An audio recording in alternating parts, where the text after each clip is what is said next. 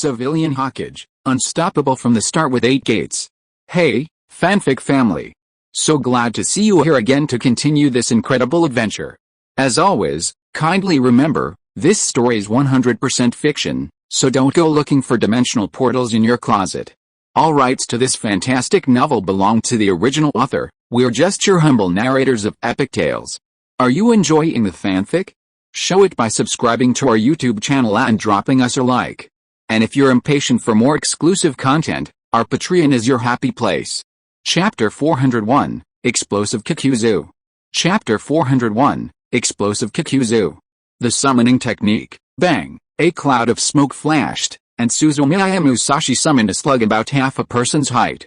Musashi-kun, how can I help you? Suzumiya Musashi gestured to the slug with his eyes. Yumujin is injured, help me heal her. You're much better at healing than I am. The slug looked at Yumu-ren, whose breathing had stabilized, and then said softly, no problem, leave it to me, Musashi-kun. Suzumiya Musashi, thank you. Then, he created a shadow clone to protect Yukido, while his original body raised its head and gazed into the distance. His perception was fully released. After a moment, he looked away. I found you. A beam of lightning surged from his body, transforming into lightning armor that fit him perfectly. The next instant, his form vanished. Huchi, everyone's running. I wanted to run away with all my might. He munched beetle nuts as he ran, not daring to look back, as if he wanted to lose his legs. The strong wind whipped against his face, shattering his mask and revealing his terrifying features. He ignored it and kept running.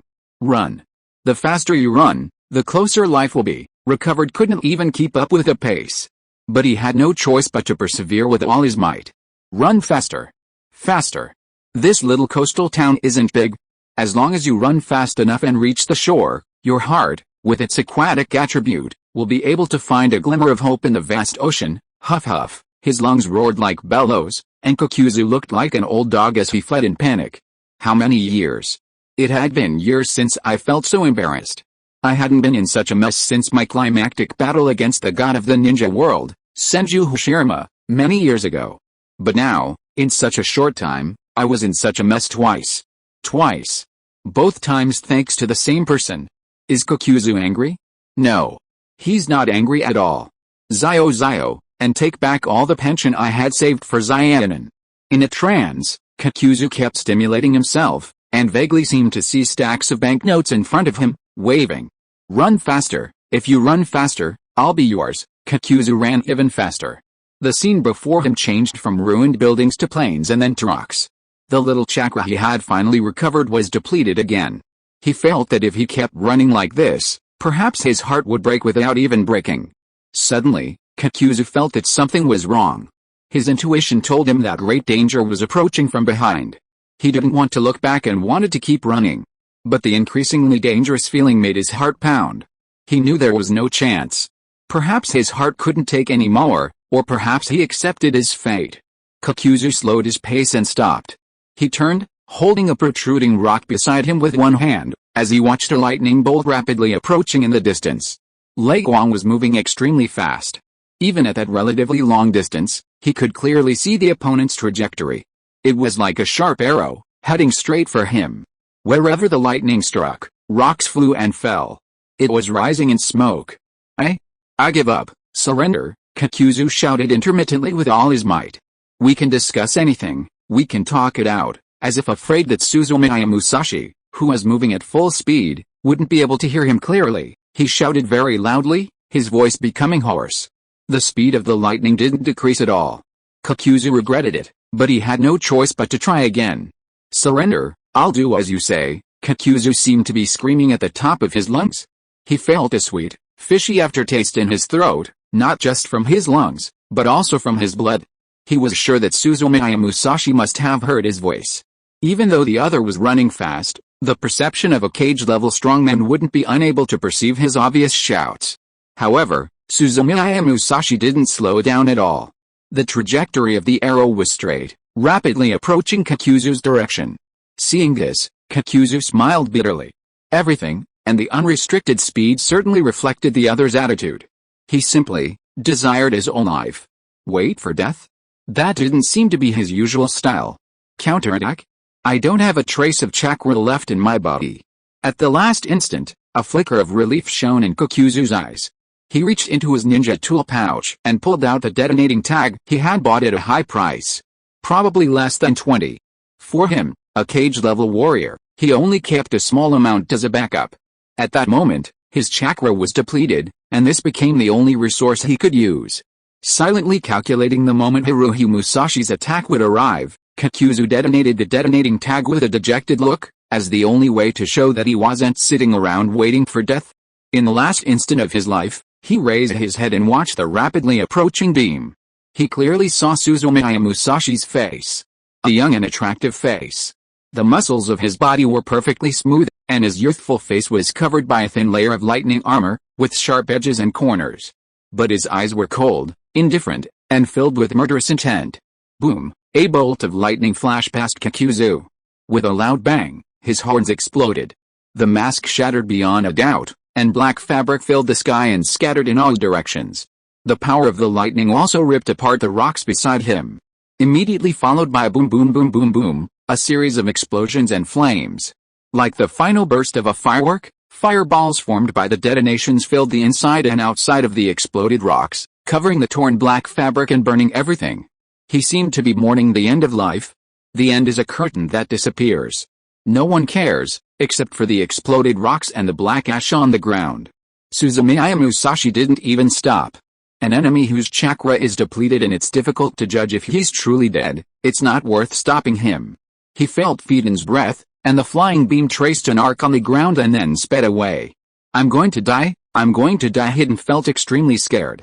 Chapter 402, I'll give you one chance. Go and die. Chapter 402, I'll give you one chance to die.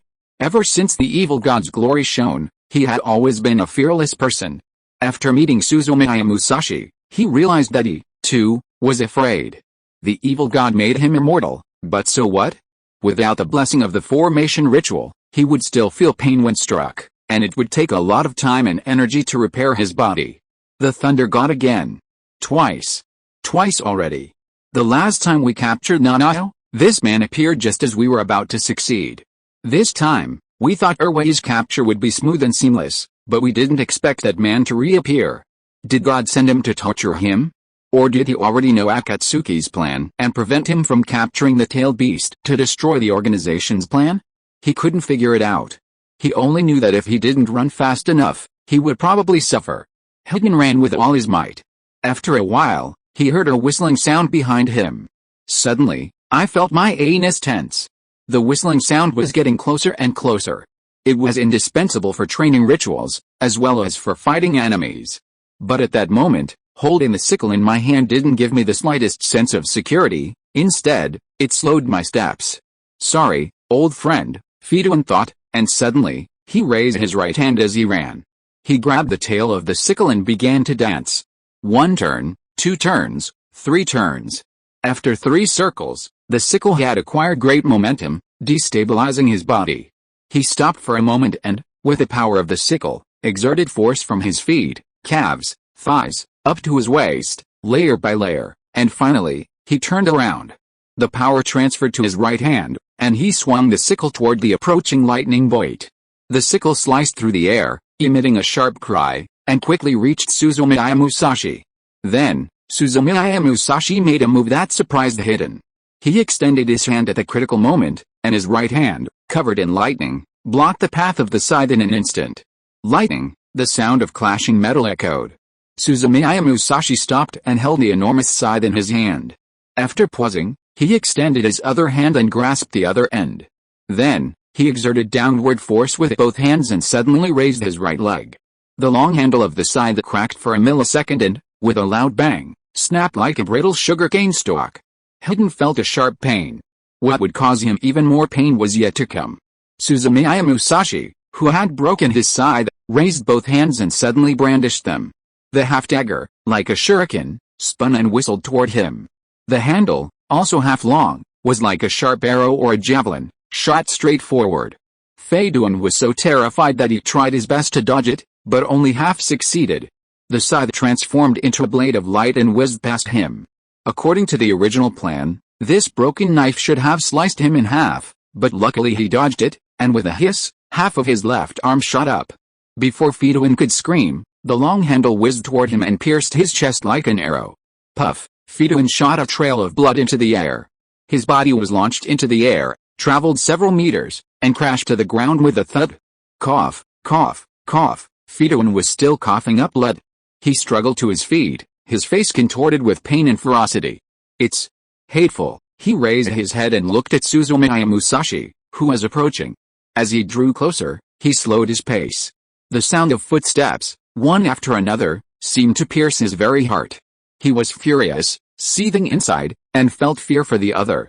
Your wounds are healing. Suzumiya Musashi walked in front of Hidden, sensing the other's aura gradually increasing, and said in a gentle voice, "Ignorant mortal." Fedouin glared fiercely at Suzumiya Musashi, as if trying to use a stern voice to mask his fear. "What do you know? How can a mortal like you possibly comprehend the power of the evil god?" "Really?" Suzumiya Musashi said coldly. "I didn't have time last time. I didn't realize the power of the so-called evil god you mentioned. I only remember the two figures fleeing in panic. Aren't you one of them?" Hidden's face paled. "You? Ah." Suzumiya Musashi looked at him mockingly. "Well, now I'll give you a chance. Let me see your strength, and then die." He had never suffered such injustice. In his eyes, ordinary ninjas were nothing more than ceramic chickens and dogs. Even cage-level masters, respected by all, even Jinchuuriki, as powerful as human weapons in the eyes of ordinary people, had been defeated by him. And Suzumiya Musashi was just a ninja with strong fists and feet. Why should he look down on the evil god? "Ah! You deserve to die." Internal wounds. Not far away, the severed arm that Suzumiya Musashi had cut off seemed to be drawn by an invisible force and floated to his side, merging with the broken end of the arm.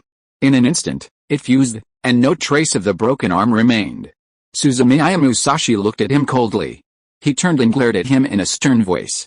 "You asked for it." Fedouin held a broken sword in his hand and ran like a madman. "What?" The figure tore through the air. The scythe danced wildly, transforming into a flash of sword light before him.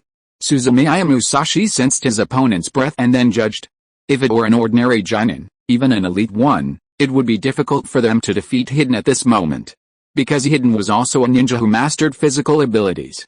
Or rather, a ninja who mastered both physical abilities and swordsmanship. Level. Now he was strengthened by that strange power and was even stronger. However, he was facing Suzumiya Musashi. Chapter 403 You Can't Kill Me. Chapter 403 You Can't Kill Me. Seeing Fedouin regroup and charge furiously, he wasn't surprised at all. The lightning armor completely covered him, and his gaze became extremely sharp. Ding, ding, ding, ding. Fists flew. From the outside, it looked as if Suzumiya Musashi had become a ball of lightning, fighting against the swift Hidden. Too slow, Hidden, you're too slow. You call this the power of the evil god? It doesn't seem so good. Ah, Fedouin was furious and increased the frequency of his attacks again. However, no matter how much force he exerted, no matter how much he squeezed the potential out of his body, Suzumiya Musashi, on the opposite side, could always stop his attacks with ease. With fists and feet as fast as lightning, he could always react precisely before the attack arrived. He swung his scythe like the wind, but it couldn't even touch the corner of his opponent's clothing. He could only watch helplessly as his opponent's fists and feet struck with precision against the hilt of his scythe, rendering all his movements useless. Too weak. Your power is too weak. Is your evil god useless? Unweaned child, you are not allowed to insult the evil god, Fedouin roared. He vented his anger frantically, but in despair, he found it had no effect. The man before him was the most incomprehensible and terrifying enemy he had ever encountered. Obviously, just a mortal. He was only a body of flesh and blood. How could he be so strong? In the ninja world, aside from AI of the Hidden Cloud Village, when had another monster with physical abilities like this ever appeared? Bang! A violent force erupted from the fist, sending Fedouin flying back dozens of meters with a single blow. Suzumiya Musashi stared ahead, a hint of disappointment in his eyes. Is that all? How was Fedouin's strength? It was still quite good. The opponent's physical abilities and swordsmanship surpassed those of an ordinary elite Jonin, and he possessed the close combat skills of a cage-level ninja. In fact, it was precisely with such close combat prowess that the opponent, thanks to the cooperation of his comrades, wounded the enemy in combat and obtained his blood. He then used the opponent's blood to complete the evil god ritual and defeat him. This method almost always succeeded, provided one avoided the few powerful taijutsu masters and the shadow of the great country in the ninja world. But the one he was facing was Suzumiya Musashi. He possessed a unique, high-intensity attack method, and his only strength was close combat combined with a strange evil god ritual. When the weakness of the ritual was known beforehand, Fiden naturally resisted such a ninja. He frowned, annoyed by Fiden's shouts. He said, "I mean, your so-called evil god power is nothing more than this, a mediocre melee attack, a ghostly ritual that doesn't offer much of an advantage once you understand it, even if you've killed many enemies. It can't hide the fact that you're weak. Does the evil god know how ridiculous you are?" Hiden choked. He stared at Suzumiya Musashi, his expression constantly shifting as if by magic. He wanted to refute Suzumiya Musashi, but he couldn't find a suitable argument. He wanted to kill him, but he had no other choice. What the other party said was true. Compared to Suzumiya Musashi, he really was very weak. This enraged Fiden to no end. His gaze grew increasingly cold. "So you can die?" Hearing this, it was as if Fiden had grasped the final straw and finally found a way to counterattack Suzumiya Musashi. He glared at Suzumiya Musashi and let out a loud sneer of contempt. "Ho-ha-ho-ha, ha-ho-ha-ho-ha," he laughed. "Ignorance, madness, do you know what you're talking about? Kill me? Just for you, great evil god, I tell you, you can never kill me, I am immortal." Suzumiya Musashi tilted his head slightly. "Oh, then let's make a bet, just bet on whether I can kill you." An exaggerated mocking expression appeared on Hiden's face. He opened his mouth and wanted to say something, but Suzumiya Musashi had already acted. Bang! The sudden punch came toward him, making the wind whistle. Under the terrifying force, Fiden reflexively raised the half-broken sword in his hand and blocked it in front of him, followed by a powerful blow. The fist struck the knife's hilt. The ferocious force made Fiden doubt his life. Almost simultaneously, Suzumiya Musashi hooked his hands and switched the scythe to his other hand. He transferred the scythe to his right hand, gripped it with one hand, and lunged forward. Ha ha ha! The light from the knife was like a curtain. Hiden still wanted to resist, but he couldn't. He could only watch as the curtain of swords wielded by Suzumiya Musashi enveloped him. Then, an intense pain surged through him. Blood spurted. He fell. Fiden's body continued to tremble in the air, and beneath the edge of the sword, his weight grew lighter and lighter. Just like Ling. Gradually, the flesh and blood dried up, leaving only a skeleton. The skeleton shattered into pieces, leaving only a skull. The tragic situation of the wooden man caused Suzumiya Musashi's pent-up anger and murderous intentions to exceed the limit of his patience, and he rarely resorted to cruel means. Damn it, Hiden thought. The sword moved too fast. After one cut, he could only feel numbness. But after 10 or 100 cuts, the pain was like a tide, surging through his brain in waves. Feel so, with only one skull remaining, Fiden had a ferocious look on his face and continued babbling. "Is this all you have you? I tell you, you can't kill me, even if you pulverize me, even if you grind my bones, you can't kill me. My soul is dedicated to the great evil god. As long as I am not destroyed, I will never die." Chapter 404, Burning Escape, Attempt. Chapter 404, Burning Escape, Attempt. How you'll never comprehend such great power. Suzumiya Musashi carefully sensed Hiden's breath. Although only a head remained, his spirit was intact. He felt the blood and minced flesh around him, as if a magical force field were pulling him toward the center. At the same time, the mysterious power in the air concentrated on Fiden's head. Even without flesh and blood, perhaps with the help of this power, he could still regenerate a body. Suzumiya Musashi threw down the broken sword he held in his hand. Judging from the opponent's actions, Fiden wasn't lying. Simple physical means seemed incapable of killing him. Suzumiya Musashi felt a mysterious power floating around him. Unlike chakra power, what means should be used to deal with the opponent? Sealing might work. The sealing technique, which can seal even-tailed beasts when practiced to its fullest extent, seemed perfect for dealing with Hiden. Using the sealing technique to trap the opponent in a dark place was also a way to solve the problem. However, Suzumiya Musashi had no intention of doing so. He had made a bet with Fiden. If he killed him, it would cost him his life, so he planned to try other methods. Suzumiya Musashi began forming hand seals. After a moment, the seal was complete, and flames appeared out of nowhere. The blazing red flames quickly engulfed him.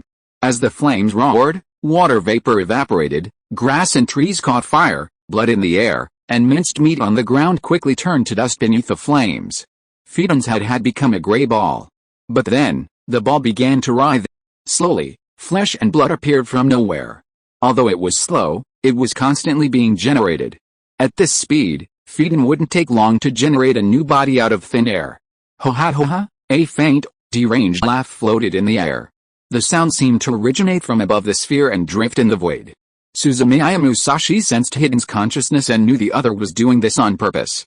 What do you think? Be amazed, mortal, your power can't touch me. The sphere twisted, and chunks of flesh and blood appeared out of nowhere. Soon, it transformed into Hiden's head, but it was somewhat bald and hairless. The other smiled at him and said, "Surrender, you can't defeat me, brave, your breathing is a little weaker than before." Hiden's laughter stopped. That's right, physical body recovery requires a lot of energy. Even with the power of the evil god, it can't be wasted. The reason he quickly condensed his head was to mock Suzumiya Musashi. In fact, for his own recovery, it wasn't worth the loss. Unexpectedly, the other party noticed. So what if I'm a little weaker? Are you in charge? I can recover like this hundreds or thousands of times without any problem. Suzumiya Musashi thought this and then extended his right hand. Under Hiden's puzzled gaze, a mysterious chakra condensed in Suzumiya Musashi's hands. A moment later, a strange fireball appeared in Suzumiya Musashi's palm. Seeing this fireball, Fiden's face changed slightly. For some reason, he felt a greater sense of danger from this fireball. Musashi had already waved his hand, and a fireball fire rained down on Hiden's head. Ah! The scream was loud. This time, Fiden lasted even less than before. In an instant, the flames reduced into ashes. The flames lingered for a while, creating a charred hole in the ground before slowly dissipating. Suzumiya Musashi stared, watching as a slowly twisting sphere reformed.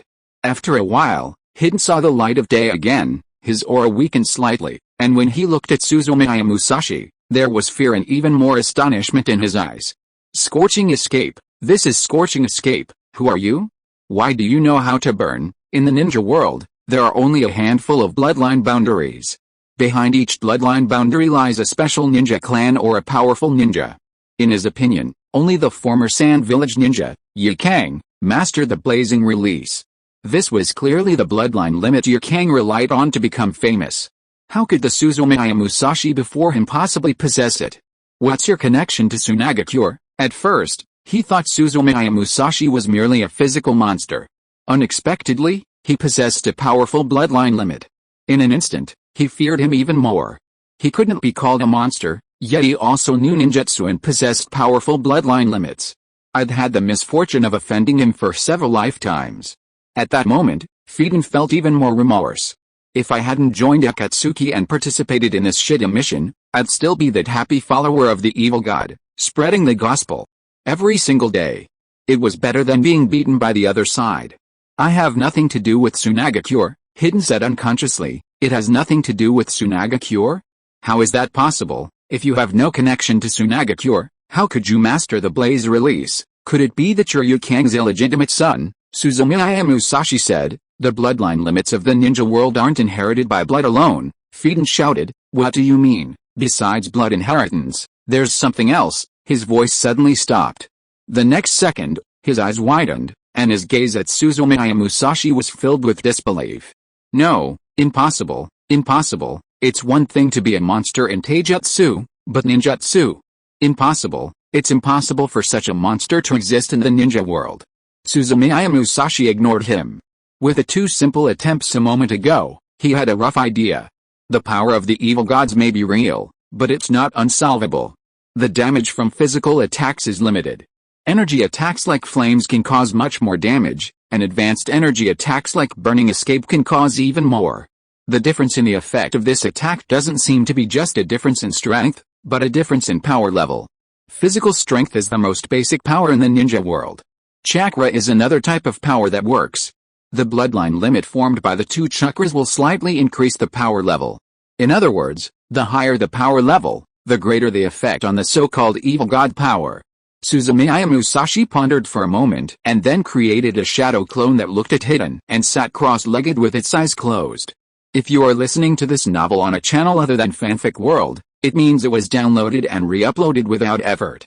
We warmly invite you to visit our channel, Fanfic World. There you will find the original version of this story and many other novels of various genres. We look forward to seeing you dive into a world of incredible novels. Chapter 405, Immortal Magical Sea of Fire.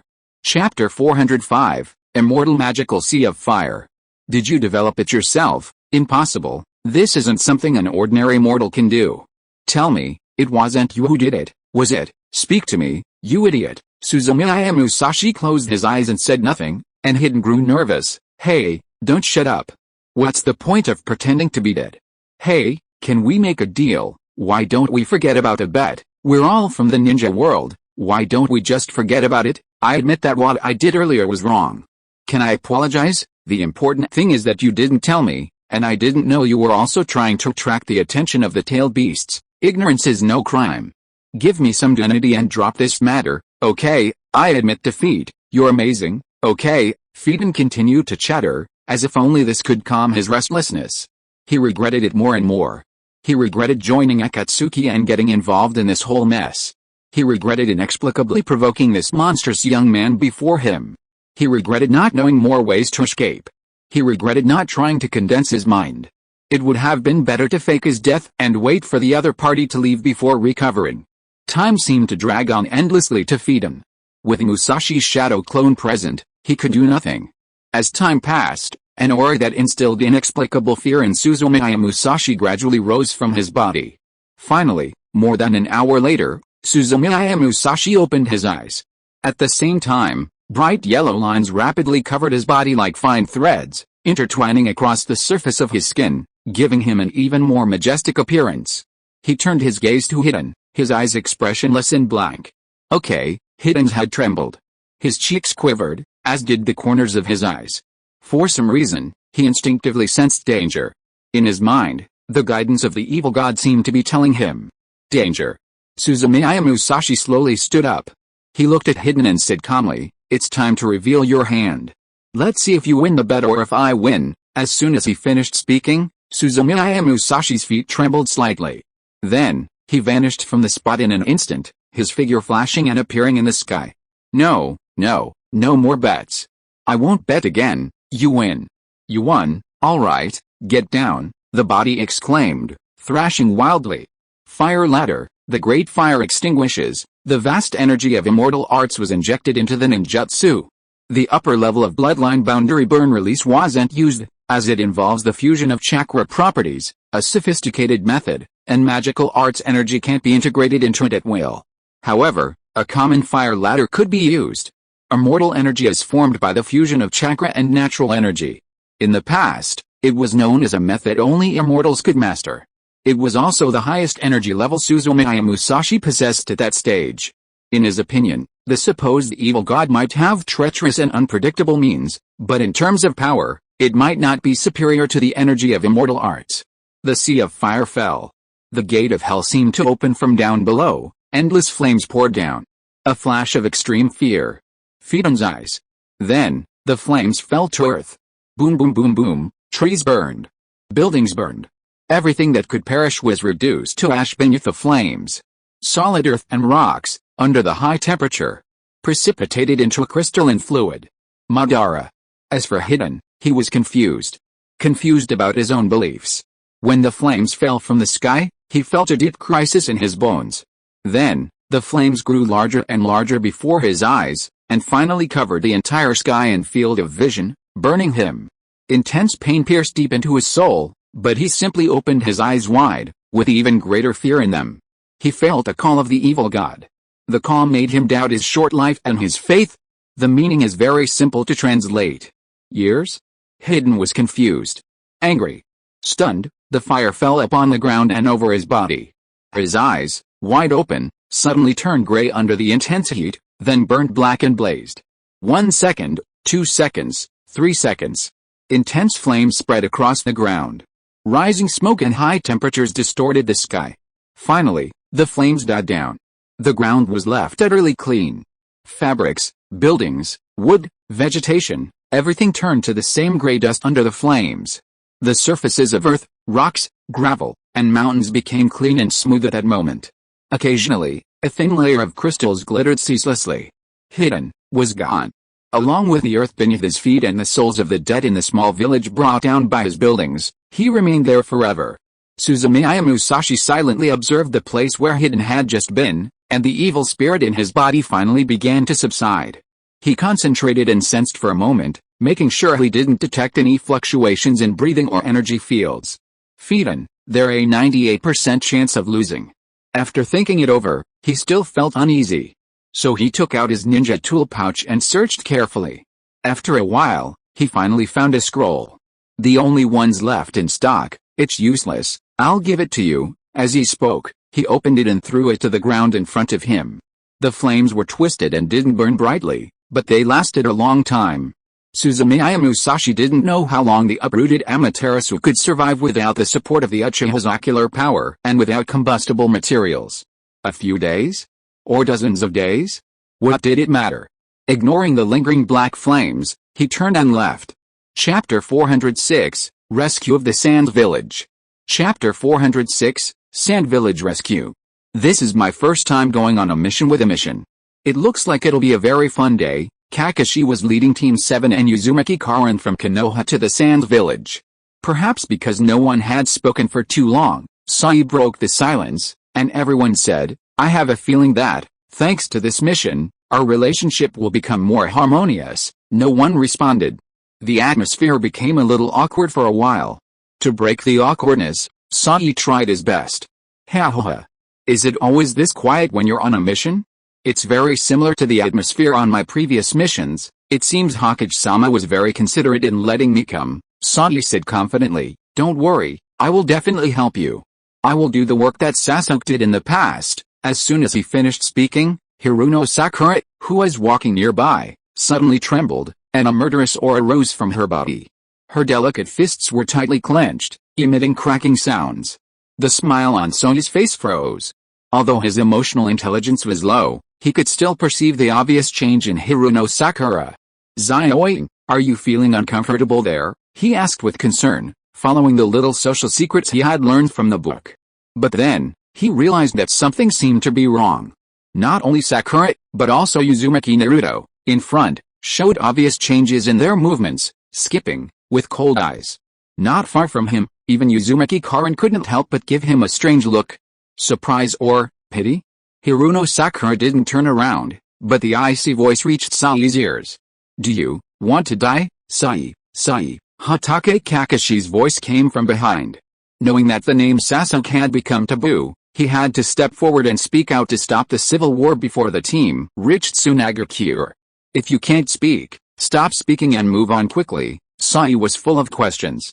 But seeing that Hiruno Sakura seemed to be in bad shape and that Hatake Kakashi was still the captain, he suppressed his doubts. Sakura, this ugly girl, maybe it was just those special days. Sai thought, and planned to take care of her after continuing their journey. The team fell silent again. Everyone had different thoughts. Uzumaki Karin wondered what her brother was doing. She left in such a hurry that Hokage finally asked her to accompany Team 7 on the mission. When will Kakashi Hatake's new book arrive at the bookstore where he likes to eat? At this time of year, Midnight Nyuudeo publishes new Easter egg works. As a loyal fan, he won't miss it. Last year, when he went to the bookstore for a mission, the owner told him the book was out of stock. He had to make a special trip to the Fire Nation capital to buy it. Calculating the timeline, the new book should be published by the time he returns from this mission, right? If the bookstore owner doesn't give him a copy this time, he'll tear it to shreds. He'll ask the Konoha inspection team to inspect it. Uzumaki Naruto was thinking about Sasuke. It's been 3 years since we last saw each other. How are you now? 3 years. With the help of the Lute Immortal, my strength has increased greatly. And yours? Have you kept the oath you made when you left the village? I'll find you. I'll bring you back. Let's protect Konoha together. And Hiruno Sakura, of course, she was also thinking about Sasuke. The genius Uchiha whom she would never forget. Love blossomed when they met in childhood, the excitement of spring when they met at the Ninja Academy, the joy of teaming up together, and so much more. During their less than a year as Jinan, they carried out many missions together and made many beautiful memories. Until, that day. He left as soon as he said it.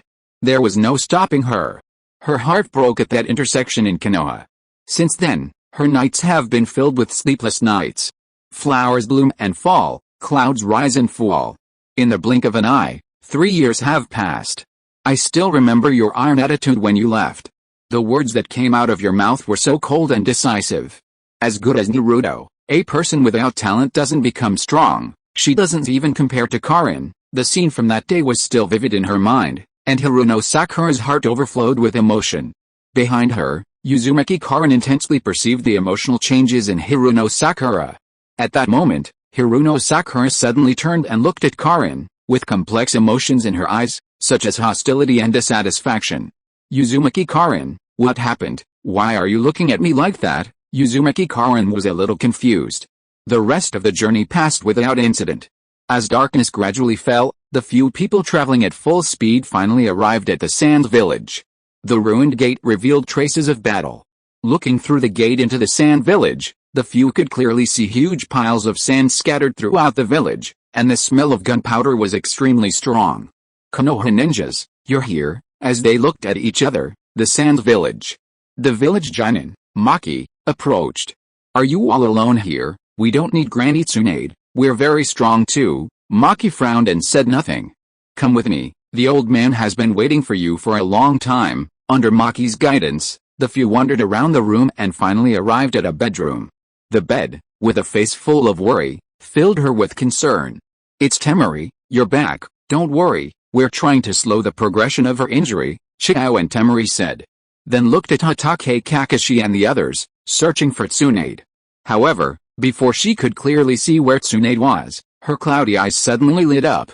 Her gaze fixed on Hokage Kakashi, and then, a powerful murderous intent surged from her. Chapter 407 Hiruno Sakura's Pride. Chapter 407 The Pride of Hiruno Sakura. It's you, Chiao shouted in a deep voice. Then, the old woman ran at breakneck speed and lunged at Hokage Kakashi. Old woman. What are you doing? Uzumaki Naruto exclaimed, standing in front of Hokage Kakashi. At the same time, Sai drew his sword and prepared for battle. Murderous intentions against them? Was the attack on Gaara and a conspiracy against Konoha a hoax? As someone born into Root, he was familiar with conspiracies and assassinations. For a moment, he was ready to fight desperately. Sister, the frail old man spoke from behind. You're mistaken. This isn't White Fang, he sighed. Yes. How could it be White Fang? After so many years, he had aged so much, how could Bayer still be so young? The hatred gradually dissipated, and he looked at Hokage Kakashi with a complex gaze and sighed. Yes, I'm old and my eyesight isn't what it used to be. Old things should be left to rust in the attic and never brought out again. Maki stepped forward and said respectfully, Elder Kayande, don't say that, the village is at a critical juncture and needs your help, Chiao said slowly. Forget it. Forget it, where's Tsunade, son of White Fang? Isn't she here with you? Hokage Kakashi interjected, I am the son of White Fang, Hokage Kakashi, the Hokage-sama has important matters to attend to, so he sent us here to assist Tsunaga cure, Chiao scoffed. Aid, good at fooling old folks. Kankuro is in critical condition, only his medical ninjutsu can help. Why send you here? To help with a duel, alliance, as expected, how can a guy who could become Kage be so naive? I should have had such high expectations. Medical ninjutsu, Hiruno Sakura suddenly asked, drawing Chiao's attention. If it's medical ninjutsu, it might help, Chiao looked at her questioningly. You, young lady, how can you possibly help? Don't think you can boast just because you learned medical ninjutsu, even if I don't like it. Tsunade's level of medical ninjutsu is unrivaled in the ninja world. No one else has the ability to save Kankuro. Hiruno Sakura's face showed pride. She straightened her chest, then straightened it again.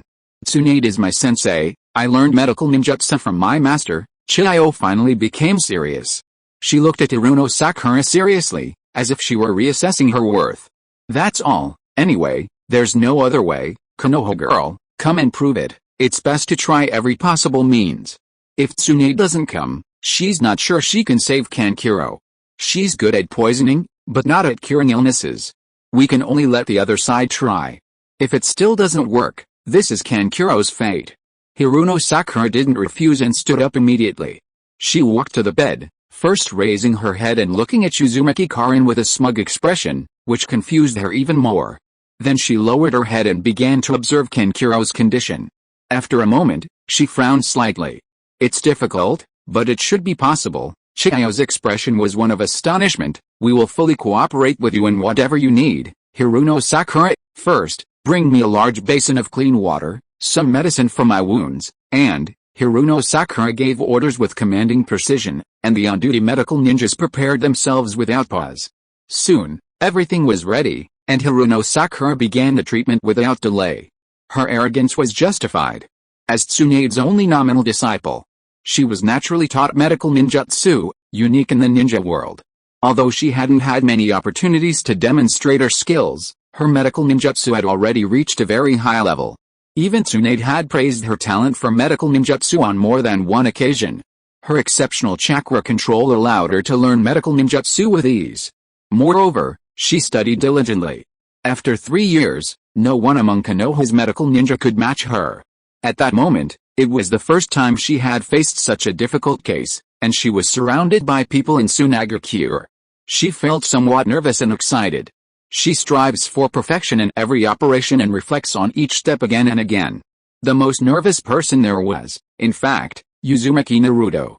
Upon hearing Hiruno Sakura announce her, he jumped excitedly and ran to hug her. She regained her composure and took a step back.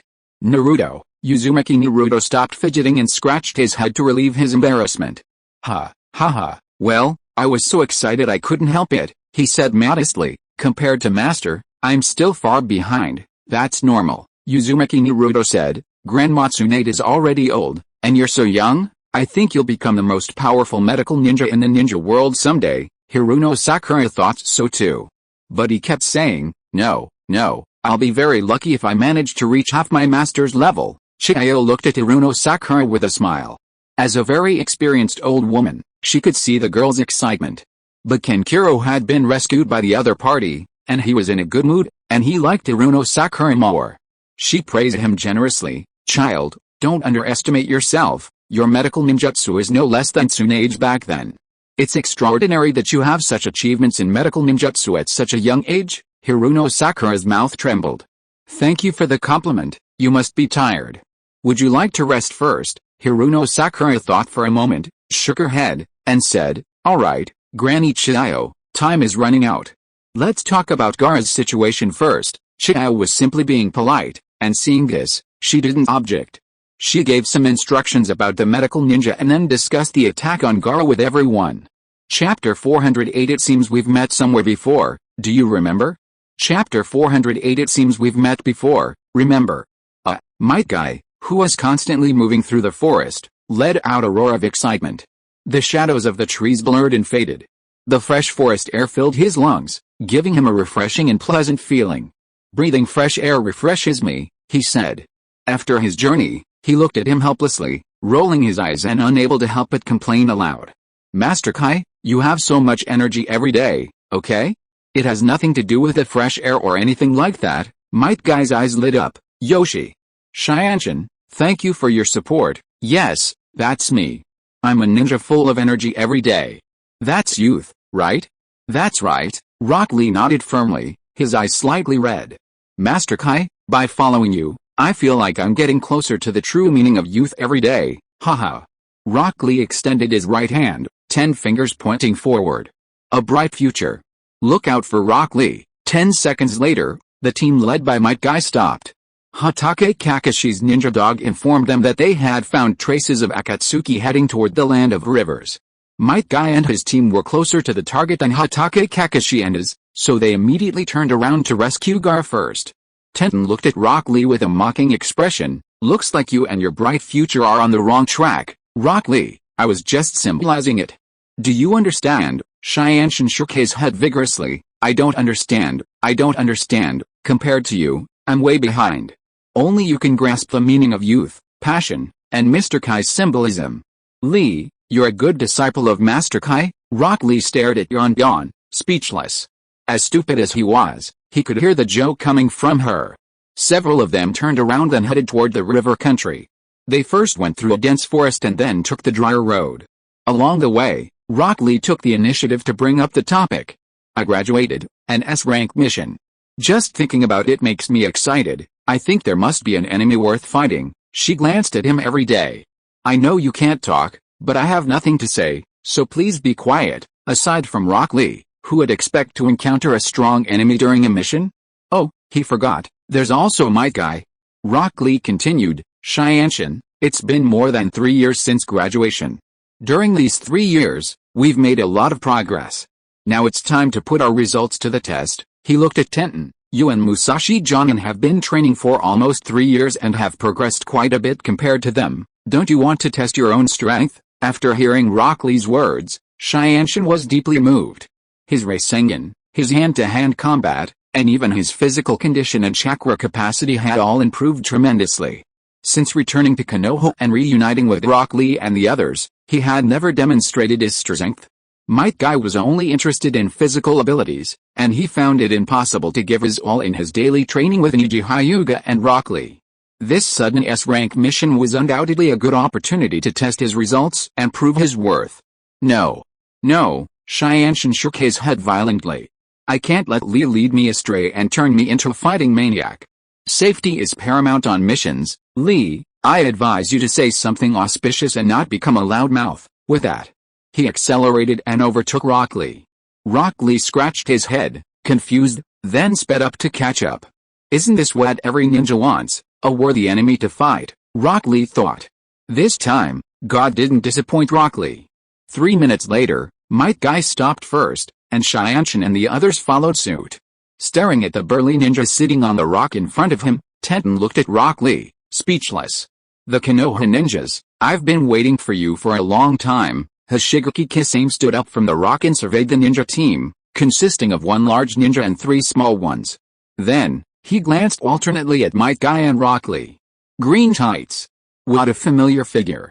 Honestly, when he saw Might Guy and his 2 companions approaching from a distance, his heart skipped a beat and his pulse quickened. He looked first at Rock Lee, then looked away. Just a small child. His eyes were fixed on Might Guy, and his humanoid features seemed to show a hint of anger. I recognize you, easy to spot. He vividly remembered the merciless kick. Might Guy was stunned. What? We've met before? Where? Hoshigaki Kisame, in Konoha? Might Guy, could it be, we met in Konoha? Dried Kaki Ghost Shark. Chapter 409, Xianshan opens the door at a disadvantage, and physical ninja Rock Lee appears. Chapter 409, Xianshan opens the door at a disadvantage, and physical ninja Rock Lee appears. The corners of his eyes twitched at the atmosphere. Hoshigaki Kisame smiled and said sarcastically, you seem to be quite forgetful. You don't even remember your old friends. Might Guy was lost in thought upon hearing this. Old friend? When did I ever have such an old friend? He searched his social circle but found no one. He raised his head and asked Hoshigaki Kisame earnestly, do we really know each other? Can you give me more clues? Hoshigaki Kisame replied defiantly, fine, I'll remind you. Under Might Guy's expectant gaze, Hoshigaki Kisame suddenly raised Sumehoda and assumed a fighting stance. It wasn't until Hoshigaki crouched and prepared to attack that he finally snapped out of it. He'd been tricked. The other group had no intention of giving him any more clues, and even the words old friend were a lie. They wanted to attack him when he wasn't paying attention. Treacherous. He quickly took up his stance and prepared for battle. At that moment, Rock Lee, who was beside him, suddenly spoke. Wait a minute, Rock Lee said earnestly, Master Kai, I think we should take care of this enemy. How can we grow if we keep hiding under your protection? After years of training, isn't it to become stronger ninjas and contribute more to the village? To have an opportunity like this, we should go first. Suddenly, Might Guy realized. That's it, Lee, you're right, I should have given you more opportunities to fight. Lee Luok's face instantly lit up.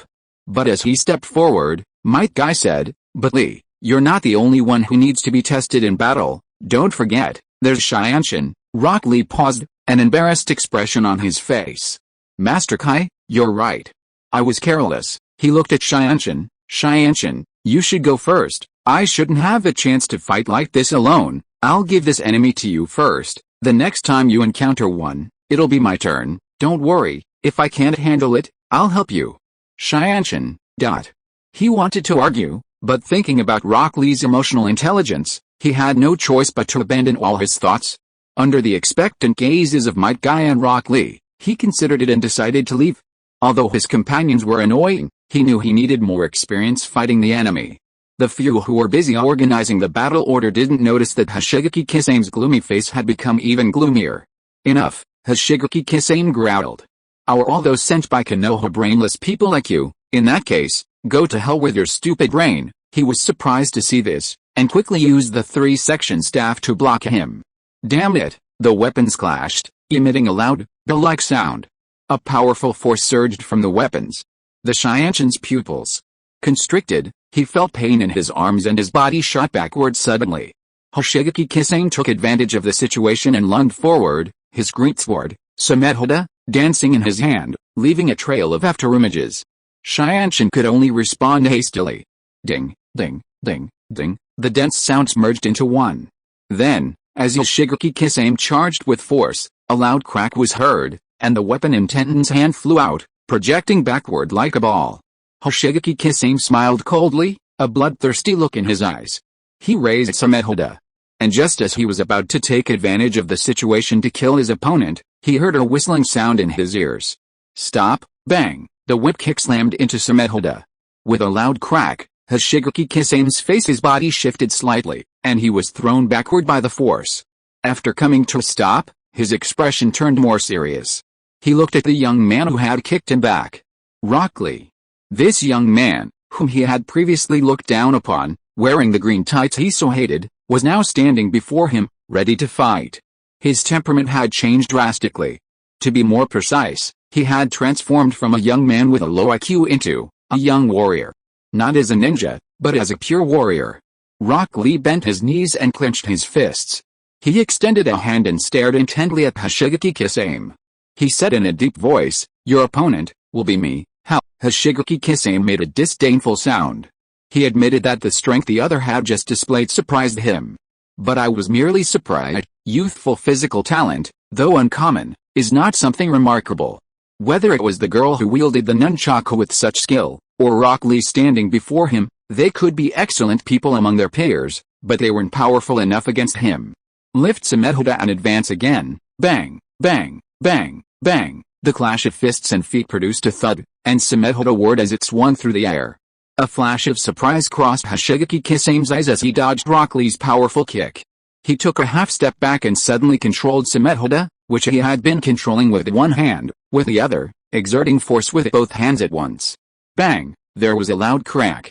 The bandages surrounding Sumehoda suddenly ripped, and the sharp, tightly wrapped edges suddenly expanded and collided with Rock Lee's whip-like kick. Pieces of cloth flew everywhere. After the attack, Rock Lee quickly retreated until he was dozens of meters away. Then he lowered his head and looked at his right leg. The trouser legs were gone, and the belt-weight plate engraved with root nature shattered, revealing the broken metal inside. Feeling his right leg go numb, he raised his head and looked at Hoshigaki Kisame, who stood before him, with a more solemn expression. "Nice punches and kicks, kid," Hoshigaki Kisame remarked. "I felt like cutting off one of your legs," Rock Lee replied. "You overthink things." Hoshigaki Kisame smiled gently and said, "Really, weirdo, do you have any powerful ninjutsu? Use it now, or you won't get another chance." The heavy Sumehoda was as easy as an arm in his hand. He quickly held it horizontally in front of his eyes and pointed it directly at Rock Lee. Firmly, "Whether we have a chance of winning or not is none of your business." Hoshigaki Kisame, what nonsense are you talking about? Do you really think you can fight me with just a few punches and kicks? Rock Lee took a deep breath and, under Hoshigaki Kisame's gaze, suddenly clenched his fists. 8 gates Dungia. The first gate. The second gate. The third gate. Open it. Chapter 410, 8 Gate Dungia, Super Large Water Dungia. Chapter 410, 8 Gates of Ninjutsu, Super Large Water Ninjutsu. There was a hint of concern in Might Guy's eyes. I felt relieved when I saw Rock Lee open the third gate and not go any further. Thankfully.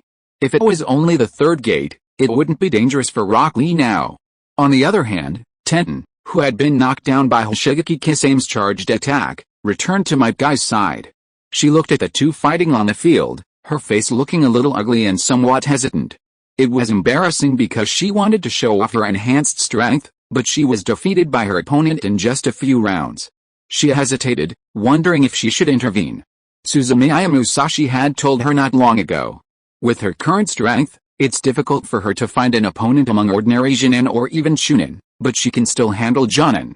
However, when facing an enemy, it is crucial to recognize their strengths and weaknesses and determine if there is any chance of victory based on the enemy's strength. Her strengths lie in the Rasengan, melee combat, and the physical skills and weapons that Suzumiya Musashi regularly teaches her. For ranged combat, she possesses the treasure of the summoning scroll. All of these are of a very high level. Rasengan. If you encounter an enemy with great melee capabilities and are outnumbered, do not fight aggressively, but maintain your distance and defeat the opponent by summoning beasts. If you cannot defeat them, find a way to escape. The enemy blocking the path was undoubtedly a strong melee opponent. No matter the opponent's tyrannical strength and size, nor the strange ninja sword they wielded with such ease, she could not compare herself to them. Her only idea was to use summoning techniques to summon ninja beasts and try to finish off the enemy before her. But seeing Rock Lee's aura change so rapidly, he could only suppress his thoughts and watch the scene intently. The veins on his forehead bulged, and Rock Lee's face turned red. Then, a powerful aura erupted from his body, and green flames began swirling around him. Konoha Taijutsu Ninja. Rock Lee. Here we go. It was clear to the naked eye that Hoshigaki Kisame's expression changed rapidly. The feeling of relaxation he had felt upon achieving victory suddenly turned into tension. Just because of one name. 8 Gates Dungeon. He looked directly at Rock Lee, and several figures flashed through his mind. Bang! The air exploded. The broken straps supporting his weight snapped at great speed, and Rock Lee transformed into a beam of green light, instantly increasing his speed. Lee's trajectory and the muscles in his arms bulged rapidly. The great sword Suzumiya in his hand flashed before his eyes like lightning. Boom! A loud crash. Rising waves of air tore the surrounding ground to pieces, countless chunks of gravel were hurled into the air, and smoke and dust hissed on the wind and waves. 2 figures were launched simultaneously. Hoshigaki Kisame used the momentum of the blast to swing Suzumiya behind him and slam it into the ground. As the ground split rapidly into a long furrow, his body also came to a halt. Looking at Rock Lee, who had also retreated a long way ahead, he felt a sense of relief. Fortunately, although the power was very strong, it wasn't as overwhelming as he had imagined. Rock Lee, on the opposite side, had a more unpleasant expression on his face. He thought that after opening the 3 gates, at least in terms of physical abilities, the person in front of him shouldn't be a match for him. Unexpectedly, he was in a very similar situation. Damn it, the power of the 3rd gate still isn't enough. Isn't my training enough? Hoshigaki Kisame said, looking at Rock Lee, who was talking to himself in front of him. Kid, it's great that you can do this. Among the ninjas I've seen, there are very few who possess such powerful taijutsu at your age. Hoshigaki Kisame was serious. Who is he? Kisame, the dry persimmon. A full-fledged member of the Akatsuki organization, wielder of the great sword Suzumiya, nicknamed the Tailless Beast by his enemies, a strong man, skilled in both melee and ranged attacks. Even among the few cage-level ninjas in the ninja world, his close-quarters combat skills are undoubtedly among the best. The girl with the nunchaku was also, obviously, a melee ninja, but she was still taken down by him with a single blow. And now, a little-known boy from the lumber industry was able to compensate for the enormous size difference with his physical abilities and compete with him in strength, even surpassing him, which was enough to demonstrate his opponent's excellence. Rock Lee wasn't satisfied. What he needed was victory and progress, not a word of praise from his enemies. The 4th gate, the Gate of Wounds. Open, Kisame shouted like a cannonball. Hoshigaki Kisame also carefully noticed a change in Rock Lee's aura. This little devil seemed stronger. Although he didn't know how much stronger he had become, Hoshigaki Kisame didn't want to waste any more time in a draw with a little devil from Konoha. Facing the rapidly approaching Rock Lee, he decisively formed hand seals with both hands. Water escape, great water blast, boom, on the dry plain, enormous waves suddenly erupted out of nowhere.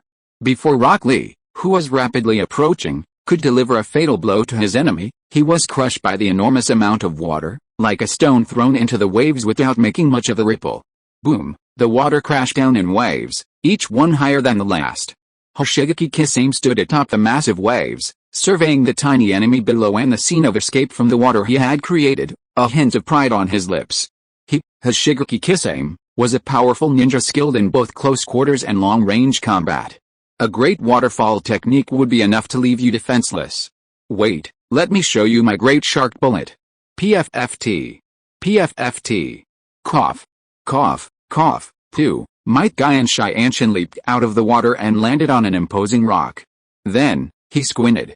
It was almost impossible to see land as far as the eye could see. The land surrounding him had turned into an ocean.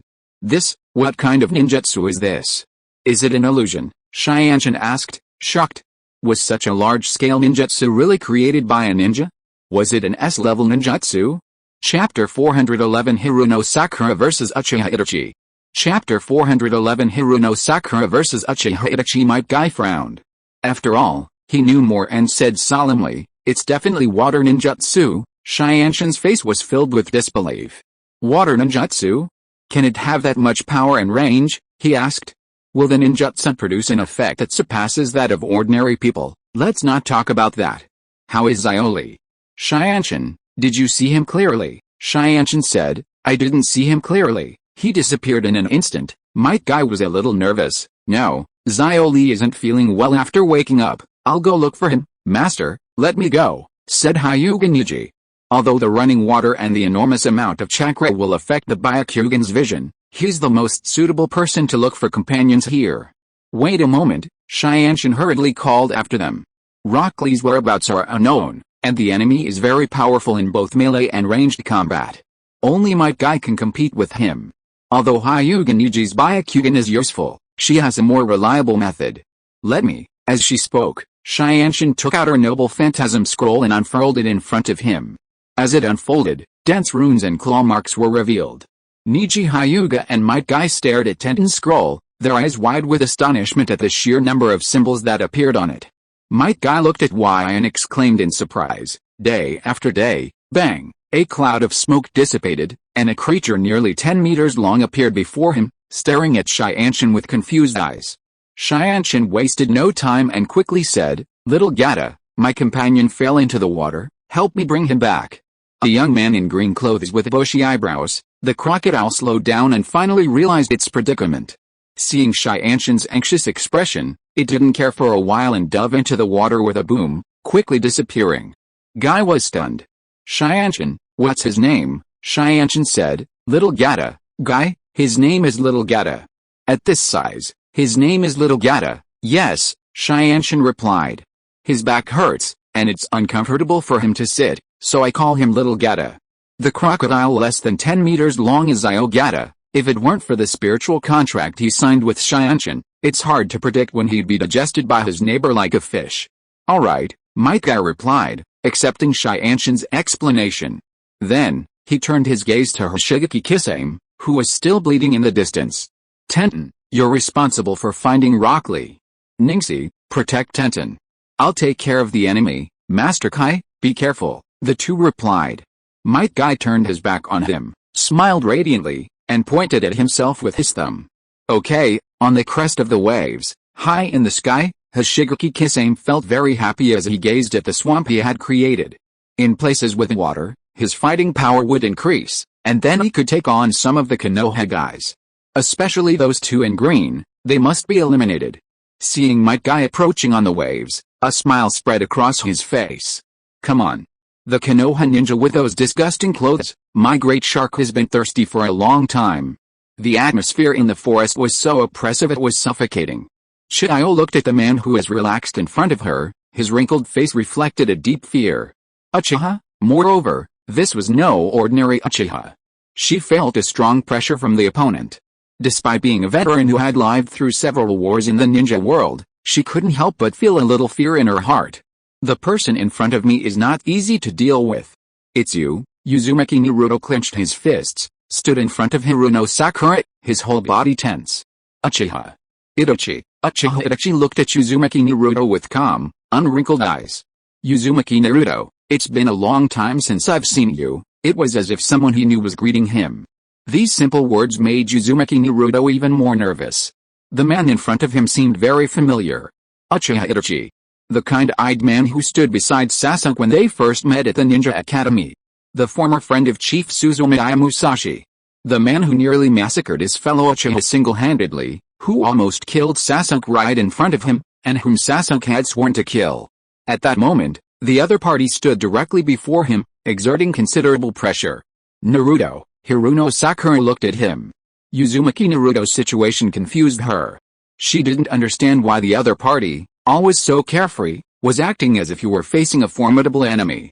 Leave me alone, Uzumaki Naruto stopped him without thinking. No, Sakura, step aside. I'll handle him. Hokage Kakashi also stood before Hiruno Sakura, his eyes revealing a deep fear as he looked at Uchiha Itachi. He had suffered then. Uchiha Itachi looked at him silently and said gently, go back, whatever your purpose, return now, I can save you the trouble. Impossible, Uzumaki Naruto gritted his teeth and said, Garo has been kidnapped by your people. How can I get back? Uchiha Itachi's expression remained unchanged. He's just a ninja from Tsunagakure, what does that have to do with Konoha? Go back now, and I can pretend I didn't see you. What do you know? Uzumaki Naruto seemed reluctant. Gaara isn't just a ninja from Tsunagakure, he's also my friend. The bond between us is something someone like you simply can't comprehend. You won't understand the recognition of lonely people, nor the friendship between people. Uzumaki Naruto began to ramble. The pressure Uchiha Itachi was putting on him was too great, and it seemed that this was the only way he could avoid becoming too frightened. However, Uchiha Itachi didn't take his words seriously. He spoke calmly, interrupting Uzumaki Naruto's long speech. Go back now, or die? Why are you wasting your words on him? Before Hokage Kakashi could speak, Hiruno Sakura couldn't stop herself.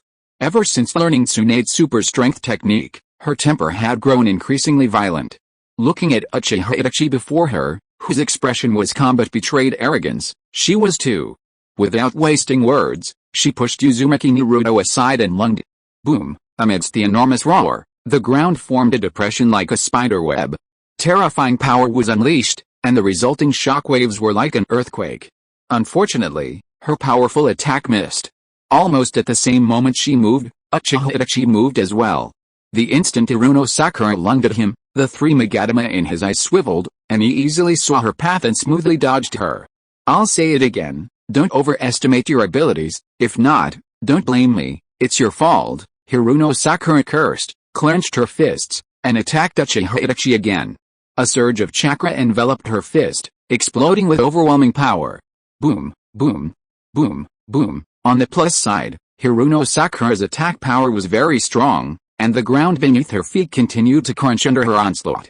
But on the other hand, Hiruno Sakura's attack accuracy was average, and she was still far from hitting her target. In other words, she didn't even touch a corner of Uchiha Itachi's clothing. If you are listening to this novel on a channel other than Fanfic World, it means it was downloaded and re-uploaded without effort. We warmly invite you to visit our channel, Fanfic World. There you will find the original version of this story and many other novels of various genres. We look forward to seeing you dive into a world of incredible novels. Chapter 412 Tsukuyomi, The Eight Gates of Ninja appear again. Chapter 412 Tsukuyomi, see the Eight Gates of Ninjutsu again. This strange power technique controls chakra with great precision and allows it to explode upon attack. The strength bonus is very high, but unlike the attack methods of Suzumiya Musashi or Rock Lee, Hiruno Sakura's attack speed is only average. The three Magatama in Uchiha Itachi's eyes were constantly spinning. The intent of each of Hiruno Sakura's attacks was extremely obvious. He didn't even need to exert much effort to dodge them one by one. Sakura! Get out of the way! Uzumaki Naruto couldn't help himself. He created a shadow clone, and the Rasengan quickly appeared in his hand. He roared and joined the battle. With a bang, his body was flung backward. Cough, cough, Uzumaki Naruto stabilized himself and continued coughing. But before he could react, the opponent's attack path suddenly changed, piercing the defense between his hands and knocking him down. Fire release, red impatience flower claws, quick, quick, quick, the shuriken, covered in high-temperature flames, spun and attacked Hiruno Sakura from all angles. She didn't dare let her guard down and quickly retreated to avoid the opponent's ninjutsu attack. Hokage Kakashi suppressed his fear and also began to attack. However, after a moment, several were forced to retreat. Sagi held the broken sword tightly to one side, preparing to help, But Uchiha Itachi's gaze suddenly turned toward him, and it was so fixed in his eyes that a sense of extreme danger instantly flooded his heart. He didn't move, and a layer of cold sweat instantly appeared on his back. Just then, Chiyo moved. Along with the subtle sound of a mechanical expansion, two puppets suddenly appeared behind her. With a click, sharp blades and venomous fangs appeared on the puppets. Seeing this, Uchiha Itachi stamped his toes on the ground and quickly stepped back. At the same time, he clasped his hands together, and in the blink of an eye, after images appeared. He swiftly formed hand seals at a speed that Uzumaki Naruto could never match. Just as everyone was getting nervous, Uchiha Itachi suddenly stopped what he was doing, and the chakra fluctuations that were about to erupt subsided. Several people were startled. What's going on? Is the other group not going to attack anymore? Various questions arose in the minds of several. They were only partly right. Uchiha Itachi refrained from using the fire ladder to attack the opponent's puppet. It wasn't that he didn't intend to attack, but rather that he didn't want to waste time. A wave of cold suddenly appeared on the scene, and Chiyo and the others felt a deep pain in their hearts. "Don't look at him," Hatake Kakashi shouted, but it was too late. Then they saw a pair of eyes. A pair of red eyes. What kind of eyes were those? Dark, lonely, and murderous. A dark power seemed to be hidden within them, containing enormous risks. The three-bladed windmill slowly turned, monthly reading. Chiyo stopped. Uzumaki Naruto and the others also halted. Hatake Kakashi wanted to avoid looking at it, but when the leaves fell in front of him, his heart suddenly sank. Done. Several people stood there like stone statues, motionless, their eyes lifeless. Only the muscles in their cheeks continued to twitch, as if they were going through something. Uchiha Itachi let out a sigh of relief. He reached out his left hand and gently covered his aching eyes, then walked toward Chiyo and the others step by step. His steps were a little slow. It was obvious that using Tsukuyomi to control four people at once was quite a strain on him. He staggered as if he might fall at any moment. Step by step, he positioned himself in front of Chiyo. He held a kunai in his right hand and slowly raised it. The kunai's edge soon grazed Chiyo's neck. The movement stopped abruptly. Uchiha Itachi stood there for a moment and finally slowly retracted his kunai. To extract the tailed beasts, it wasn't necessary to kill anyone. In that case, there was no need to cause any more trouble. He was tired of killing, truly tired. The same. Perhaps because he was deeply impressed by his opponent's super strength, to prevent her from recovering as well, Uchiha Itachi increased the strength of his hands. With a loud bang, Hiruno Sakura almost crashed to the ground. Her breathing stopped for 3 seconds and finally stabilized. In her eye, the three Magatama began to spin wildly. Threads of pupil power began to spread, and at the same time, his body's chakra was also consumed at a rapid pace. In a short time, Hatake Kakashi's body weakened, and he collapsed to the ground. He stood before Uzumaki Naruto, his gaze lingering on his face for a moment. "It's been years since I last saw you. You've grown. I suppose Sasuke is usually tall too." A rebellious, solitary figure flashed through his mind, and Uchiha Itachi strained his hands, about to knock the other out, but at that moment, his expression changed, and he suddenly turned his head. What appeared was a delicate fist slicing through the air and rapidly growing larger before his eyes. "Didn't I just knock that girl out?" These doubts crossed Uchiha Itachi's mind. The blow came too quickly, and he hadn't had time to think. He simply sensed that his opponent's speed this time was far greater than before. He raised his arm to swiftly block it. Bang! A loud crash echoed through the air. Uchiha Itachi was suddenly flung backward. His figure sliced through the air, sending him tumbling back more than 10 meters. Surprised by the change in his opponent's strength and speed, he stopped abruptly and looked up, quickly closing the distance. Then he realized he had been mistaken. His opponent wasn't Hiruno Sakura, but the red-haired girl on the team. Uzumaki Karin. Uchiha Itachi had some impression of Uzumaki Karin, but it wasn't profound. He only knew that she seemed to have been following Suzumiya Musashi and that she was a member of the Uzumaki clan. Since the other party hadn't displayed any particular skill so far, his attention remained focused on Uzumaki Naruto, Chiyo, and the others, and he relaxed. But why? He had clearly already cast Tsukuyomi. How could the other party possibly react? Furthermore, what was the opponent's power level? A great doubt crossed Uchiha Itachi's mind. Not to mention a little girl, even a famous and powerful Junin would have difficulty breaking free from his main Gekyo Sharingan. How could he do it? He looked at Uzumaki Karin in surprise. After a moment, his expression changed, and he suddenly understood, sealing technique. He sensed the aura of the sealing technique on Uzumaki Karin's body. His hunch was correct. When Uzumaki Karin suddenly launched the attack just now, the aura of the sealing technique on her body hadn't yet dissipated. After learning the other party's method for breaking his Tsukuyomi, Uchiha Itachi was even more confused. Why did the other person, who was so young, know how to use the sealing technique to break his Tsukuyomi? It made no sense. Before he could realize it, Uzumaki Karin had already approached. Her face was as red as silk, and her clothes rustled with the sound of chakra. As she drew closer, green halos of chakra appeared on her body. Then, a punch with violent power was directed towards Uchiha Itachi. Chapter 413 Uchiha Itachi, I want to die. Chapter 413 Uchiha Itachi, he wants to die. His fist and arm collided, accompanied by the sound of air exploding. Uchiha Itachi's body was flung backward by the immense force, his pupils shrinking to point in an instant, and a flash of lightning suddenly crossed his mind. He'd done it. He'd figured it out. Sealing technique to break Tsukuyomi. The taijutsu was so powerful it was unreasonable.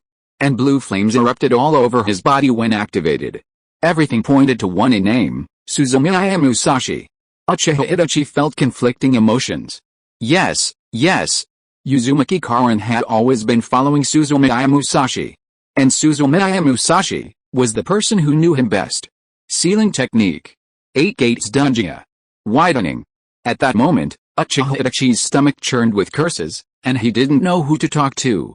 In midair, he spun twice to steady himself and looked at Uzumaki Karin, who was rapidly approaching. For an instant, he felt his head spin. What to do? What to do? Fight or not fight? If I don't fight, what should I do about the mission Akatsuki assigned me? Should I just let them go? If we fight, how should we fight? If I didn't strike her gently, I might not be able to contain the red-haired Uzumaki Karin. He knew very well how the sealing technique combined with the 8 gates would counter it.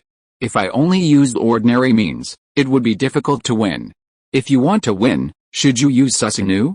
Uchiha Itachi was suddenly caught in a dilemma. Let's not fight. The mission is unjustifiable. If she strikes, the force will be difficult to control. If he misses, he'll hit too hard and injure Uzumaki Karin, and if Suzumiya Musashi finds out, how will he survive? Not even a little. Boom. Clang, clang, clang. Boom, boom. The air exploded, the ground shook, and two figures continued firing at the ground and into the air. Under the intense fluctuations of the battle, Sakura Haruno, Chiyo, and the others remained unconscious, but Uzumaki Naruto, who hadn't been knocked unconscious, finally broke free from the illusion controlled by Uchiha Itachi under the violent vibration. As soon as Uzumaki Naruto awoke, he saw Uzumaki Karin chasing and striking Uchiha Itachi. Uzumaki Naruto, Greek letter sigma, A. I couldn't believe what I was seeing. I rubbed my eyes hard and looked again, and I was shocked to find that it was indeed true. Uzumaki Karin was chasing Uchiha Itachi. No matter how I looked at it, it was. I must not have woken up from the illusion yet, said Uzumaki Naruto. While Uzumaki Naruto doubted whether he was still in the illusion, Uchiha Itachi also doubted his own life. How long? How long has it been since he left Konoha? How could he not escape being chased by the green figure? He wanted to counterattack, but as soon as he activated his chakra, the image of Suzumiya Musashi mocking him and calling him brother with ability appeared in his mind. He felt a lot of fear. Stop, if you keep chasing me, don't blame me for being rude. Uchiha Itachi rarely showed a cowardly look because outside. However, Uzumaki Karin didn't believe it at all. Facing an enemy she hadn't been able to defeat for so long, she felt less and less satisfied as she fought. She knew that with her current strength, the chance of defeating her opponent was too small. So she summoned her power and let the chakra flow violently through her body. 8 gates of ninjutsu, 5th gate, open, boom, the air filled with force. An even more powerful aura surged from Uzumaki Karin. Green flames rose around her body, her momentum soared into the sky, and she was extremely arrogant. This astonishing scene immediately convinced Uzumaki Naruto, who was still doubting in the distance. I must be dreaming. Karin can't be that powerful. I must be dreaming. I must be. Boom, the ground rolled and exploded beneath her legs, and Uzumaki Karin's power erupted suddenly, A white mist appeared in her eyes, and her red hair had long since broken free from its restraint.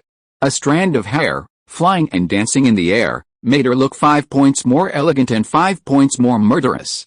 The fifth demon is the level at which she can act with stability at this stage.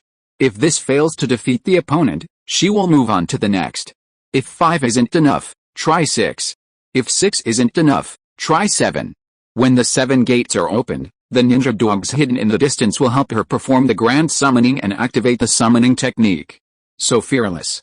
Suddenly, she realized a very serious problem. It's not about whether she fights or not, but if things continue like this, if Uzumaki Karen cannot be defeated for a long time and continues opening the later stages of the 8 gates, will it cause her harm? If the opponent is hurt by forcibly opening the high-level 8 gates, will Suzumiya Musashi blame her? She thought about the character from Suzumiya Musashi and arrived at the answer almost without thinking. Of course. For a fellow ninja. He dared to fight him at school, with a fellow ninja who had only been with him for half a year and an Uchiha child he had never met. If he knew that the person he had raised had been hurt because of him, how could he give up so easily? It's as obvious a truth as can be. After realizing this, Uchiha felt a little sad. Indeed, when you encounter anything related to that type, prepare for trouble. Not even hitting him is an option. There is no way out without fighting. After thinking for a while, Uchiha finally found a solution: to die. Since you can't hide him hard, nor can you avoid it, simply die. He had already discovered that this body of his was created by the leader using the elephant spinning ninjutsu, and that it could only have a third of the power of the original body. When the time comes, he will explain that there was a mistake in the elephant spinning technique and that he had trouble unleashing his full power, so Chiyo and a group of ninjas defeated him. When a thought is clear, the world expands. Faced with Karen's murderous whirlwind hurtling toward him, Uchiha no longer hesitated. He assumed an attack stance, mobilized all his strength, and suddenly struck just as Uzumaki Karen's attack approached. His target, a stray lock of hair near his opponent's neck. The next instant, the red hair was ripped away. The tremendous force was transmitted to his chest through his fist. The pain lasted only an instant, and then consciousness plunged into darkness, and returned. Boom. Chapter 414 Handsome and Powerful Boy. Chapter 414. The handsome power expanded mightily. Why the hell are you shouting? Not long ago, he was a powerful shadow-level warrior riding the crest of a wave, sowing chaos. The man in front of him suddenly rushed to his side and punched and kicked him. He used the 5-each shark, but was forced back by the opponent's powerful punches and kicks, and then pursued him, kicking and hitting him. Now, blue flames erupted from his body, breaking through the water prison, shouting something inexplicable like youth and sweat, and punching and kicking him. He used the 1,000 sharks, and waves churned like the sea. Giant sharks made of chakra rushed forward, bringing endless waves. The man in front of him created fireworks all over the sky, and the offensive method he was so proud of only left water vapor in the sky. He doesn't believe in evil. Who is he? It's Hoshigaki Kisame. With a powerful ability to absorb the enemy's chakra during battle, how could he not be the opponent of a madman? He unleashed his own shark bomb. The giant shark let out a roar that shook the earth and lunged relentlessly toward the man in front of him. The aura changed from green to deep blue. He didn't care. A ferocious white tiger appeared in the sky, and he was secretly delighted. Let's go. Let's go even harder. Let your chakra become my food, go to hell in regret and shock. Your tricks are nothing but my delicious snacks. After a moment, he realized that the dessert wasn't made of food, but of stone. He couldn't digest it. The white tiger, filled with a murderous aura, smashed the shark's teeth. Before the eyes of Deng, the roaring mouth of the white tiger expanded rapidly, and only questions remained in Hoshigaki Kisame's mind. It collapsed, and the body of the elephant rotation technique also collapsed. The last image in sight was that of a man with blank eyes, looking down at them all with contempt. I'll definitely be back. The waves finally subsided. Shianshin held the vomiting Rock Lee and watched Might Guy return to them. The arrogant man approached step by step, his footsteps heavy. Upon reaching the platform where the three of them stood, the blue flame faded, and the shocking momentum slowly subsided. Under the admiring gazes of the three, Might Guy smiled and fell to his knees with a thud. Master Kai, they yelled, pulling at his body, his cheeks trembling. Lord Kai, are you alright? Might Guy forced a smile. It's just a minor detail, Just a minor detail, rest a little. After vomiting all the water from his stomach, Rock Lee finally regained consciousness. He raised his head and looked pale at Might Guy, who was being held up by Hyuga Niji, and gave him a thumbs up. Master Kai, you were so handsome a moment ago. Someday, I want to be like you. Might Guy suddenly felt proud. He struggled to free himself from Hyuga Niji's support and straightened his chest. Ha ha ha, Zio Lee, come on, time doesn't disappoint a hard-working ninja. As long as you keep practicing, someday you'll be like me. Plop. At Might Guy's insistence, Hyuga Niji loosened his grip, and he knelt on the ground again.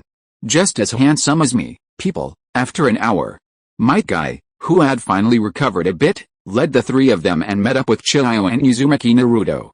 The two teams joined forces and headed to the land of rivers. Tenten and Uzumaki Karen walked together, discussing what had just happened. Rock Lee took advantage of the situation and approached Haruno Sakura, trying to get closer to her. In recent years, he had matured considerably and no longer expressed his love with the same passion as during the Chunin exams, but Haruno Sakura had always been the best choice for his girlfriend. However, she remained as distant from his enthusiasm as before, only offering a few occasional words. Most of the time, she spoke to Uzumaki Naruto. Naruto, are you sure what you just said is true? You didn't lie to me, did you? Uzumaki Naruto seemed to have lost all hope in life. Sakura, you've asked me 23 times, I'm really tired of talking, really. Really, everything I'm telling you is true. Just now, it was Karen who suppressed the enemy and finally defeated them cleanly. Haruno Sakura, I swear. Uzumaki Naruto silently held up 4 fingers, but he was too lazy to continue speaking. Haruno Sakura frowned and, after a moment, finally gave up on asking for a different answer. She glanced at Uzumaki Karen, who was walking with Tenten, her expression confused. It doesn't make sense. How could Uzumaki Karen do that if she couldn't break the illusion that even she couldn't break, and that even Granny Chiyo couldn't do anything about? That's Uchiha Itachi. Her beloved Sasuke, to increase his strength, even decided to separate from her just to kill the other powerful ninja. How is it possible? How is it possible that the other side defeated me? Perplexed. There must be something strange going on here. Tenten also noticed Haruno Sakura's gaze and, as she hurried along, whispered crickets to Uzumaki Karen. Did you offend her? Uzumaki Karen asked calmly. Do I have that much free time? Shianshin wondered. Then why is she still staring at you? Uzumaki Karen, who knows, maybe he's jealous of my looks, Shianshin replied wordlessly.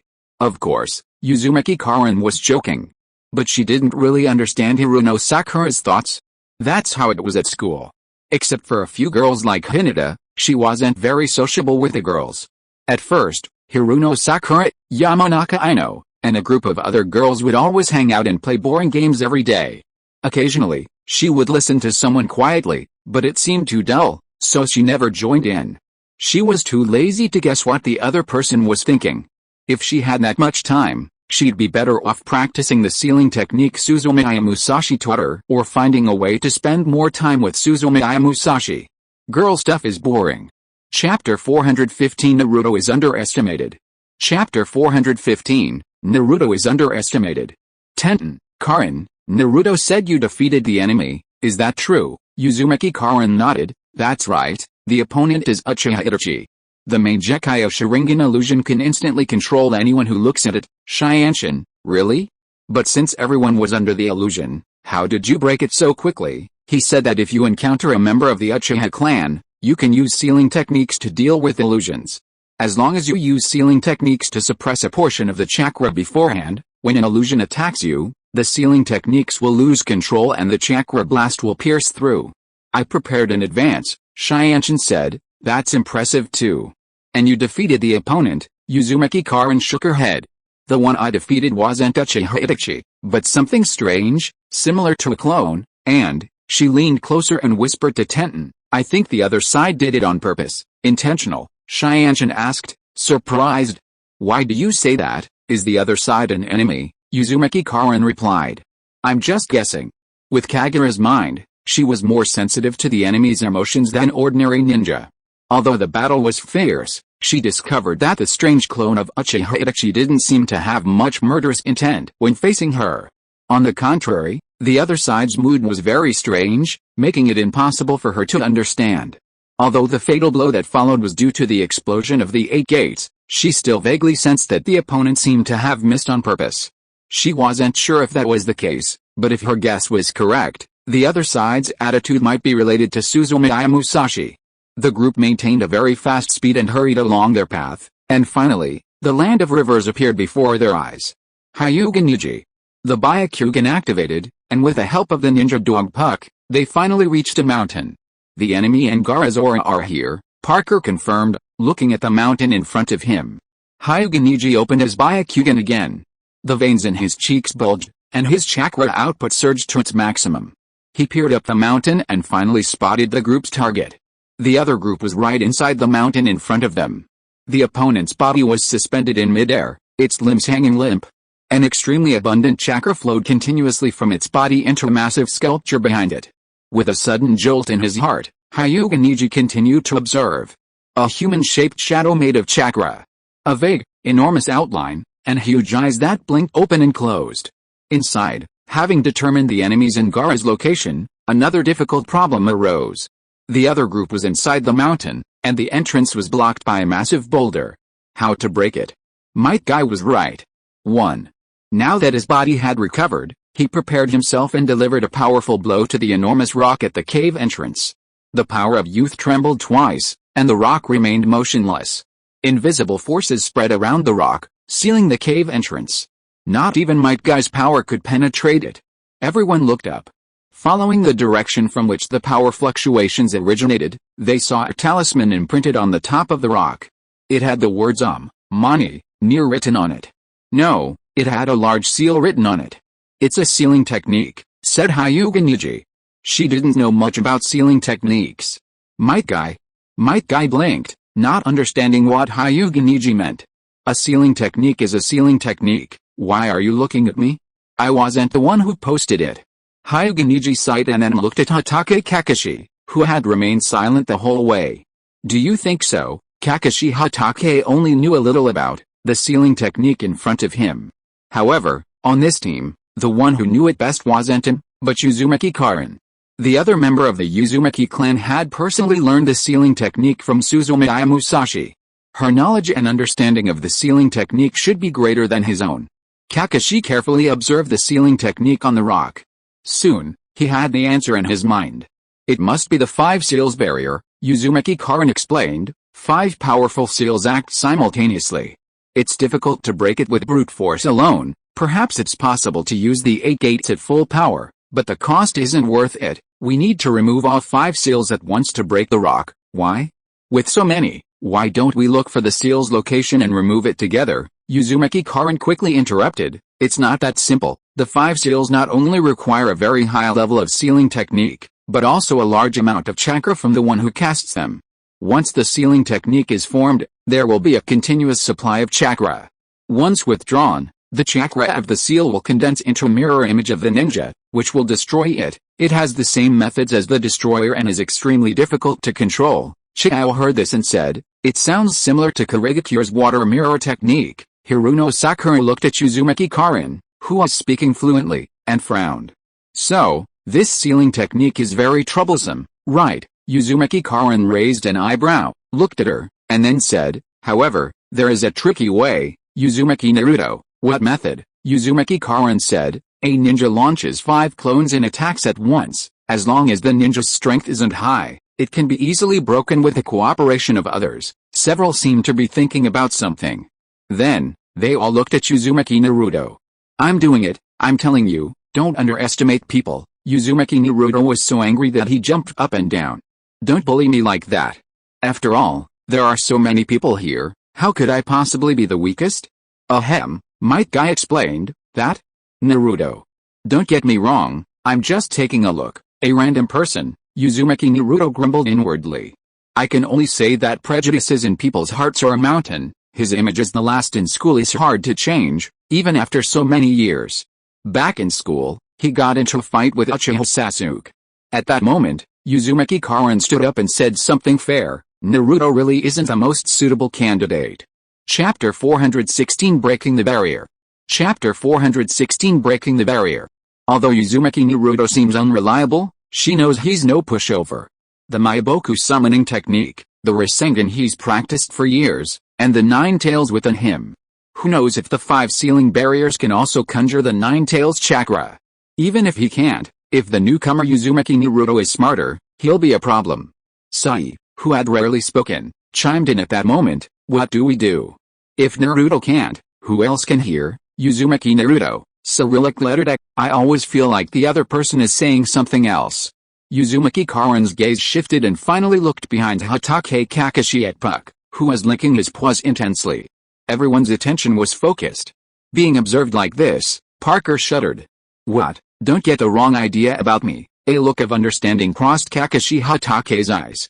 Good, Parker is definitely the most suitable. Ceiling talismans, and Parker only has one. Parker, can you create multiple dog clones? Parker didn't want to talk to Rock Lee. Hokage Kakashi looked away and said, easy to say, there are still many people in the ninja dog clan who aren't strong in combat. Then, Kakashi Hokage used the summoning technique to summon 4 more small ninja dogs. Everything is ready. Might Guy and his team disperse, each accompanied by a ninja dog. A few minutes later, following a radio command, the 5 ceiling barriers immediately opened. Waves of chakra flowed from the ceiling talismans, and before their eyes, they gradually condensed into 5 ninja dogs. Might Guy even wanted to laugh. As for these 5 ninja dogs, he didn't even need to act, and the other group couldn't harm them. Karin is a very clever boy, exclaimed Might Guy. 5 ninja dogs? Don't even mention hitting him. No matter how hard the other group tries to reach him, they can't. You chase him. If you have the guts, come and bite me. Might Guy kicked the dog's head away and ran toward the cave entrance. His muscles contracting and tensing, he charged forward and attacked. He's faster than I expected. Inside the dark mountain, faint, colorful shadows rose high in the sky, and sounds echoed. Itachi, Kisame, you two didn't perform the interception mission very well. High in the sky, Hashigaki Kisame's shadow looked at the speaker and said gloomily, the enemy is very strong, such an outcome is not surprising. Deidara, with his blonde hair, smiled and said, no means no, there's no need for explanations. If it were me, I would definitely show them the charm of art. Kisame secretly gritted his teeth. On one hand, he was annoyed by the other group's sabotage, and on the other, the memories sent by the clone enraged him greatly. At that moment, Uchiha Itachi's shadow spoke coldly, the leader's elephant transfer technique isn't perfect, and he can't unleash his full power. It was implied that the clone's failure had nothing to do with him. Upon hearing this, Hashigaki Kisame felt remorseful. Secret. Why couldn't you come up with a better reason? One is that the enemy is too strong, and the other is that the elephant spinning technique has flaws. It's obvious which is the better reason. As expected, it has to be Mr. Itachi. Uchiha Itachi continued, tail removal is complete. Now, it's your turn, Deidara, you can display your art as you please. After saying this, the shadow vanished into the sky without pausing. Soon, only Deidara and Sasori of the Akatsuki organization remained. Uzumaki Naruto exclaimed and charged forward without a second thought. At that moment, Deidara said, hey, don't be so impatient, Konoha ninja, we just met, there's no need to be so excited. Uzumaki Naruto didn't hear him at all. Deidara, with a serious expression, sensing the danger in his heart and increasing his vigilance to the maximum. If you act rashly, you're more likely to suffer heavy losses. Naruto, this is no ordinary opponent. Uzumaki Naruto didn't care. Konoha, or rather, the Nine-Tails Jinchuuriki. I love your gaze. It combines wonderfully with my art. Scorpion's gaze turned and he said in a sinister tone, Deidara, what are you going to do? Deidara answered without hesitation, of course, killing the nine-tailed fox. Isn't it natural? Akatsuki's mission is to capture the tailed beasts. If you were to capture Uzumaki Naruto now, he would be the first member of an organization to capture 2 tailed beasts at once. Even without mentioning Akatsuki's appreciation for him, it would still be a showcase of his artistry. Young man, don't be so impatient, Scorpion said gravely, these kinds of things should be left to the superiors. Deidara shook his head vigorously, no. Something so exciting doesn't distinguish between superiors and juniors. The nine-tailed fox's downfall should be accompanied by perfect artistry. That's right, Scorpion nodded, perfect and eternal artistry. That's precisely what I'm talking about. Deidara's expression changed. Liar, what are you talking about? Art, of course, is fleeting beauty. That's not your broken wood, that's not broken wood, that's perfect art. Besides, not all my puppets are made of wood. Well, there is rotten wood, something that turns to ash when burned. Can you burn one so I can see? You think I don't dare? Try it if you dare, just try it, stop it. Chapter 417, Scarlet Amber. Enough, roared Uzumaki Naruto, his eyes red, interrupting the two who were acting as if no one was there. Guys, Deidara, Kyuubi kid, come and judge, whose of ours is the true artist? Uzumaki Naruto didn't reply. Unable to bear it any longer, he pushed past Kakashi Hatake's obstruction and charged toward them like a madman. Seeing this, Deidara stopped arguing with Sasori. He waved his hand, and dense white orbs shot out toward the people of Konoha. Look at you, you're in such a hurry, a friend I just met, why are you so excited? Look, I'll give you a little present, Naruto, be careful. As soon as Kakashi Hatake warned him, the white orb expanded. The next second, boom boom boom boom boom boom, detonating talismans exploded on the mountain. Blazing flames instantly filled their eyes, and powerful shock waves of air in the enclosed space roared outward. Uzumaki Naruto, who was closest to the scene, was caught off guard and thrown back by the blast. People at the back also retreated one after another under the scorching flames. Then, in the blazing light, a massive figure suddenly burst forth, bursting through the crowd and bounding out of the mountain. Only Deidara's arrogant voice could be heard. Kyuubi kid, you want this purple eye? Come chase me, defeat me, and I'll give it to you. Deidara turned away, and Uzumaki Naruto leaped to his feet in a fury and desperately chased after him. Hatake Kakashi, worried, quickly called out to everyone, Kai, come with me to chase Naruto. Elder Chiyo, please excuse the inconvenience. After that, he left without looking back.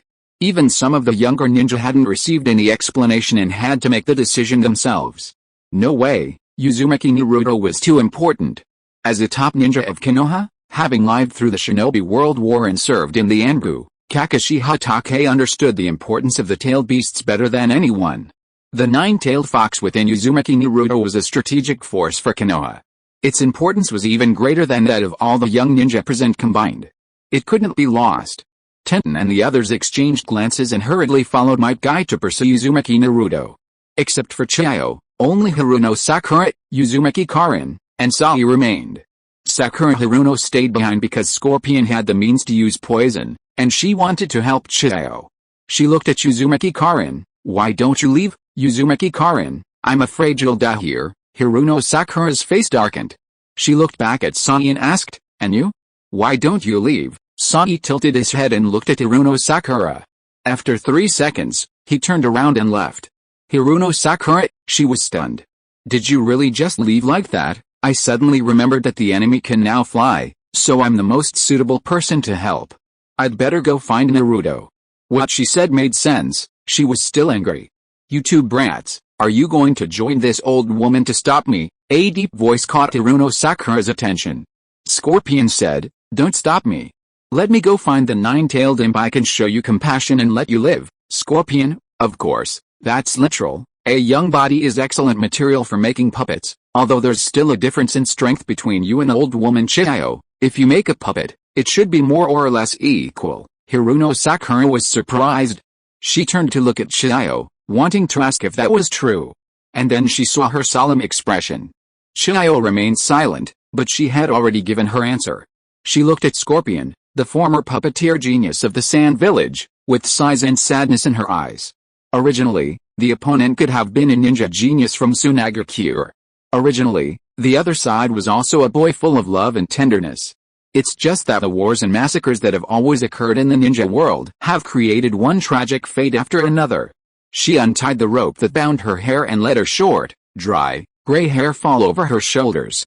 She moved her dry fingers gently, preparing for a battle she hadn't fought in years. Sakura, don't be afraid, Scorpion interrupted her. Yes, don't be afraid, don't worry.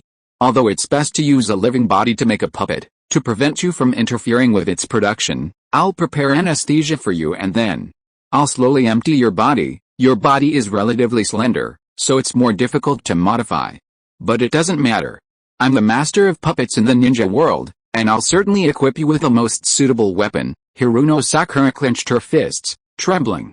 There's fear and disgust in my heart, along with anger and murderous intent. I don't understand. I didn't understand why the other party was so cruel and brutal.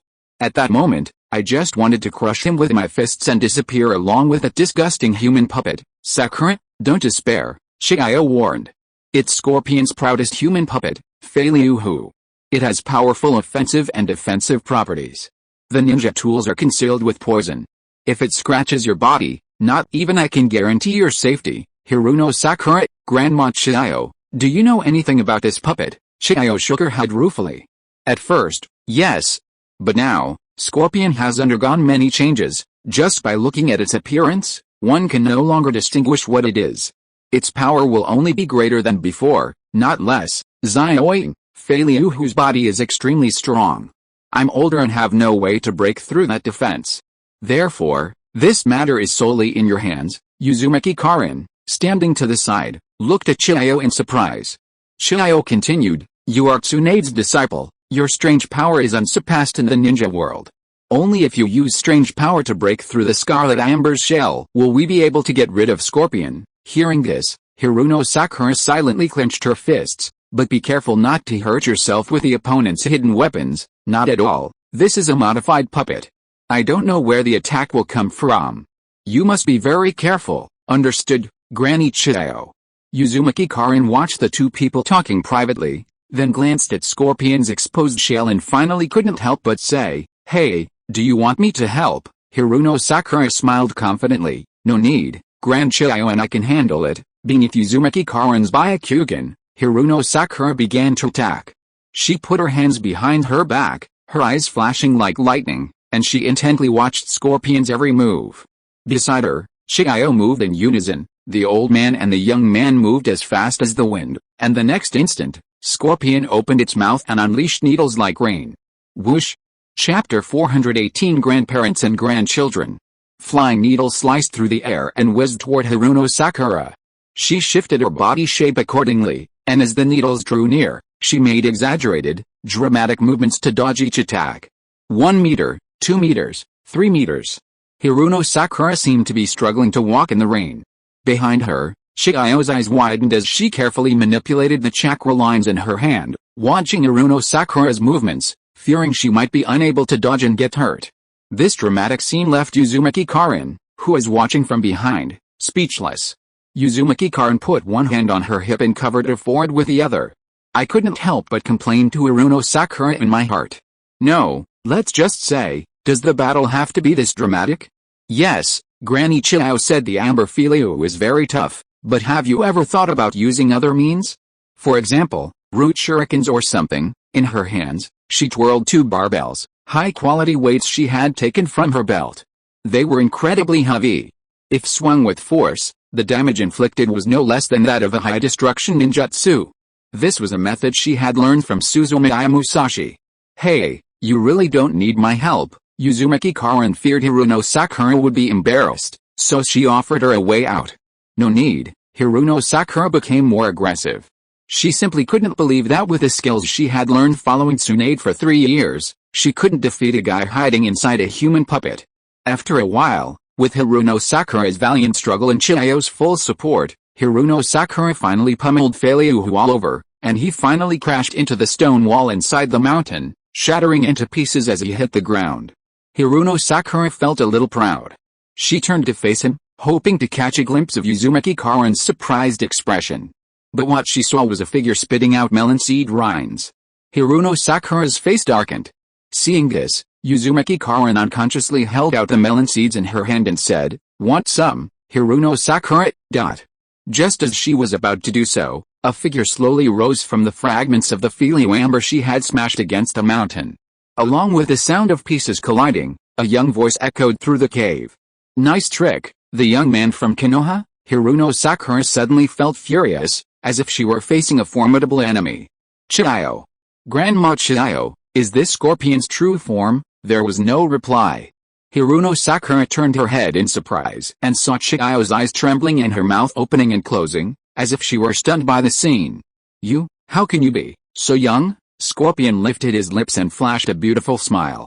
It's been so long, my grandmother, Hiruno Sakura's eyes widened. Grandmother, Uzumaki Karin threw down the melon rinds she was holding. They couldn't imagine that the one who attacked the Sand Village and kidnapped Kazekage Garo was actually Chihiyo's grandson. Was this grandson talking nonsense? But seeing Chihiyo's astonished expression, it seemed unlikely. Why, after all these years, is this the first time we've met, and you don't even have anything to say to me? Chihiyo finally regained her composure. Her mouth slowly closed as she studied Scorpion's youthful features, a deep sadness in her old eyes. Scorpion, my grandson, you've become like this. Looking at the youthful face before her, Chihiyo's heart ached and nearly bled. As the most important figure in the puppet lineage, how could she not see that the Scorpion of today was no longer the Scorpion of the past? No one can remain young forever, not ordinary people, not ninjas, not even Hashirama Senju and Madara Uchiha. Scorpio is one of them, by nature. There's only one way for the other to maintain a youthful appearance. The other person had also transformed into a human puppet. She looked at Scorpio. And ruthless. Why? Why is he like this? Does he yearn for greater strength, or does he feel that life isn't worth clinging to? Chihiyo didn't dare to think about it. You shouldn't have ended up like this, Chihiyo sighed helplessly.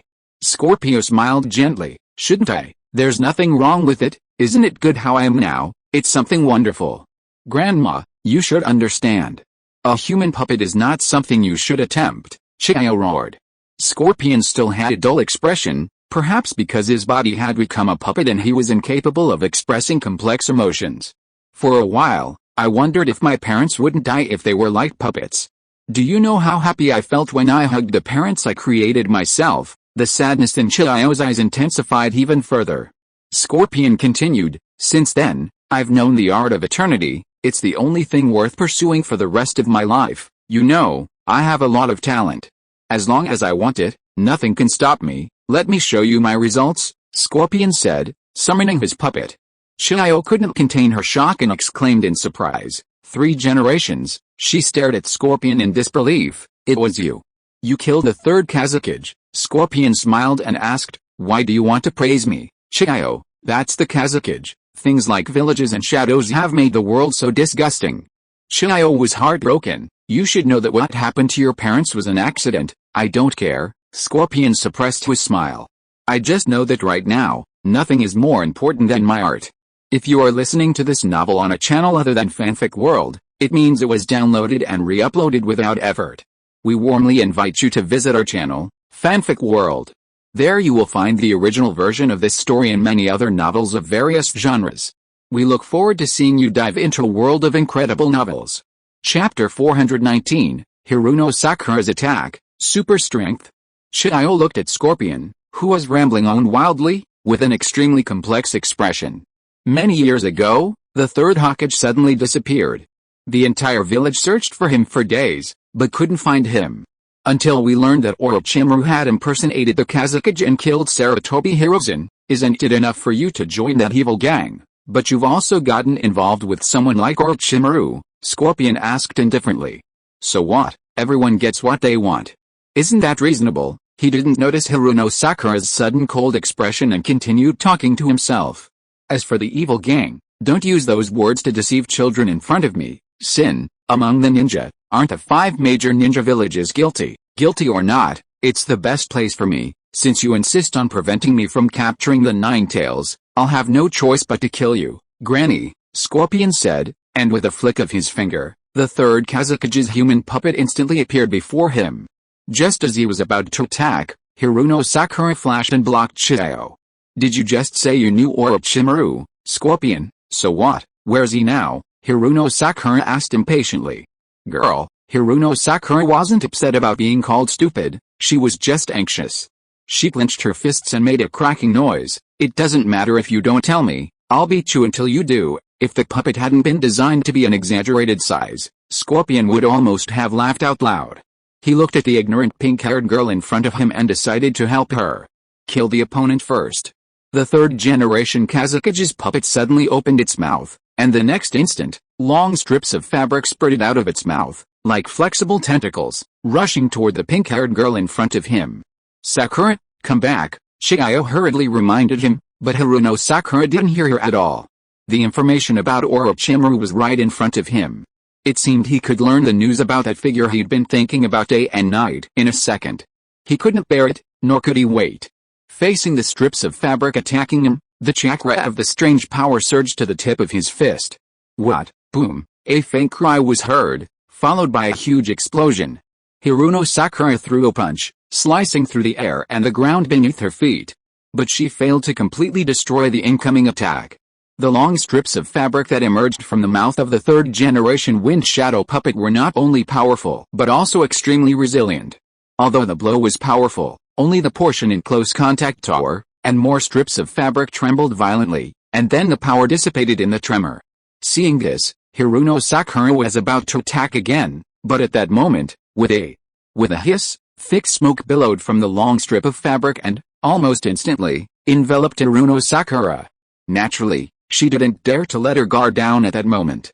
Holding her breath, feeling the tingling and numbness where her skin touched the poisonous mist, Hiruno Sakura thought, this can't be happening. She had been exposed to the poisonous mist for too long, and even with the antidote, she couldn't withstand it.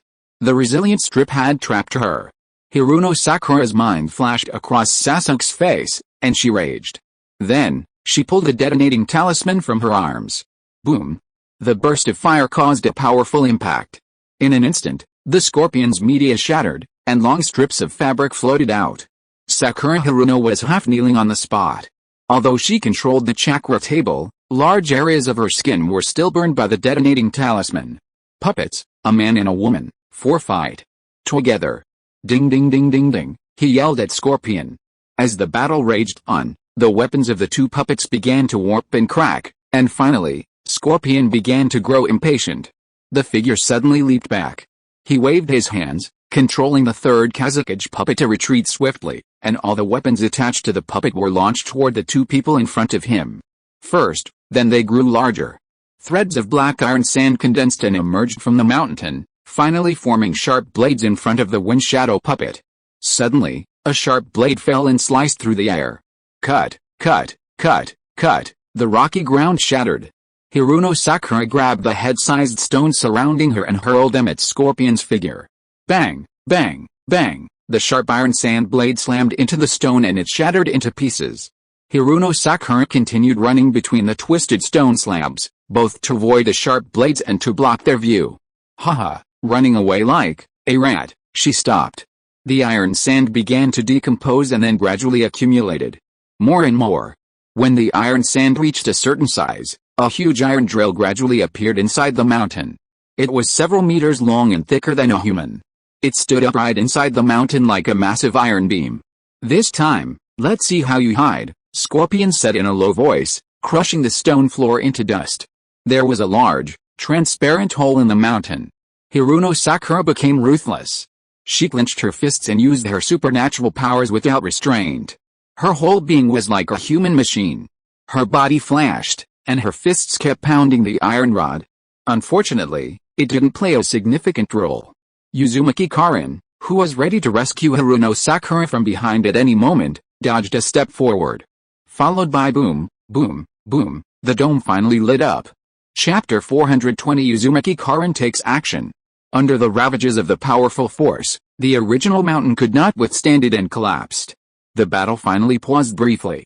Smoke and dust swirled in the air. Hiruno Sakura covered her mouth and nose, trying to breathe calmly. She was already very tired. Although the chakra consumption of a super strength technique is enormous, fighting someone like Scorpion is a great test not only of chakra but also of spirit. Scorpion was fully aware of her fatigue. Making her speak after winning the fight now showed signs of exhaustion. He smiled gently, unsurprised. It's normal for children to have outlandish ideas. Once they learn powerful methods, they believe they are so good that they can reach any level in the ninja world. Only when you encounter setbacks do you realize how superficial you are. It doesn't matter if you are a genius or a top student, as soon as you leave home, you will know that there are always people better than you. He was once a genius. Compared to him, many geniuses are not considered geniuses. It's time to end this, he told himself. Immediately afterward, the wind shadow puppet rose swiftly under his control and, in the blink of an eye, hovered above the heads of several people. A massive amount of chakra began to accumulate. With the powerful fluctuations of chakra, Strands of black iron sand gathered from all directions like flowing water. They rose and finally coalesced into a torrent in the sky. The iron sand began to condense, and its edge extended. The edge extended with extreme speed, and with the accumulation of the torrent of iron sand, it covered the sky above everyone's heads almost in the blink of an eye, and then rapidly spread downward. Hiruno Sakura began to dodge. Mottled and interlaced stone walls and surrounding domes were formed by the ever-expanding iron sand. Scorpion's methods had already blocked all their escape routes. Even if they managed to hide for a while, there would always come a time when they could no longer escape. Strange power technique. Boom! Hiruno Sakura launched the attack involuntarily. The surging power flowed from her fists into the ground, causing the stone surface to curl into large pieces. Then, under the force, it hissed and flew away. She planned to use the rocks on the ground to attack her opponent's iron sand. The huge rock was boiling hot and broke through some of the sharp iron sand. But it didn't go any further. The edge finally pierced the rock and quickly spread inward. In the blink of an eye, the pieces of rock solidified in midair, trapped by the iron sand. The sharpness continued to spread. She thought quickly, but realized she had no way to win. Her fists ached slightly. Aside from that, the only thing she was good at was medical ninjutsu. Are you going to use palm magic against the other one? Hiruno Sakura began to feel annoyed. That's it again. That's it again. I've been practicing so much, why do I still feel so powerless? Am I too weak, or is the enemy too strong? He glanced at Chiyo, who was now facing the overwhelming iron sand, a sense of helplessness in her eyes. Finally, he looked at Uzumaki Karin. He had never gotten along with Karin, whom Sasuke considered far more reliable than her. Though he resisted admitting it, at that moment, Uzumaki Karin was the only helper he could count on. Of course, they were together at that moment. Besides, he couldn't allow Sasori to take care of Uzumaki Naruto. If anything happened to Uzumaki Naruto, his brother wouldn't be happy. Uzumaki Karin raised her head and looked at the sharp iron sand enveloping her in the sky, and her expression finally turned serious. 8 gates of Dungia. Open. Boom. The shockwave exploded. A powerful wave of chakra surged upward. Uzumaki Karin's blonde face began to flush red. Lines of blood vessels bulged beneath her skin, a green aura emanated from her body, and her red hair danced with a rising aura. Such a sudden and obvious fluctuation instantly caught Scorpion's attention. Turns out there's an even more interesting little one hiding here. Scorpion grinned. The wind shadow puppet increased the power of its lineage limit, and more iron sand condensed toward Uzumaki Karin. Let's see who's better, you or this little girl with brute strength. Look at your head. Uzumaki Karin heard the other person's voice and cursed inwardly. Immediately afterward, the rocks beneath her feet exploded, and her figure vanished swiftly. Swoosh, the afterimage sliced through the air and flew away. In an instant, Scorpion's eyes suddenly changed. How fast? This speed surpasses that of Hiruno Sakura and Chiyo just moments ago. All of her powerful force acted upon Uzumaki Karin's body, instantly granting her a speed far exceeding that of an ordinary ninja. She hurtled toward the wind and shadow puppet like a green lightning bolt. Bang, bang, bang, bang, boom, the iron sand began to shatter. The edges, once hard and sharp, broke one by one from the phantom's rapid flash. Scorpion's expression grew more solemn. The wind and shadow puppet's iron sand was powerless against her. She stepped back and controlled the wind and shadow puppet, constantly changing the direction of the attack, attempting to block her opponent. Unstoppable. The flying iron sand was sharp, like razor-sharp arrows, fired in all directions. The iron sand receded further and further, and Uzumaki Karin's figure drew ever closer to the wind and shadow puppet. Scorpion's eyes darkened. He finally saw clearly how Uzumaki Karin was attacking. The razor-sharp network formed by the iron sands might be considered dense, but wherever its edge reaches, ordinary ninjas can't withstand it. But Uzumaki Karin is different. No one knows what method she used to achieve terrifying levels of speed and physical strength in such a short time. With such speed and strength, an opponent can approach the iron sand in an instant and find the right angle to attack. Every punch or kick can cause the iron sand to explode.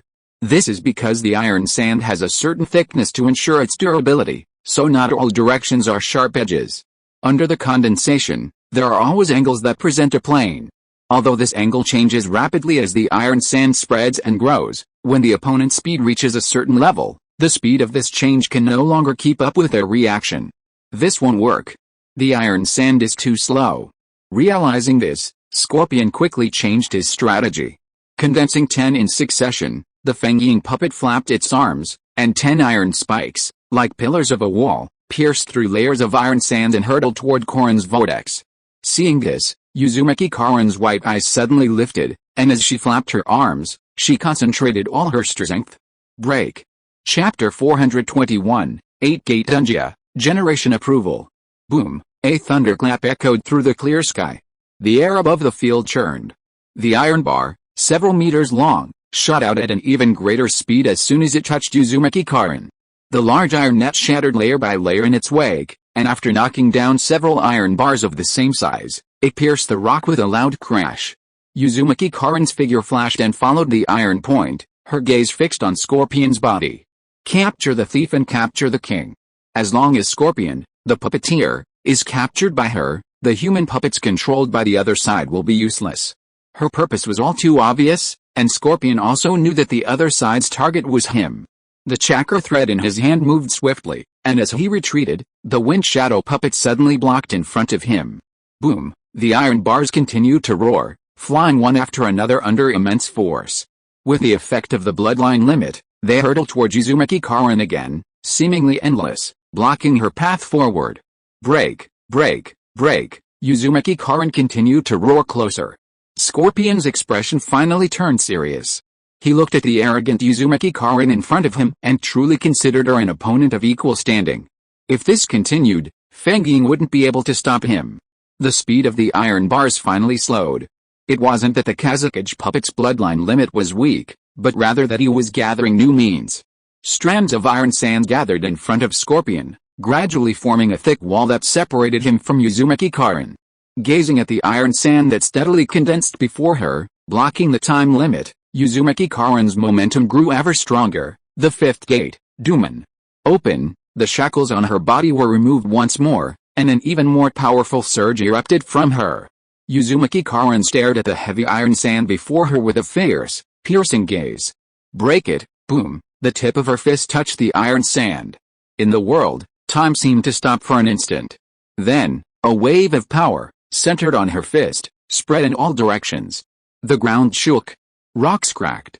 Beneath Uzumaki Karin's feet, a transparent force field instantly compressed the earth into a massive semicircular depression, and gravel and dust flew in all directions around it. Wherever the waves of air, sand, and gravel swept, the vast iron sand net that had just restrained Hiruno Sakura and the others shattered like glass. The sound of crack began barely audible, growing louder and louder. The iron sand wall blocking Uzumaki Karin and Scorpion shattered into pieces, powerless to stop it. Boom, boom, boom, the power was simply too great. Faced with such force, even Sakura Haruno had to admit that her supernatural powers, of which she was so proud, seemed somewhat fragile. Moreover, her super strength technique utilized precise chakra manipulation to unleash power from a single point, resulting in a devastating destructive force. Uzumaki Karin was different. At that moment, her opponent was strong both inside and out. The terrifying momentum created by her opponent wasn't due to any chakra control technique, but rather to the sheer, terrifying power emanating from her body. Under this power, she felt utterly inferior. Remembering Sasuke's words, she glanced at Hiruno Sakura and couldn't help but think, if she were the one firmly following you, would you agree? Young people are truly fearsome. I heard Chiao sigh. Hiruno Sakura turned her head and saw Chiao's approving eyes. Grandma Chiao, do you think Karin is better than me? Chiao was startled. Her expression was dazzling, and she thought she was asking about the difference in their abilities. The difference was obvious. She considered, well, Sakura, that doesn't mean Karin is better than you, people are different. In terms of combat prowess, she might be a little stronger than you, but your medical ninjutsu is excellent, it changes depending on the situation. Perhaps the other side is good at dealing with a certain enemy, but you can handle another one better. Hiruno Sakura seemed alone. She turned her head and continued watching the battle on the field. She hugged herself tightly and thrashed her arms, and several black lights shot through the air. Root Shuriken. Throw them all. Swoosh, swoosh, bang, the scorpion's body shattered. Win, Hiruno Sakura said in surprise, her eyes wide. Not yet, Chiao's gaze was serious and metallic. Only blood was missing. This is the other party's body, But it's not a human body. If you want to kill the other party, this alone isn't enough. The moment the scorpion's body shattered, Uzumaki Karen thought the battle was over. But then she realized something was wrong. The scorpion's breath was still there. The broken body also looked strange. As she hesitated, she felt a sense of danger beside her. It passed through the place where she had just been. Wind Shadow Puppet. Uzumaki Karen's impatience reached its limit. She glanced at the Wind Shadow Puppet not far away, sensing the other party's still active bloodline limit, and snorted inwardly. After leaving her body, she grew with the wind, becoming as thick as a cube in the blink of an eye. The golden chain seemed extremely solid. It was obviously a chakra creation, but it appeared to possess tremendous strength. She shattered the remaining iron sand in the air with a hiss and stood before the Wind Shadow Puppet. The latter, obviously, hadn't expected Uzumaki Karen to have this trick up her sleeve, and couldn't react in time, becoming immediately entangled in the chains. The iron sand condensed rapidly, and her body exploded with powerful force, trying to break free. It was too late. Chapter 422, Machine Maneuvers, The Mighty Uzumaki Karen.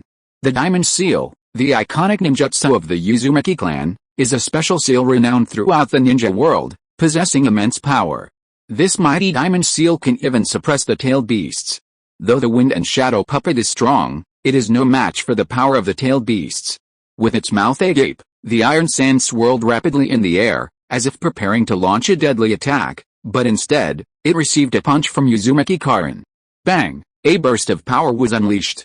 The Wind and Shadow Puppet couldn't withstand even a tenth of a second, and its reinforced body exploded under the overwhelming force. Muscles, tissues, and organs were torn apart by the force. Even the hair on its head scattered and vanished swiftly in the friction with the air. The air seemed to calm. Uzumaki Karen did not let up. The powerful force of the 8 gates of ninjutsu was slightly restrained within her body, and she unleashed her heightened perception to sense Scorpion's presence. She knew the other person wasn't dead yet. Soon, her gaze shifted and settled on a ruin several dozen meters in front of her. The sound of an organic expansion was heard. An instant later, an identical scorpion emerged. He still wore the rigid, puppet-like smile on his face. What astonishing power! I never thought that among the youth of Konoha there would be someone as exceptional as you. Compared to that girl from a moment ago, you're a true genius, a powerful genius. Hiruno Sakura's face darkened. Uzumaki Karen had no intention of wasting time talking to the other person, and the power within her body activated once more. Scorpion noticed her change with enthusiasm and chuckled. Ha ha ha, she has a straightforward personality. I like it. As a reward, you will witness my proudest ninjutsu, Red Secret Technique. 100 Machine Maneuver. Dense figures appeared on the unfurled scroll. Like a swarm of bees, it swiftly covered the sky. A puppet. They were all puppets. One after another, puppets clad in red robes and with different appearances floated before everyone's eyes, controlled by chakra threads. Uzumaki Karen became more cautious. Too many. There were too many puppets in front of her. There were almost 100, and such abilities nearly shattered her understanding of puppeteers. As far as she knew, ordinary puppeteer ninjas usually controlled only one puppet at a time. Only the powerful could control several. But she had never heard of a puppeteer who could control hundreds of puppets at once. Was this really something a human could do? She glanced at Scorpion, who was almost hidden by the puppet in the distance, and felt the countless chakra threads extending from his body. Suddenly, she understood something. Yes, the puppeteer before her could no longer be considered an ordinary person. You are very powerful. I can even say you are the strongest ninja I have ever seen. He seemed quite pleased with the battle. But how many chains do you have? Will they be able to withstand my 100 puppets? The words fell. The puppet sliced through the air. Hundreds of puppets meant hundreds of powerful enemies. They carried all kinds of weapons, some sharp, some heavy, and some dexterous. The courage to fight against the onslaught of hundreds of enemies. Hiruno Sakura was horrified. Before, a single puppet forced her and Chiao to use all their strength. Now they had hundreds of puppets before them. Even if Uzumaki Karen was strong, how could she possibly stand up to them?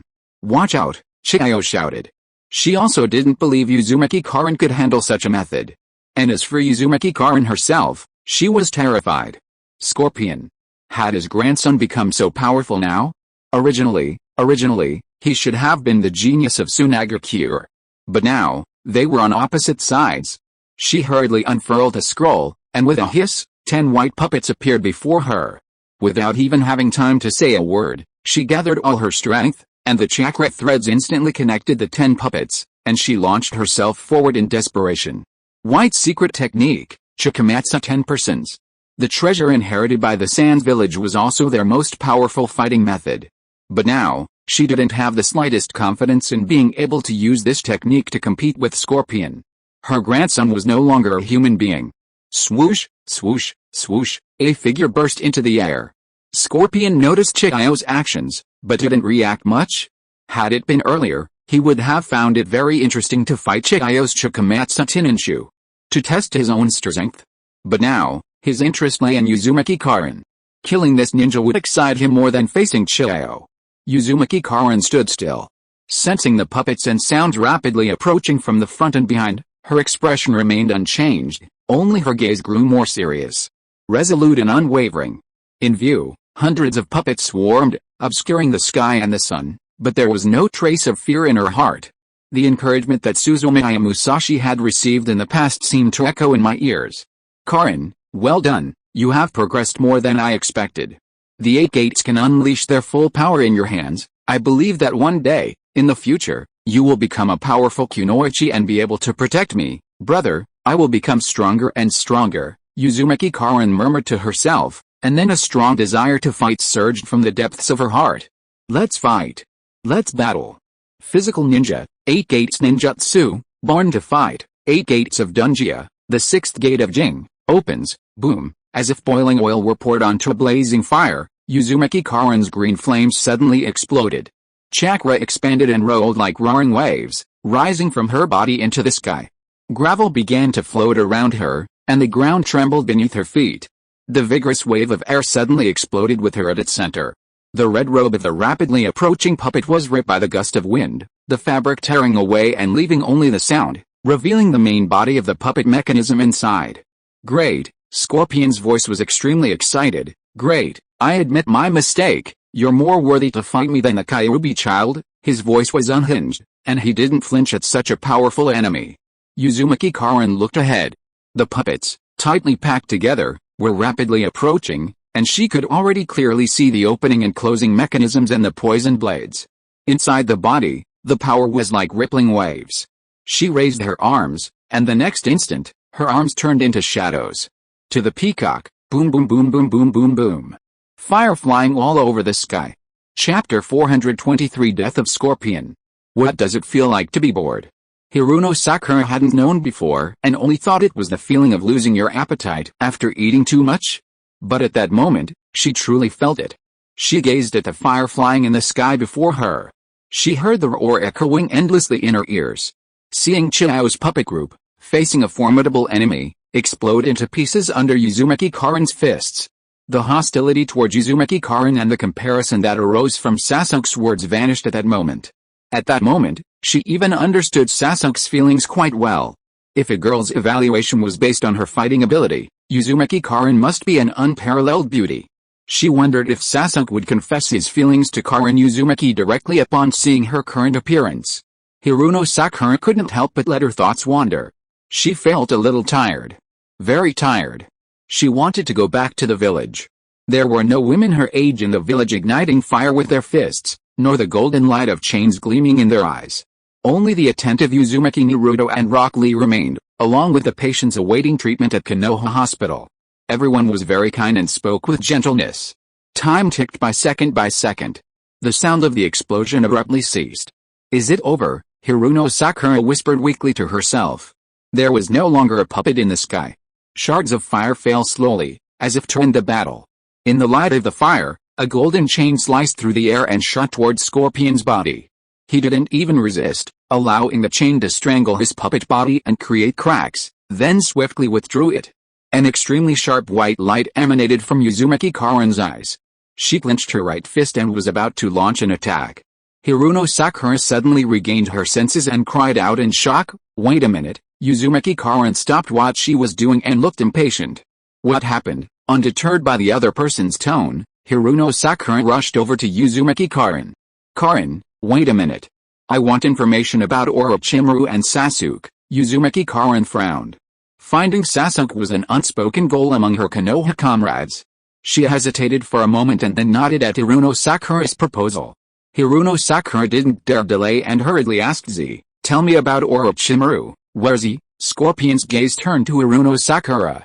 The puppet's cracked neck creaked as it spun. "I know, but why should I tell you?" Hiruno Sakura said anxiously. "You lost? Yes, you defeated me, but not you, she defeated me." Saying this, he turned his gaze to Uzumaki Karin. So, no matter how hard Hiruno Sakura tried, Scorpion ignored her. It seemed that only Uzumaki Karin, the one who defeated him, could earn his recognition. If she asked, he could answer. "Please, please." Uzumaki Karin's expression changed slightly. Seeing Sakura Hiruno, who had always been arrogant and even vaguely hostile toward her, display a pleading attitude, her heart softened. A woman obsessed with love makes people hate and pity her at the same time. She opened her mouth and tried to say, "If you know anything about Orochimaru, tell him." Her tone was unnatural. It seems a bit unreasonable to ask the other party for information when you clearly want to kill him. However, Scorpion genuinely answered. With a calm expression, he shared the information he knew, even his own secret intelligence. Just as Uzumaki Karin thought he would beg her to let him go, Scorpion calmly said, "Fine, that's it, just kill me." His tone was relaxed, as if he were ready to take a break. Uzumaki Karin was startled. She hadn't expected the other party to have that attitude. Confused, Scorpion gently turned his neck and looked at Chiyo behind her. His tone was calm. "Old woman. I'm sorry to bother you, you're old, and yet you have to run so much. In the future, stop causing trouble and wait for death in silence." Chiyo remained silent. Looking at her only grandson, the emotions that overwhelmed him made the old woman's heart ache. Scenes from his early years seemed to reappear before her eyes. Such a gentle grandson. He was just a small child back then, but he showed extraordinary talent. In the darkness of the night, using the puppets he had just learned, he controlled two puppets to embrace her solitary figure. His eyes were extremely dry, and he seemed to want to cry, but his old body was on the verge of decay. Or perhaps he had experienced too many life or death experiences and blows in his life, and his tear glands could no longer secrete tears. Uzumaki Karin also remained silent. She sensed the strong desire for death in the other person's heart. It was like an endless night, with nothing but despair and pain. At that moment, the other person, who was calmly preparing to face death, seemed to have a glimmer of light in his heart. Like a child who gets lost in the dark night, after wandering for many years, he was finally able to close his eyes. Eyes and rest. Puff, the sword pierced his chest. A strand of chakra slowly dissipated. The corner of Scorpion's mouth curled into an unnatural smile, but his tone was relaxed. "Stop wasting time, I could do it myself. I'm going to sleep." "Never again, too slow. If you want to catch me, you have to be faster." In the forest, Uzumaki Naruto moved quickly forward, closely followed by Hokage Kakashi and the others. In the blue sky, Deidara, perched on the back of a large bird, looked down at the people with a relaxed and mocking tone. "Hurry up, or I won't wait for you." Damn it, Uzumaki Naruto gritted his teeth in hatred. He knew that Deidara was deliberately trying to provoke him, but the anger in his heart kept bubbling up involuntarily. He reached out, took a shuriken from his ninja tool bag, and threw it viciously. By the time it reached Deidara, the shuriken had already lost its force and was lightly crushed by the wings of the large bird. There was undisguised mockery in Deidara's eyes. "Is this the only ridiculous trick you've got? Damn it. If you have any guts, get down and let's fight fairly." Uzumaki Naruto shouted. Deidara noticed. Turns out he's a fool. He turned his gaze back to Hokage Kakashi. "Copycat ninja? As he chased after me, he reached out and covered his eyes with his mask. Is this all I can do?" As I hesitated, a familiar figure suddenly appeared beside me. "Senior Kakashi, I have an idea." Chapter 424, The Spirit Beast, One-Legged Beast. Hokage Kakashi looked at Sai, who was speaking to him, and asked, "Sai? Can you catch him?" Sai nodded. He jumped to the top of a tree, took out a scroll, splashed some ink, and drew with his brush. A lifelike eagle appeared on the paper.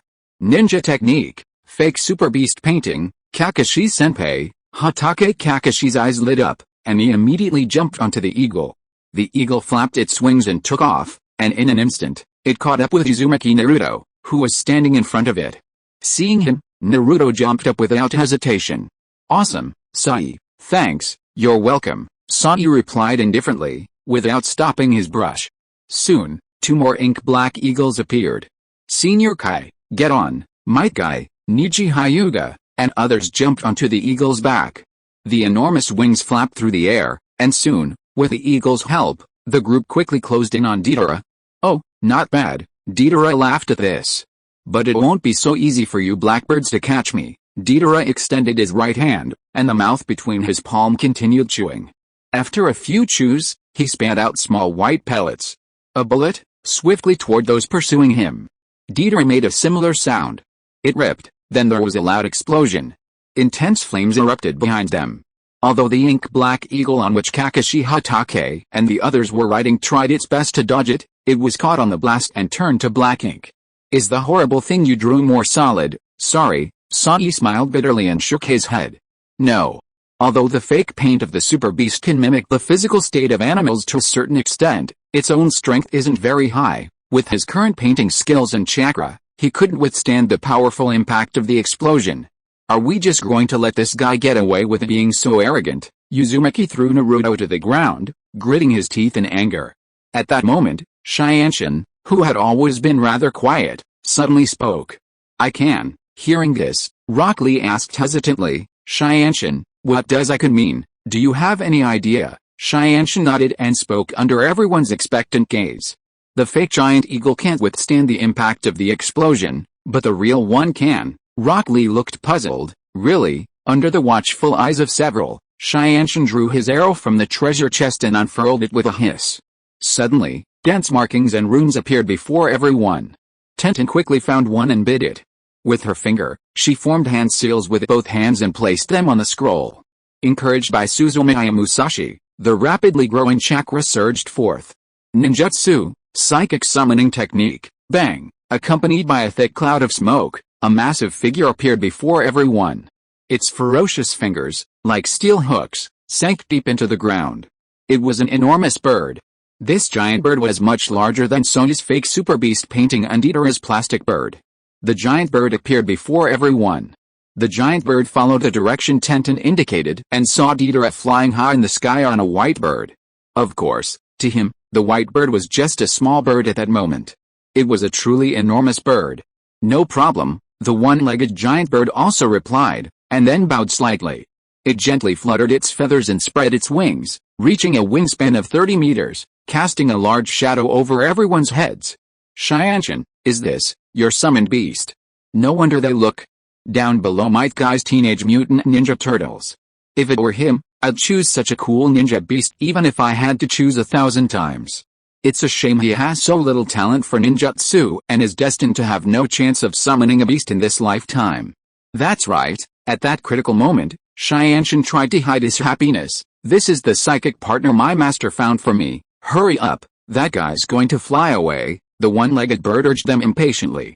Without further delay, they quickly climbed onto the giant bird's back. There were 7 people in total, including Hatake, Kakashi and Might Guy. Standing on the giant bird's back, they didn't feel crowded at all. Rock Lee looked at the giant bird's broad back with envy and sighed excitedly. So big, disgust flashed in the giant bird's eyes. Kid, hurry up. As soon as he finished speaking, the enormous wings suddenly flapped, and a strong gust of wind swept across the ground. The 7 couldn't help but lie back, and the next instant, the scenery on either side began to rapidly recede. Whoosh! The giant bird was moving incredibly fast. As it flew, the distance between them and Deidara was rapidly closing. Deidara, who had been observing them, also took in the situation around him. Although he was a little surprised by the giant bird's size, he didn't panic. Are you coming again? Then try my snacks again. The explosive clay ball was launched. Shianshin hurriedly warned, one-legged beast, be careful. The things the other group throws will explode. Understood, the giant bird replied indifferently. Boom, the whirlwind caused by the flapping of its enormous wings produced a sound almost like an explosion. Beneath the whirlwind, the flames caused by the explosive clay shot back and filled Deidara's view. There was a hint of surprise in his eyes. He controlled the large white bird to make it retreat quickly. The giant, one-legged bird hoisted everyone onto its back and hurtled through the flames. Its sharp talons forced Deidara to hastily dodge, looking utterly embarrassed. Very good, very good. Deidara's expression darkened. While he controlled the white bird to make it veer and dodge, he also prepared more potent explosive clay. Before he was ready, a figure burst into the air. Shout! The flashing lightning sounded like the song of thousands of birds. Hokage Kakashi, he leaped from the giant bird's back, increasing his speed to maximum, and appeared beside Deidara in an instant. I see, Deidara exclaimed. He didn't even have time to control the giant bird. Faced with great danger, he kicked without hesitation, suddenly leaping into the air, abandoning his mount, and dodging the flashing lightning in Kakashi Hotake's hand. There was a flash of lightning. Chapter 425 Micropump. Like a knife through butter, it sliced the white bird's neck cleanly and neatly. The bird's head detached, revealing Gaara's lifeless body inside. Swoosh! The long whip sliced through the air and slowly wrapped around Gaara's body. Deidara was only concerned with stabilizing himself and could only watch as Tenten snatched his trophy away with a whip. Damn it! Deidara was extremely angry. He had originally wanted to play a trick on the enemy and look for an opportunity to see if he could capture the nine-tailed fox. Unexpectedly, he ended up losing more than he gained and ended up being the one tricked. His body continued to fall through the air, and a flash of cruelty shone in Deidara's eyes as he stared at the enormous bird chasing him. You asked for it. Suddenly, a white powder emerged from his body. Like dust brushed off a robe, it wasn't easy to notice. As it fell, it left a trail of white dust in its wake. This was its hidden trick. A basic version of C4 explosives. Although not as potent or lethal as Garuda, it still possessed considerable power. He shouted, "No! Back off, there are micro-explosives in the air." Deidara's gaze turned fierce. Damn it! Who is it? Although the C4 explosive dust in the air was minuscule and even more inconspicuous in the sunlight, it was clearly visible in his white eyes. Those white balls that resembled tiny spiders were no good, no matter how foolish he was. After receiving his reminder, the flight pattern of the one-legged bird suddenly changed. Its enormous wings flashed suddenly, and under the powerful reaction force, its body stopped in mid-air. Then, it flapped its wings again, and as the hurricane descended, it swept away the white dust and mist, and its body soared high. Bang! Deidara crashed to the ground. Ignoring the pain of the fall, he raised his head to look at the people in the sky. Come down, everyone. No one was provoked by Deidara's superficial taunt, except for Uzumaki Naruto. He was still furious and wanted to rush to fight Deidara, but Hokage Kakashi's arm stopped him. After restraining the struggling Uzumaki Naruto, Hokage Kakashi looked at Hyuga Neji. What's the situation? Hyuga Neji didn't dare let his guard down. He activated his Byakugan chakra energy to its maximum and carefully observed the situation. After a moment, he frowned and said, "There's still a lot of white matter in the air. It must be the opponent's explosives, and he's still moving. He didn't fall to the ground, but was waiting for us in the air." Might Guy heard this and looked at Hokage Kakashi. Kakashi, what do we do? They've found Gaara. Should we return or leave this person behind? Hokage Kakashi thought quickly. His mission was to rescue Tsunagakure and find Gaara. Now Gaara was in our hands. Although we weren't sure if he was alive or not, in theory, the mission was accomplished. However, Deidara was a member of Akatsuki. The information he possessed was of undeniable value to both Tsunagakure and Konoha. If it were just him and Might Guy, Hokage Kakashi could try to detain him. But now, he looked at Uzumaki Naruto and the others and quickly made a decision. Return. Akatsuki's intentions toward Uzumaki Naruto were all too obvious. Now that Gaara was in our hands, the most important thing was to ensure the safety of Uzumaki Naruto, Tenten, and the others. As for Deidara, let the Hokage handle it. As Tenten gave the order, the giant bird glared at Deidara. Its enormous eyes revealed human dissatisfaction and hostility. It flapped its wings and returned to its original path. As it left, it didn't forget to defecate a bubble of colorful liquid on Deidara.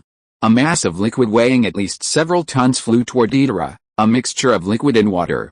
Although he did his best to avoid it, Deidara was still furious at the sight of the mess around him and the smell of the liquid. Rage? It had been a very, very long time since anyone, let alone a bird, had shown him such contempt. He looked at the departing Konoha people and felt a deep contempt. Don't go, he shouted. He produced another white clay bird, jumped, and quickly gave chase to Hokage Kakashi and the others. Don't run, stop, I must kill you today, he yelled at them. Although Tenten made the giant, One-legged bird accelerated its flight and the distance between them and Itara increased. The other group continued to pursue them. It seemed that even if they encountered Chiikawa and the other side wouldn't give up.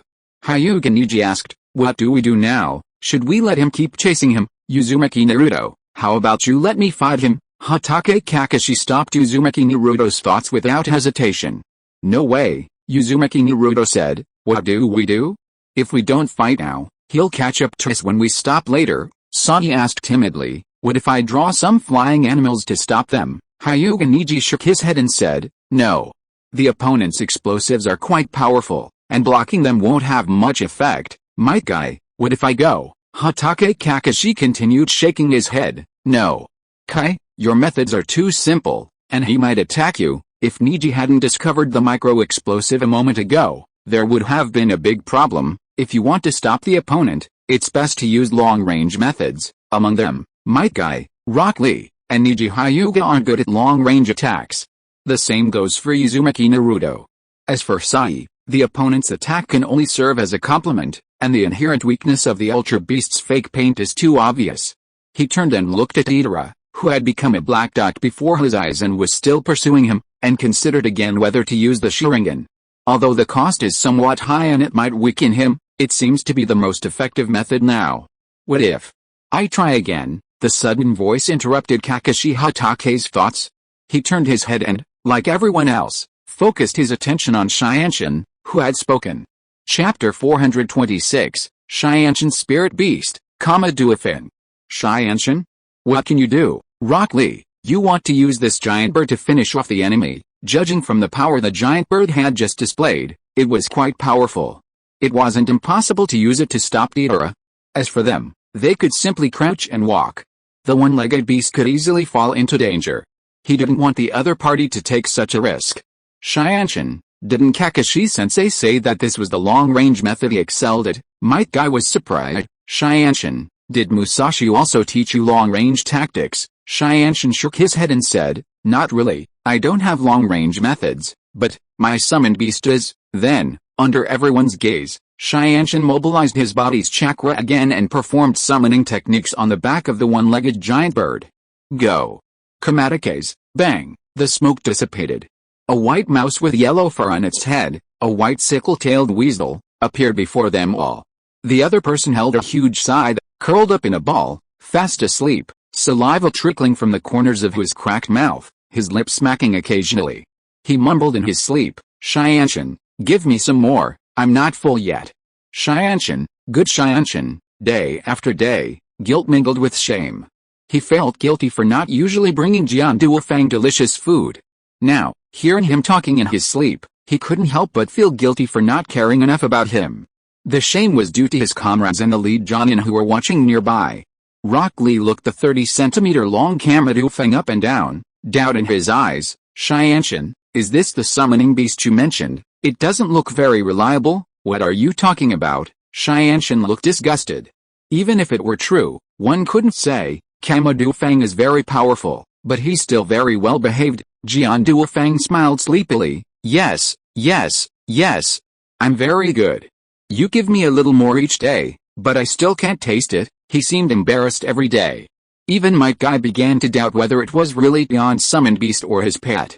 Unable to bear the stares of the crowd, Shianshin hurriedly shook Jian Duofang. "Wake up.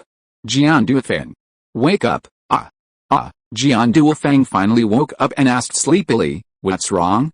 Is it dinner time?" Then he vaguely saw Shianshin and opened his eyes wide. "Shianshin, great, you brought me something delicious, didn't you?" Shianshin's face turned red. "I'll give you something delicious to eat later. I'm in trouble and I need your help." Hearing this, Jian Duofang suddenly woke up.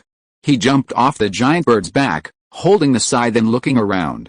"No problem, tell me, who are you going to hit this time?" Shianshin pointed at the black dot behind him and said, "Did you see that person? I'd better not get too close. I remember your long-range attack method is the best." Kamadofu could barely make out Itara in the distance, and upon hearing Tenden's words, he straightened his chest. "I know, we can take care of that guy with a long-range attack, right? Alright, watch me." He walked majestically through the crowd and reached the edge of the giant bird's back. He shook his head violently to clear his thoughts. then looked at Deidara in the distance, raised the scythe in his hand, and took a deep breath. Ada, with a strange cry, Jian Duofeng attacked with a scythe in his hand. The blade sliced through the air, creating a whirlwind.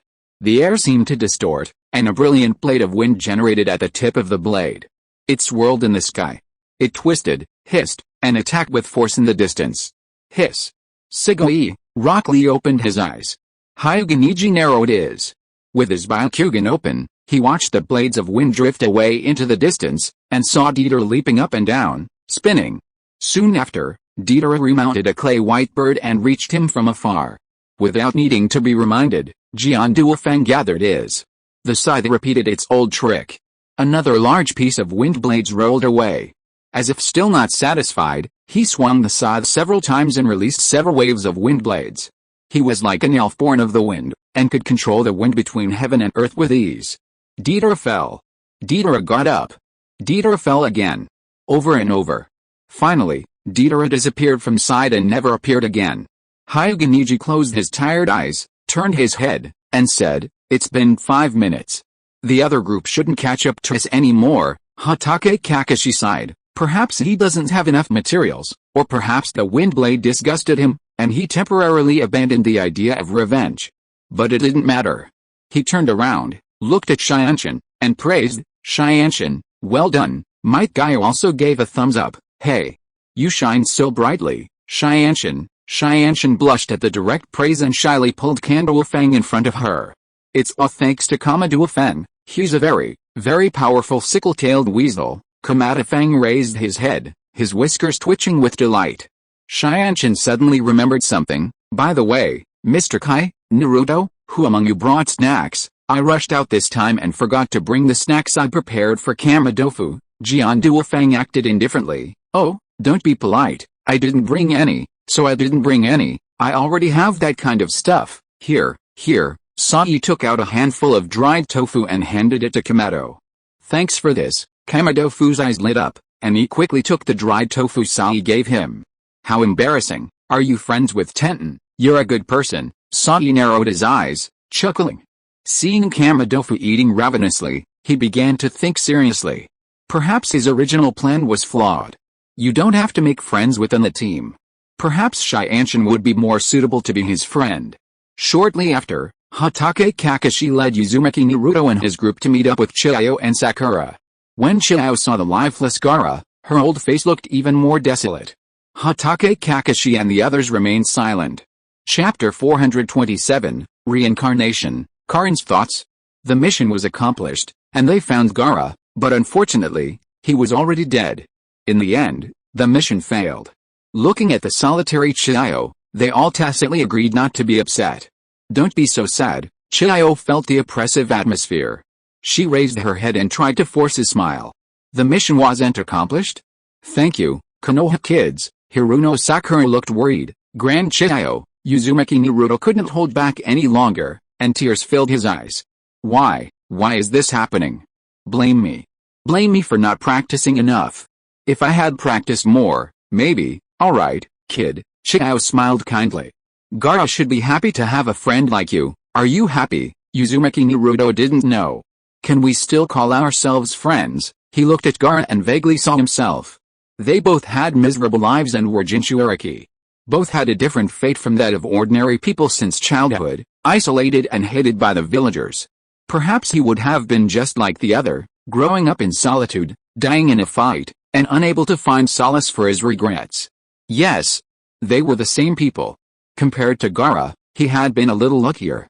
He had been surrounded by the Hokage, Iruka-sensei, elders like Hokage Kakashi, and friends like Sasuke and Sakura. And, the chief. If, when he was 4 years old, Suzumiya Musashi hadn't appeared in his life, would his fate have been so different from Gaara's?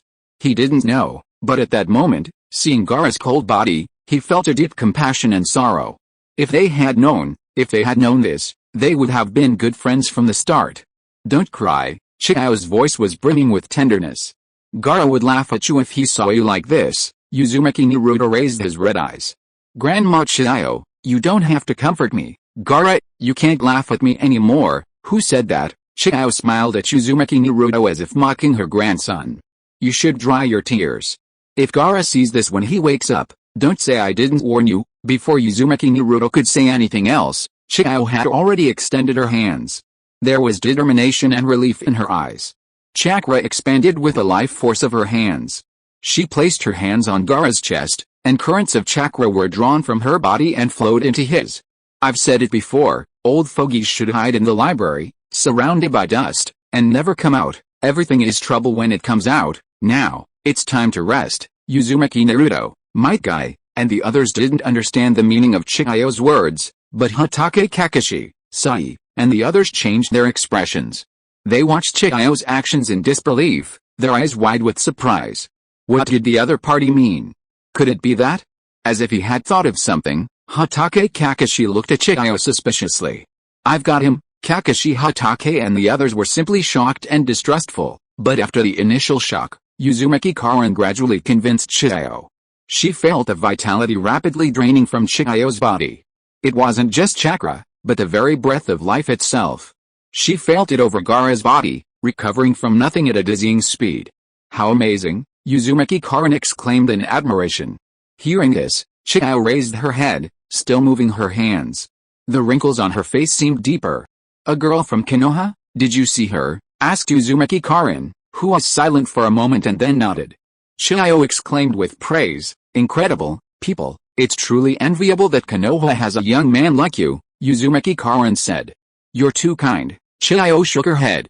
That was her true thought. Tsunade's disciple, Hiruno Sakura, was originally believed to possess extremely powerful supernatural abilities, and the medical ninjutsu she inherited from Tsunade was also far superior to that of her peers, so her future was limitless. She hadn't expected there to be a girl like Uzumaki Karin in Konoha. Compared to her, even a talented girl like Hiruno Sakura seemed ordinary. Thinking about the golden chains crisscrossing in space earlier, and thinking about the opponent's arrogant and powerful stance after her momentum blast, it was simply a terrifying level that a young ninja couldn't possibly possess. She sighed again. It's no wonder Konoha has been the most powerful ninja village for so many years, with an endless stream of geniuses like you. It's no wonder they're so powerful. I truly hope Tsunagakure can be like that in the future. Future, it's a shame I won't see him again, Grandma Chiao, Hiruno Sakura exclaimed. She also noticed the change in Chiao's aura. Don't be upset, Chiao smiled and comforted her. It's not that big of a deal, people always die, that's enough, I've reached an age where even death isn't worth it, so, don't be sad. Tears welled up in Hiruno Sakura's eyes. It had been such a short time, and Grandma Chiao, whom she had a good impression of, was going to die. Chiao lowered her head and focused on her hands again.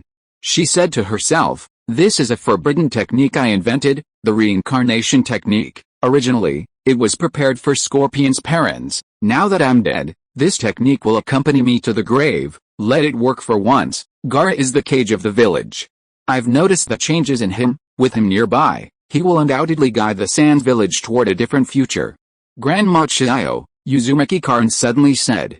She silently looked at Uzumaki Karin, whose expression was extremely serious, and a sincere smile spread across her elderly face, tinged with pity. No, she said.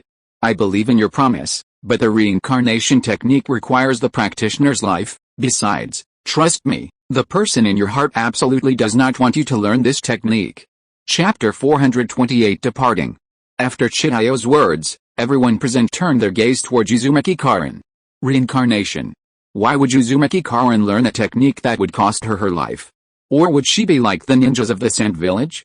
Uzumaki Karin didn't care at all about appearances, and her attitude remained firm. I promise I will not become an enemy of Tsunagakure in the future. She said it with a determined tone, without any awareness or bearing as a ninja of the village. Chiao remained silent.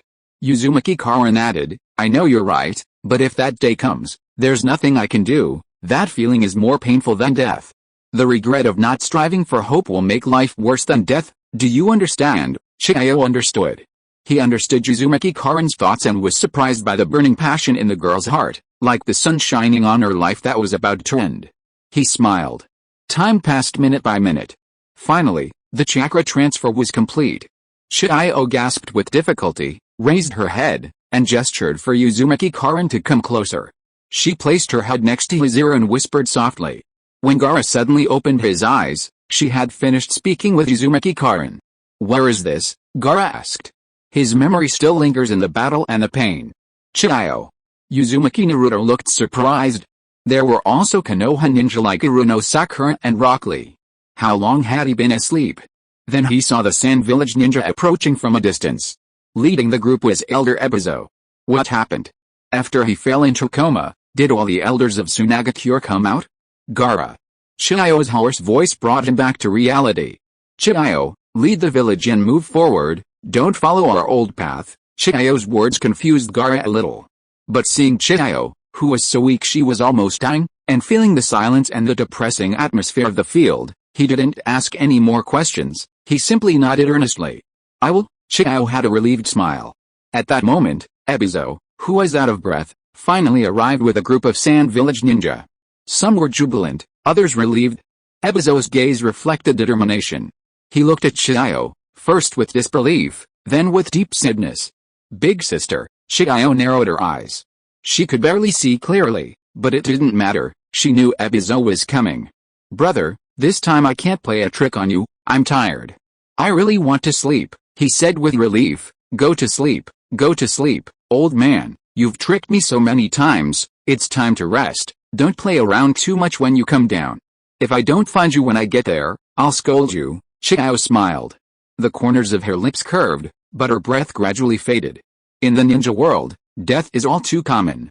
Some deaths are bloody and hateful, inciting people to destroy the world. Other deaths are like a spring breeze, arriving and departing silently. Chiyo's death was, without a doubt, peaceful and comforting. She had lived so long that she could even be considered a master in the ninja world. Akatsuki, Scorpion, Chiyo, Konoha. What exactly caused all this? Endless hatred, killing day after day. She wasn't sure what was right and what was wrong. Scorpion's relaxed demeanor before his death and Chiyo's peaceful and warm expression before her death were constantly intertwined in her heart. It shouldn't be like this. The world shouldn't be like this.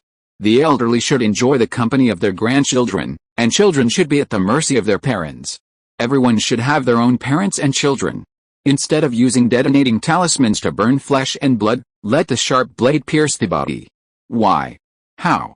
Uzumaki Karin didn't know the answer, she didn't even have a clear question. Just as her mind was becoming increasingly confused as she thought about it, and the frustration in her heart even made her want to destroy the world, the figure of Suzumiya Musashi appeared in her mind. Many years ago. Grass Ninja Village. The divine soldier descended from the sky and embraced her, bringing more warmth and affection to her world ever since. Uzumaki Karin's wavering heart calmed down.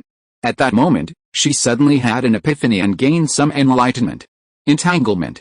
Just follow the other person's figure and keep walking. Brother, wait for me, I will practice harder and follow you. Like you, he uses a powerful force to change everything around him. Ah. You're using too much force, be careful. Now he receives special treatment from Suzumiya Musashi. Suzumiya Musashi stopped massaging his shoulders and neck, looking unconvinced. Is he getting stronger? I shouldn't have any trouble controlling my power. The wooden man turned and looked at him with his beautiful eyes. I'm human, he's not a wooden stake for you to practice taijutsu on. Suzumiya Musashi muttered under his breath, I don't need a wooden stake either. Yumurin, stop talking nonsense. Can you do it? Suzumiya Musashi angrily pulled his hand away. What do you mean, can I do it? I already told you I'm not a professional medical ninja. Why don't you ask your medical ninjas from Kumagakure to come? With a ninja's treatment, you'll recover faster. It just won't work, Yukito said. Kumagakure is different from Konoha. The medical ninjas here, they're not good enough, not as good as you, then stay put. Suzumiya Musashi had no choice but to continue what he was doing. It had been a few days since the spirit had sent him back.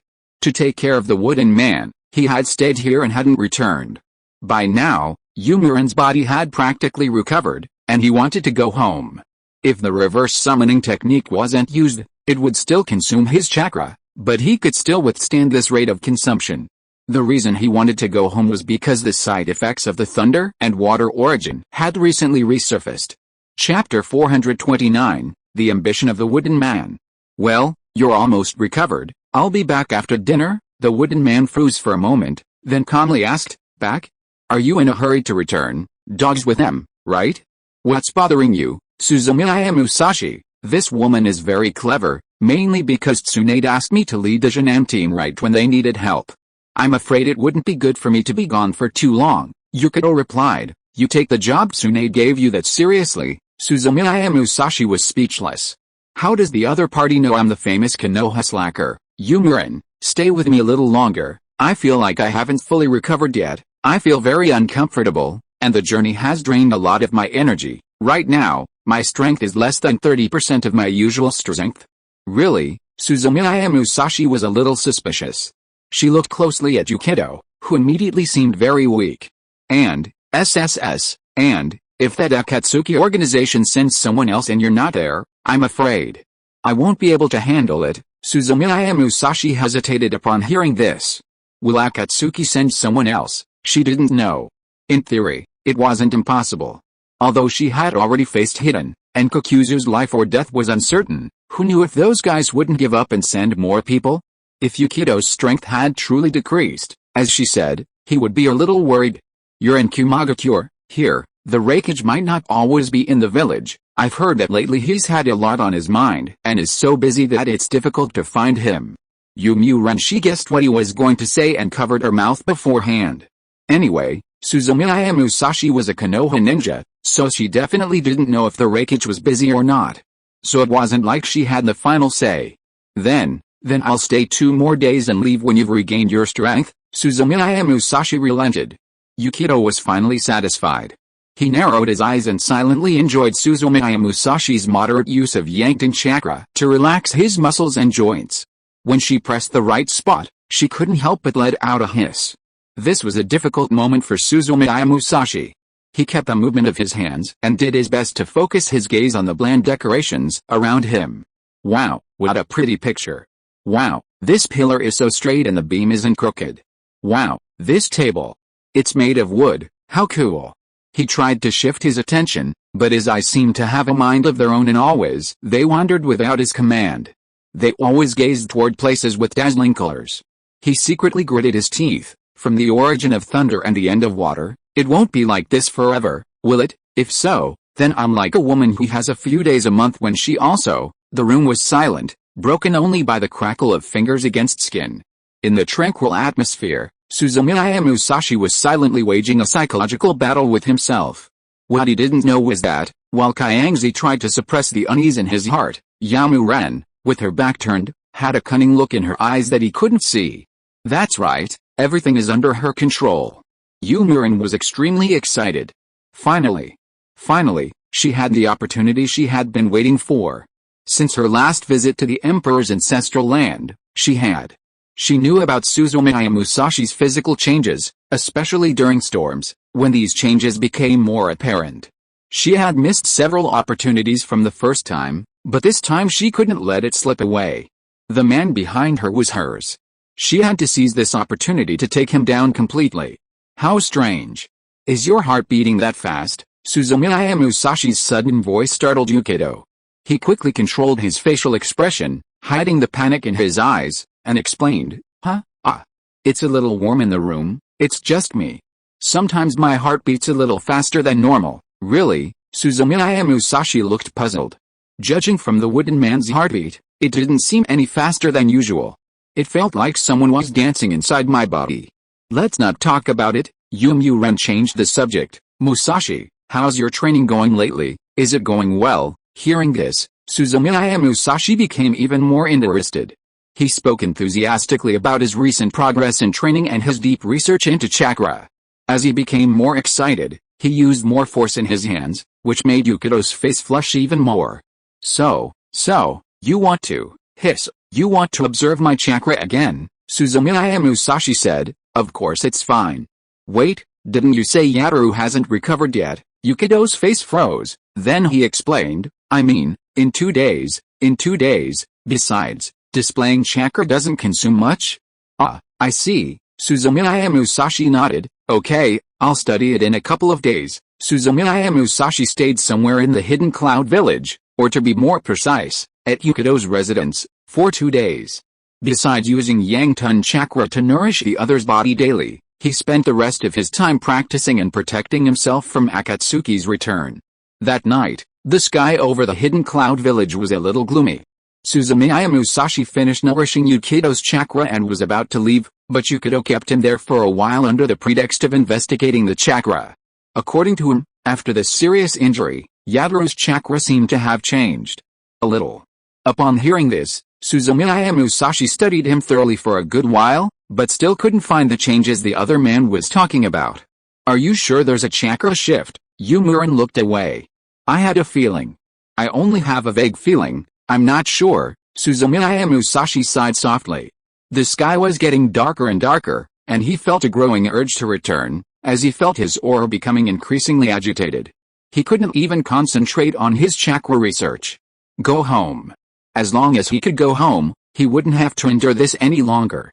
Yumijin, are you leaving? Youmuran asked, seeing how his expression changed. Suzumiya Musashi nodded. It's time to go back. If he doesn't return, he'll transform. The wooden man remained silent, his thoughts swirling in his head. He felt the change in the weather and the increasing humidity, and his heart sank. Keep going. Chapter 430, Heavy Night Rain. Suddenly, she frowned and hissed softly.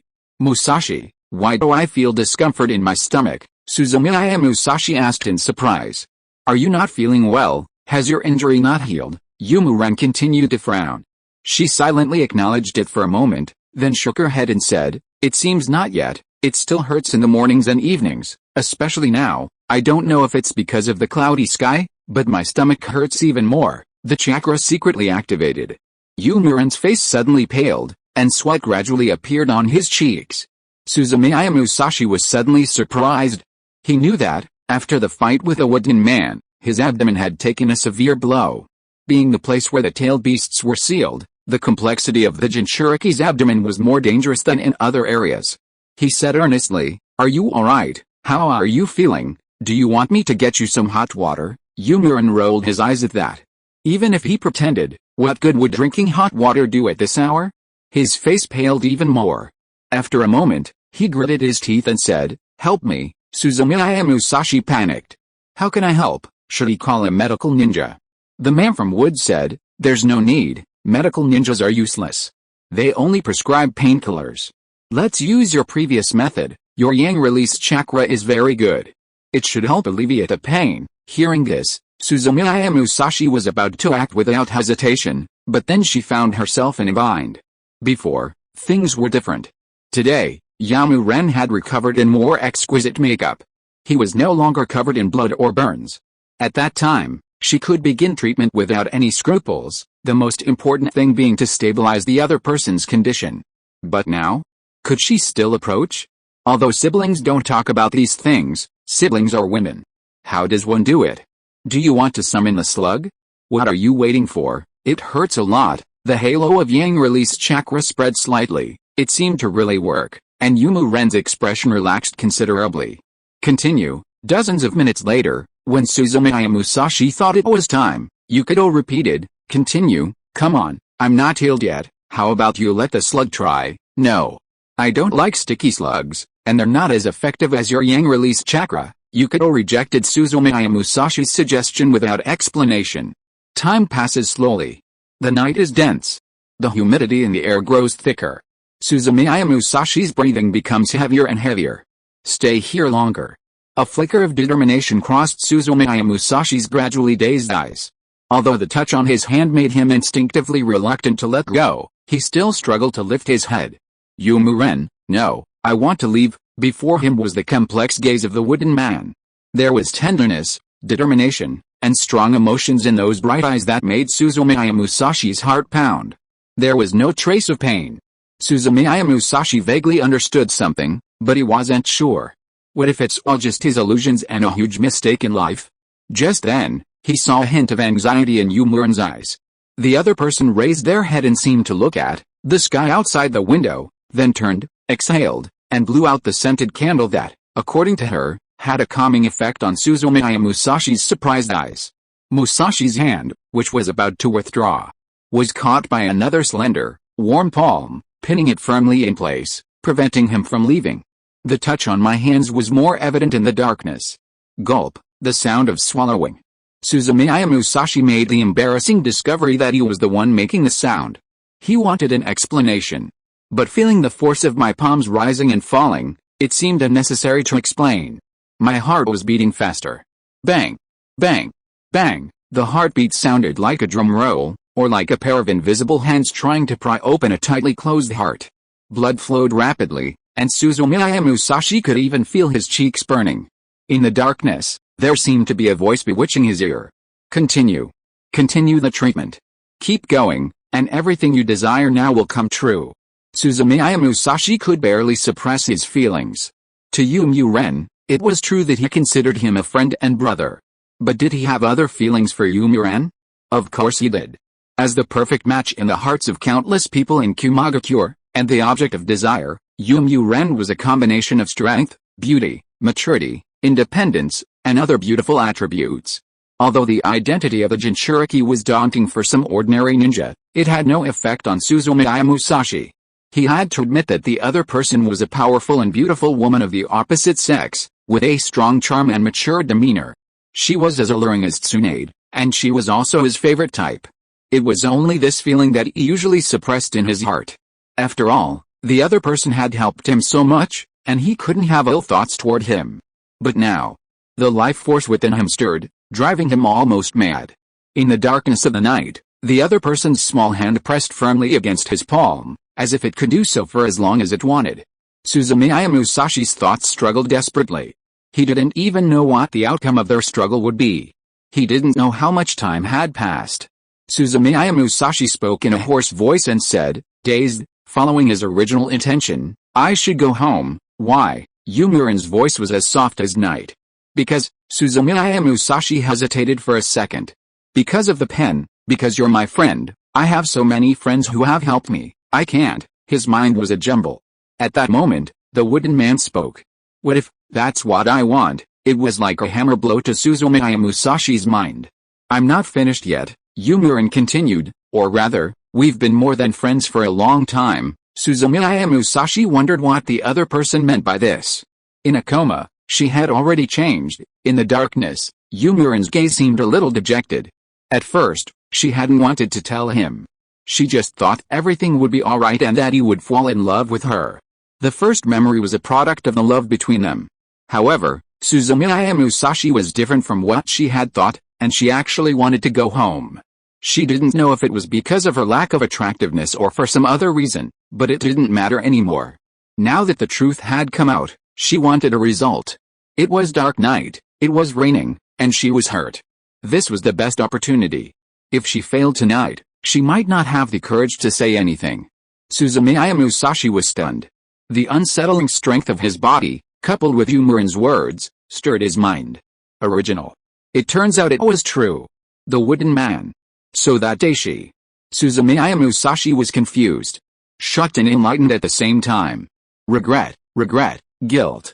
All sorts of emotions violently shook his heart. He lowered his head and looked into Yomiuri's eyes, which still shone in the night. Well, boom. A bolt of lightning crossed the night sky. For an instant, they were both illuminated by the light, and then darkness returned. The outside temperature dropped, and the temperature inside the house rose rapidly. Chapter 431 Guilty Suzumiya Musashi. The rain in the sky condensed rapidly under the flashes of lightning. Boom, Kaka, the thunder started again. Back again, Tsunade threw down the file she was holding, clearly displeased. How interesting it is outside the village. Why did you come back? Stay outside. Suzumiya Musashi said nothing. You don't even want to do the mission, and you don't care about the 3 Jinan. Why don't you just give up completely and become a rogue ninja? Suzumiya Musashi wasn't bothered by the other's attitude and gave a rather weak explanation. It was something urgent. I just finished it. Urgent? How urgent is it? Tell me, Suzumiya Musashi. It's just a very urgent matter. Tsunade looked back at him. He said sarcastically, oh? Did your lover outside give birth to a child? Or did your friend's grandfather pass away? Suzumiya Musashi's expression grew increasingly embarrassed. It's nothing, Tsunade said, still angry. The joint mission with Tsunagakure is over. There's no need to bother a man as busy as you. Suzumiya Musashi pretended not to hear his companion's annoyance. Touched, he asked, is the mission complete? Have Karin and the others returned? Not yet, but the mission report was sent in advance, Tsunade said. The two girls you mentored are exceptional. Hearing this, Suzumiya Musashi subconsciously thought that Karin and Tenten might have gotten into trouble. Nothing unexpected has happened, has it, Tsunade? Not really, but the girls' reputations have spread throughout Tsunagakure. She has mastered the art of spiritual communication and performed exceptionally well on the mission. Karin is improving. Tsunagakure already knows that Konoha has produced two more talented ninja. Suzumiya Musashi's expression changed slightly. 8 gates of ninjutsu, is Karin alright? Tsunade's expression softened. Nothing's wrong, reports say there are no injuries. Suzumiya Musashi breathed a sigh of relief. Thank goodness, Tsunade said. I hadn't noticed. You're good at teaching the younger generations and you have this skill. When did Karin learn the 8 gates? Why didn't you tell me? Suzumiya Musashi laughed awkwardly. There's no need to report such a trivial matter. Tsunade sneered. A trivial matter? That ignorant kid's Ioli has no talent for ninjutsu, so it's fine for her to learn the 8 gates, but Karin is just a child, and you're teaching her this forbidden technique. Escape without a word. Suzumiya Musashi was speechless. Tsunade continued, are you really not going to tell me what you've been doing these past few days? Suzumiya Musashi's expression straightened, and he said earnestly, it's a long story about Karin learning the 8 gates of ninjutsu. It all started one windy day 3 years ago. Tsunade narrowed her eyes at Suzumiya Musashi, who abruptly changed the subject. I always feel like the other party feels a little guilty. After arriving at the office, she spoke sarcastically for quite some time, but the other party didn't understand her or even say a word to refute her. Something must be off. She was right. Suzumiya Musashi did feel guilty. Story, no matter what. I only remember the dark, stormy night, the gentle and passionate wooden man, the ecstasy, and after a night of torrential rain, the water level in U9 rose dramatically. That's what happened. With Karin's tireless effort and my careful instruction, Karin met everyone's expectations and finally completed the 8 gates ninjutsu training. I think this is a very good thing. Karin's mastery of the 8 gates is not only a great breakthrough for her, but also a success. It's also a very significant event for the village. Her growth signifies the vigorous development of Konoha's younger generation. It signifies that the village continues to grow under the Hokage's leadership, and it signifies that we, Konoha, are always on the right path. The village's future must be bright, and relax. The will of fire will take root and flourish here, under the spiritual guidance of successive Hokage and your hard work. Shut up. Tsunade felt a chill run through her body. Although she was secretly happy, she stopped Suzumiya Musashi from bragging.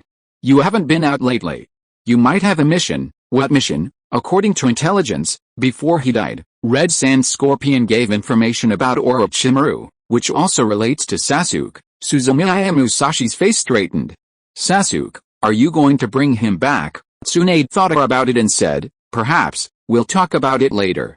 I couldn't be sure. It would be better if they could bring him back. If Uchiha Sasuke was determined not to return to the village, what could they do? Well, it's none of your business anymore. Stop being such a scarecrow. As soon as she finished speaking, Suzumiya Musashi disappeared from her sight. Tsunade blinked, but ultimately decided against calling the other person to argue with him. The next day, Kakashi Hatake and his group finally returned to the village, along with Temari, who was tasked with making peace between the two villages. The mission to the Sands village had ended, but its consequences still lingered. First, there was the relationship between the two villages. The current Kazekage, Gaara, had returned to the village with Konoha's help and taken charge of the Sands village. The next step was to establish better cooperation and communication with Konoha, not to mention sharing resources, but at least in dealing with the Akatsuki organization, to form a joint force and face risks together. To this end, Temari never sat idly by and often held long conversations with Narashikamaru of Konoha throughout the night, discussing matters related to establishing friendly diplomatic relations between the two villages and striving to achieve the best results. On the other hand, the performance Tenten and Uzumaki Karin's mission began to slowly ferment in the village. If you are listening to this novel on a channel other than Fanfic World, it means it was downloaded and re-uploaded without effort. We warmly invite you to visit our channel, Fanfic World. There you will find the original version of this story and many other novels of various genres. We look forward to seeing you dive into a world of incredible novels. Chapter 432 Zio Organization Meeting. Among the new generation of young ninja in Konoha, Tenten and Uzumaki Karin are not the most prominent figures. For a long time, The ninja considered strongest by their peers have been the younger generations of the major ninja clans.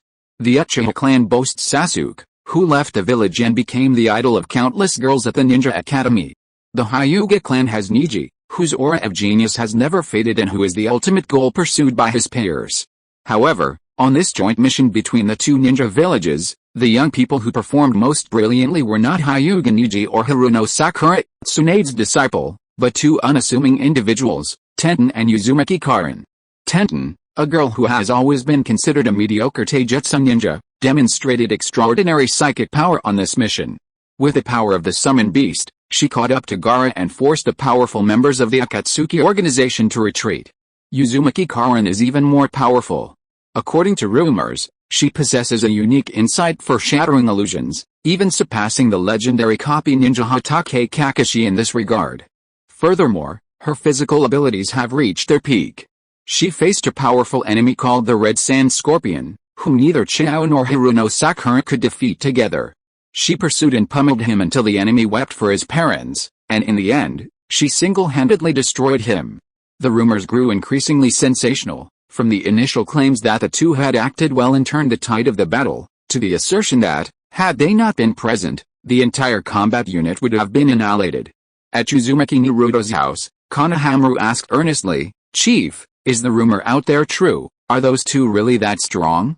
I remember you, Chief, also left the village to participate in the mission, right?" Uzumaki Naruto scratched his head awkwardly. Ha. He waved his hands. "It's just rumors. Shianchin and the others did an exceptional job, but I'm not bad either, boss. You know, Konohamaru, sometimes, as a man, you have to be more open-minded. You can't do whatever you want when you're on a mission or trying to be the center of attention. We also have to give our comrades a chance to perform, understand?" Konohamaru nodded, suddenly realizing, "I told you, boss, you're my idol." Well, the idol has to go out and train. Konohamaru, go and have some fun on your own." Uzumaki Naruto packed his things and was about to leave. Konohamaru hurriedly pulled him back. "Boss, wait. You still haven't taught me how to use the Rasengan. How is Uzumaki Naruto going to have the energy to teach Konohamaru how to practice now?" This time, the mission in the Sands village finally made him realize one thing: in the past 3 years, he wasn't the only one who had progressed. His comrades were progressing too. And faster. More powerful. If this continued, his ambition to succeed the 6th Hokage would be in jeopardy. To that end, he planned to use all his free time for rest and play, and practice. But Konohamaru was his loyal younger brother, after all, and he couldn't ignore his request. So Uzumaki Naruto could only be patient and tell Konohamaru all about his profound knowledge of the Rasengan.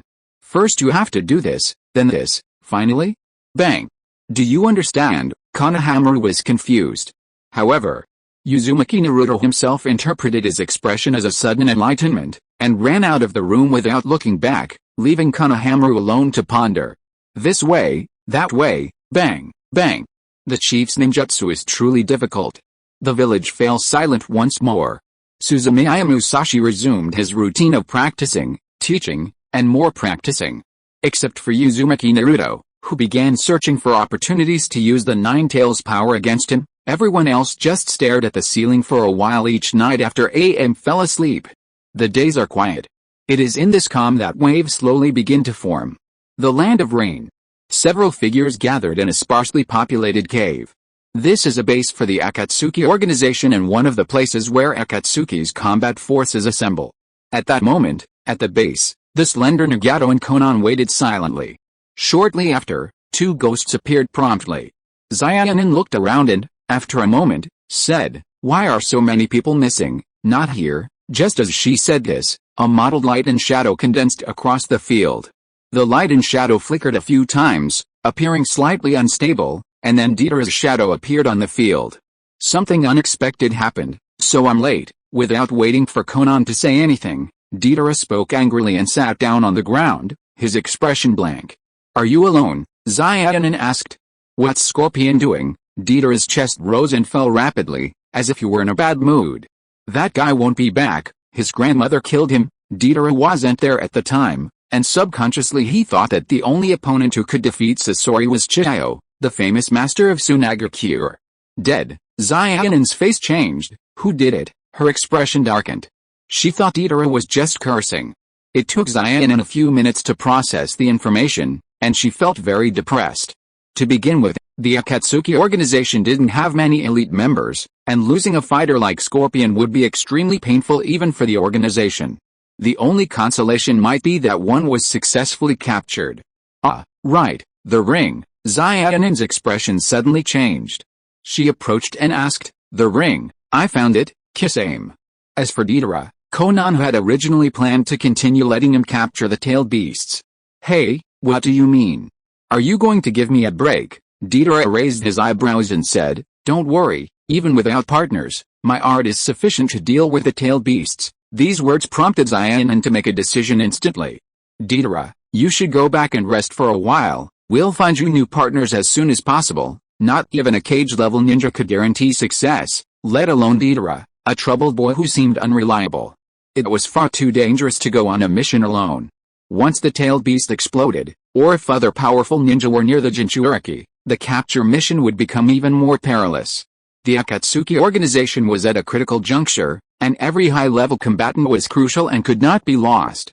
After trying to steer Deidara away, Konoha discussed the matter with Nagato with great concern. "Hidden and Kokuzu, I'm afraid something has happened." Chapter 433 Kokuzu, I'll quit for any amount of money. Nagato slowly raised her head. Logically, with their abilities, even if they couldn't complete the mission, it wouldn't be the case that none of them would return. "Is there something delaying you?" Zayanin shook her head. "It's not that. Hidden might be a possibility, but Kokuzu always responds to messages on time." This was one of the reasons she admired Kokuzu more than anyone else in the organization. Authoritative. Efficient in completing tasks and willing to take responsibility. What leader wouldn't want an employee like that? But now, they couldn't contact the excellent employee she had placed so much hope in. This made her more nervous than losing contact with Deidara. Seeing Konoha in such a bad state, Nagato began racking her brains to find a way to comfort her. She gathered her words and said after a few minutes, "Relax." A sound of empty footsteps suddenly came from outside the base. However, this was Akatsuki's secret base. Except for a few high-ranking officers who possess the ring, no one else can enter without permission. The only ones who can enter, besides the enemy, are. Zayan suddenly turned around. The next instant, her face was filled with joy. For a moment, Zayan realized that something was wrong. Jyoto had returned alone. Not only that, but the other party's condition was also a little strange. His expression was downcast, and his green eyes seemed to hold deep fatigue and sadness. Zayan suddenly felt a bad feeling. It was just as she had imagined. North, Konoha frowned. "Lord Kokuzu, what do you mean?" Kokuzu said weakly, "I have come to resign." Zayan, "These are hidden in my rings. Keep them." Zayan said anxiously, "Wait, this is, why, what exactly happened?" She didn't want to think about anything now. She just wanted to quickly replenish her 5 hearts and then find a place to lie down and retreat comfortably. Even if he accepted a mission, he wouldn't take one that exceeded a Chunin's level, only one that was enough to make ends meet. Thinking of this, a hint of hardship appeared in Kokuzu's eyes, and a decadent, plain and simple attitude emanated from him. Konoha was confused. On one hand, she was shocked by Kokuzu's sudden outburst, and on the other, she was thinking at breakneck speed. What should I do if an excellent employee wants to quit? Of course, you can't refuse. But you can't express dissatisfaction, you must keep the other person. After a moment of silence, Konoha didn't remove the ring from Kokuzu. She said softly, "Lord Kokuzu, there was a very troublesome accident during the mission, wasn't there?" "It's nothing, it doesn't matter if the mission is completed or not, as long as everyone returns. I know you're very tired. Why don't you go back and rest?" She sensed Kokuzu's decline and went a step further. "Nagato and I can also help with the healing. Akatsuki will never forget your hard work." Kokuzu hesitated for a moment. "It's not necessary." Kokuzu knew this very well. The reason Akatsuki valued him, besides his extremely high mission completion rate, was that they valued his combat prowess and his ability to contribute to grand plans like capturing the tailed beasts. Other general tasks would be handled by other Akatsuki members. You should know that, in addition to these individuals, there were many ordinary members in Akatsuki. Distributing the tailed beasts to the Akatsuki organization. Collecting them, he later met Suzumiya Musashi in Konoha. Konoha. It's obvious that if Akatsuki continues capturing tailed beasts, sooner or later they will come into conflict with that man. If I don't quit now, when will I? Since I can't help capture the tailed beast, there's no point in me staying here. Lord Kokuzu, I've already decided, Kokuzu interrupted Zayanen's persuasion in a grave voice. The ring, which had been long since rejected, was carefully tossed away. Zayanen had no choice but to reach out and catch it. Kokuzu said, during this time, I need to heal my wounds and repair my heart. If I want to regain my former strength, it will take at least half a year, or at most several years. The heart that you of earthly wrath needed wasn't just any heart. It had to be at least from a Jonin. The one he fled to the sea was also destroyed by Suzumiya Musashi. Only an earth attribute heart, whose chakra was nearly depleted and hidden in the ruins, escaped. Now, besides a Jonin level earth attribute heart, he only had a fire attribute heart that he obtained along the way with great difficulty. Its strength had diminished considerably. It wasn't easy to keep acquiring a suitable heart. You can rest assured I won't talk nonsense about the Akatsuki information. Konan didn't try to persuade him to stay this time. She could see that Kokuzu, whose strength was greatly diminished, was already afraid of capturing the tailed beast. She asked, Lord Kokuzu, tell me about the mission. Kokuzu thought about it and didn't dismiss Konan's question. I dared to use my clone to check, but, aside from the ring and some broken swords, I didn't sense Hidden's presence. After hearing Kokuzu's description, Konan understood what had happened. Suzumiya Musashi, Konan uttered the name. It's him again. When Nanaho was captured the first time, it was because of him that Kokuzu and Hidden failed their mission. Who would have thought something like this would happen again so soon? She couldn't help but feel angry. Suzumiya Musashi must be eliminated. Upon hearing this, Kokuzu calmly said, that's your business. Anyway, he didn't want to see Suzumiya Musashi again. No matter how much money they offered him, it wouldn't work. Chapter 434 Zio's murderous intent. Zayanen's mind was racing. It was all Suzumiya Musashi's fault. Because of him, the capture of the 7 tails and 3 tails had failed. Because of him, Hidden had died, and Kokuzu was leaving. The other group had not only weakened the Akatsuki's main leaders, but also severely hampered the organization's progress in capturing the tailed beasts. The opponent was a Konoha ninja. When they tried to capture the tailed beasts again in the future, they would inevitably encounter obstacles from the same opponent. The opponent was a Konoha ninja. The subsequent capture of the 9 tails would also be affected. Realizing this, Konan turned to Kokuzu and said, Lord Kokuzu, don't rush to give up. We'll talk about it later. With that, her eyes flickered. With his current strength, he would have to exert himself greatly to defeat a suitable Jonin. But with Konan and the others' help, it would be much faster. But after thinking it over, he still thought Suzumiya Musashi was too complicated and preferred to dedicate more time to him. Just as he was about to refuse Zayanen again, she continued, let's do it. First, rest and recover, will help you resolve your heart problem. As for Suzumiya Musashi, we'll take care of it. How about you return to the organization after you get rid of that Suzumiya Musashi? The others fell silent. The proposal sounded tempting. If Konan and the others could really kill Suzumiya Musashi and help him find the heart, the other party's proposal wasn't impossible to consider. Seeing Konan's sincerity, Kaku stopped insisting on refusing. Good news, the others had left. In the empty room, only Konan and Nagato remained. Let me take care of Suzumiya Musashi, Nagato's hoarse voice rang out. This time, Zayanen didn't refuse. Although Nagato wasn't in good physical condition, it seemed there was no other option. Alright, Zayanen said. I'll accompany you when we deal with Suzumiya Musashi, Itachi.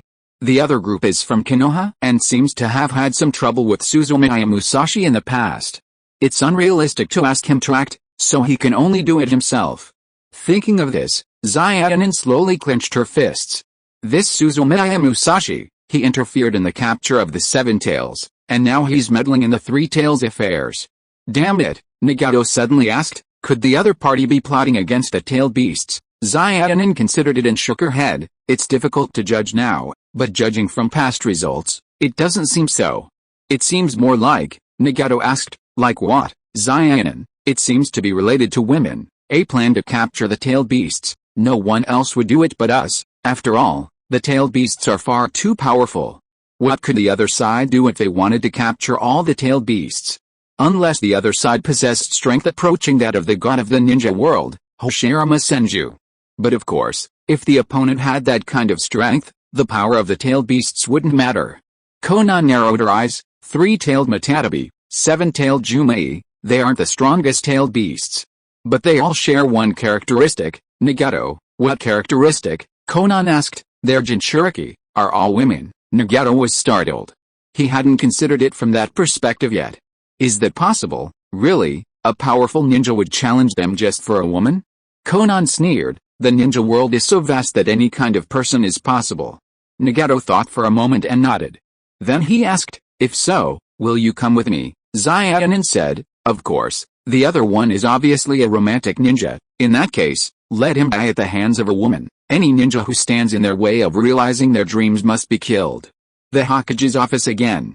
Tsunade, how dare you let the Kyuubi's Jinchuriki wander around? You owe us an explanation. Seeing the two old men she hadn't seen in a long time, the two Konoha elders, Tsunade, who had initially been in a good mood, now looked as if she'd swallowed a hawk. Again, she sat up with difficulty from the recliner, rubbing her temples as she looked at Midamanen and Utane Kaharu, who were approaching. Isn't Danzo with you this time? Utane Kaharu's face turned cold. That guy, she said with a very dissatisfied tone, lately, he's been staying in his office. I think he's lost his ambition to revitalize Konoha. That's because he's not as level-headed as some of the old-timers. What is he doing to revitalize Konoha? Utane Kaharu's face froze. This is different. What's the difference? Tsunade asked in surprise.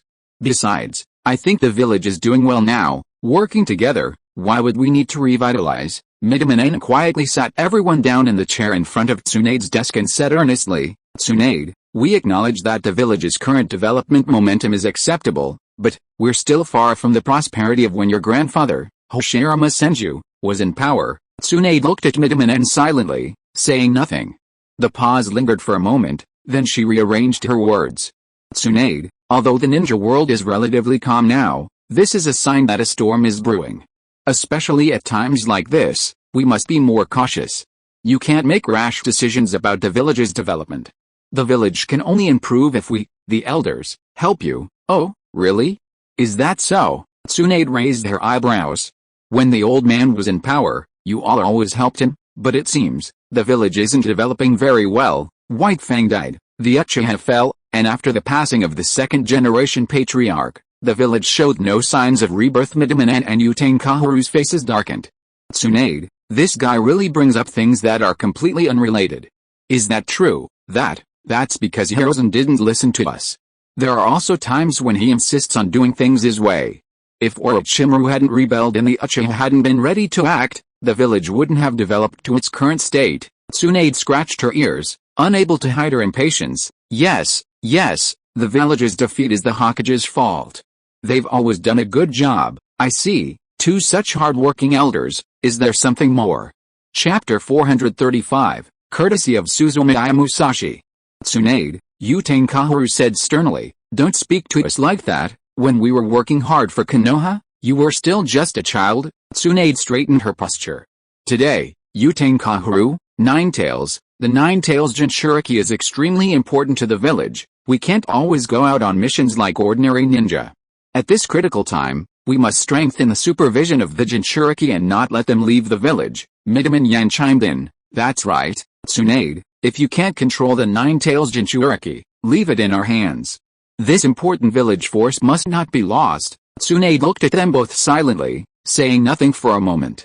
Just as they both secretly guessed Tsunade's attitude, Tsunade suddenly chuckled. In an instant, the light became radiant. So that's all. Zaichin frowned and said, why, don't you agree? Kaharu and Midamanen's expressions seemed slightly relieved. But Tsunade continued, but, it's pointless to just tell me about this matter. Midamanen frowned and said, Tsunade, what do you mean by that? Tsunade, as you know, Naruto isn't just the Jinchuriki of Konoha, he's still Suzumiya Musashi's man. The former Jinchuriki, Uzumaki Kushina, is Suzumiya Musashi's master. Suzumiya Musashi will handle all the preparations for Naruto. Tsunade, you're the Hokage. Mito Kato stood up, looking unfriendly. I know. Tsunade held out her hands and said, if you don't obey my orders, what can I do? What can I do? You are the elders of Konoha and have made great contributions to the village. A blonde girl like me can't speak for me, but perhaps you can, as long as you can convince Suzumiya Musashi. I won't say a word, and I'll never let Naruto leave the village again." Midamanen and Utenkaru breathed heavily. How could they not have heard Tsunade's evasiveness? Seeing this, Tsunade's lips curled slightly, visibly pleased. She waved her hand and said, Okay, it's settled. Thank you for the trip. I have a lot of work to do, so I won't dismiss you. Shizune, please help me see the two old folks off." Jingai left with a pig in her hand to see the guests off. Until they left the Hokage's office, Mitokato and Utenkaru's faces were gloomy. Midamanen Yen couldn't help but complain to her former partner, "What are you talking about, you little blonde? Now that Tsunade is the Hokage, it's too much to say. Now they've dumped the problem on us. We watched her grow up, and we can't even talk to her," Utenkaru said indignantly. "What do we do now?" Mizuto Menayan hesitated. "Do we really have to go find that Suzumiya Musashi?" Utenkaru also began to doubt. It wasn't that they hadn't dealt with Suzumiya Musashi before, but the other side's attitude toward them wasn't respectful. Compared to Suzumiya Musashi, Tsunade's attitude was good. She didn't want to go, but seeing Midamanen Yen's eye knew it look made her blood boil. "Let's go." Can't I believe a young man would rebel against heaven? The gate to Musashi's courtyard slammed shut. Only Suzumiya Musashi's calm voice could be heard. "Roll." She's less than 2 months old and can't even speak yet. Her face was expressionless, and she didn't bother to reveal her former teammates' excuses, so she turned and stormed off. Young people these days are getting ruder and ruder. Shortly after, Suzumiya Musashi, who had been discreetly training in the village, received a new mission from Tsunade. Based on information from Sasori, he was to find Sasuke. He was accompanied by Yamato, who hadn't been seen in a long time. They both headed to the Bridge of Heaven and Earth along with a new Team 7, led by Hatake Kakashi. Uzumaki Naruto was full of confidence and vowed to bring Uchiha Sasuke back. Although Suzumiya Musashi didn't have high expectations, it didn't dampen his enthusiasm. In the end, Naruto's hopes were dashed. Near the Bridge of Heaven and Earth, Uzumaki Naruto spotted traces of Uchiha Sasuke. That day, the sky was bright and sunny. The long-awaited reunion thrilled Uzumaki Naruto. But before he could be happy for long, Uchiha Sasuke drew his sword. Razor-sharp light, magnificent physical abilities, and a ferocious lightning-fast escape. Uchiha Sasuke used his extraordinary strength to overwhelm old friends he hadn't seen in a long time. Uzumaki Naruto was stunned. "Good brother, we haven't seen each other in 3 years, and now that we've met, we're going to beat each other senseless." Not only did his heart ache, but his body ached even more. The change in Uchiha Sasuke's strength made him wonder if his own strength had truly diminished in the past 3 years. Otherwise, how could he be so weak, unable to defend himself? Hiruno Sakura stepped forward to dissuade him, but Uchiha Sasuke looked at her with disdain. Sagi rushed to help, but only made Uchiha Sasuke's attack worse. When Uchiha Sasuke raised the Kusanagi sword in his hand, Uzumaki Naruto felt so heartbroken that he convulsed. "My friend. My most missed brother, are you really going to kill me?" Finally, Suzumiya Musashi, who could no longer bear this drama, shouted to stop the charade. "Sasuke." Uchiha Sasuke stopped what he was doing, looked at Suzumiya Musashi with complex eyes, his Adam's apple twitching. "Brother Musashi." Suzumiya Musashi's unexpected reaction softened slightly. "You were expecting us and left early." Uchiha Sasuke smiled bitterly. "As expected, you finally got it," Suzumiya Musashi said. "Sasuke, are you really not going back to the village?" Uchiha Sasuke looked a little stunned. "Return? To the place that brought me pain and so many memories? No. Now is not the time. Wait a little longer, until I become stronger, brother Musashi." He shook his head. "It's still not the right time. How are Sister Kwan and Aoi lately, Suzumiya?" Musashi didn't give a direct answer. "If you want to know, return to the village and check for yourself." Uchiha Sasuke, "Forget it. I'm relieved you're here, brother Musashi." Saying this, Uchiha Sasuke lowered his head and looked back at Uzumaki Naruto, who was at his feet. "You disappoint me." Chapter 436 Uzumaki Naruto, knowledge eluded my mind in a strange way. Uzumaki Naruto gritted his teeth. "Uchiha Sasuke, I thought you'd do better, but the truth is, you're too weak, you're too slow and hesitant. As expected, you're still last in the group," Hiruno Sakura said bitterly. "Sasuke, come back, The village is different now than before. Whatever your goal is, come back and we'll work together. Uchiha Sasuke didn't even lift his eyelids this time. You're not even as good as the previous one. You have no right to say such things. Hiruno Sakura received a critical hit and suffered severe injuries. Uchiha Sasuke then said to Uzumaki Naruto, "You're too weak. You should go back to training. If you don't improve, you'd better hide in the village. When you have the strength to defeat me, come and say those childish words to me." Bang! As the smoke from the shadow clone dissipated, Uchiha Sasuke's figure vanished. Uzumaki Naruto and Hiruno Sakura were stunned, while Hokage Kakashi and Yamato frowned. Finally, Sai couldn't help but wonder in his heart, "Musashi-senpai, Sasuke, why is he doing this?" He didn't understand. If he didn't want to return to the village, he would simply disappear. What was the point of leaving behind a shadow clone? To beat up his former comrades? This made no sense for a ninja.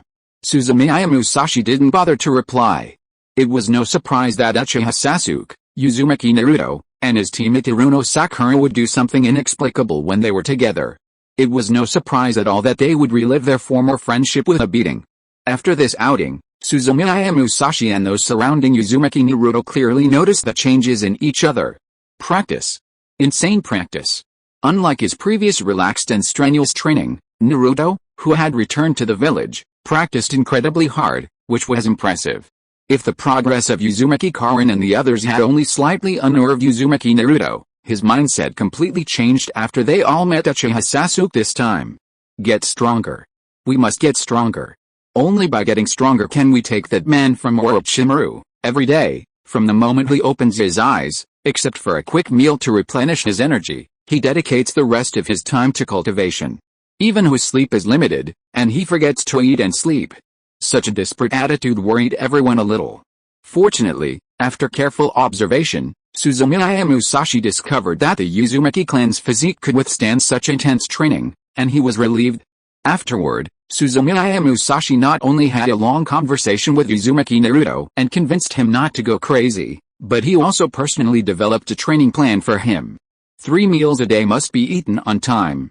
Before noon, his mind was at its most creative and used for practicing Myobakusen and Jutsu. After noon, he practiced the next ball throw, namely the wind-style Rasen Shuriken. Before going to bed, Suzumiya Musashi trained with him personally. Through intense real combat training, he improved his skills and eliminated distractions to rest better. What made Uzumaki Naruto sigh was that, at times, he felt he had practiced very hard, but in the long time he spent with Suzumiya Musashi, he discovered that the intensity of his training was not less than his own, but even more extraordinary. Dawn and moonset, day after day, Suzumiya Musashi seemed tireless, ensuring the most abundant and focused practice each day. The sweaty figure slowly overlapped with the one who had been protecting him.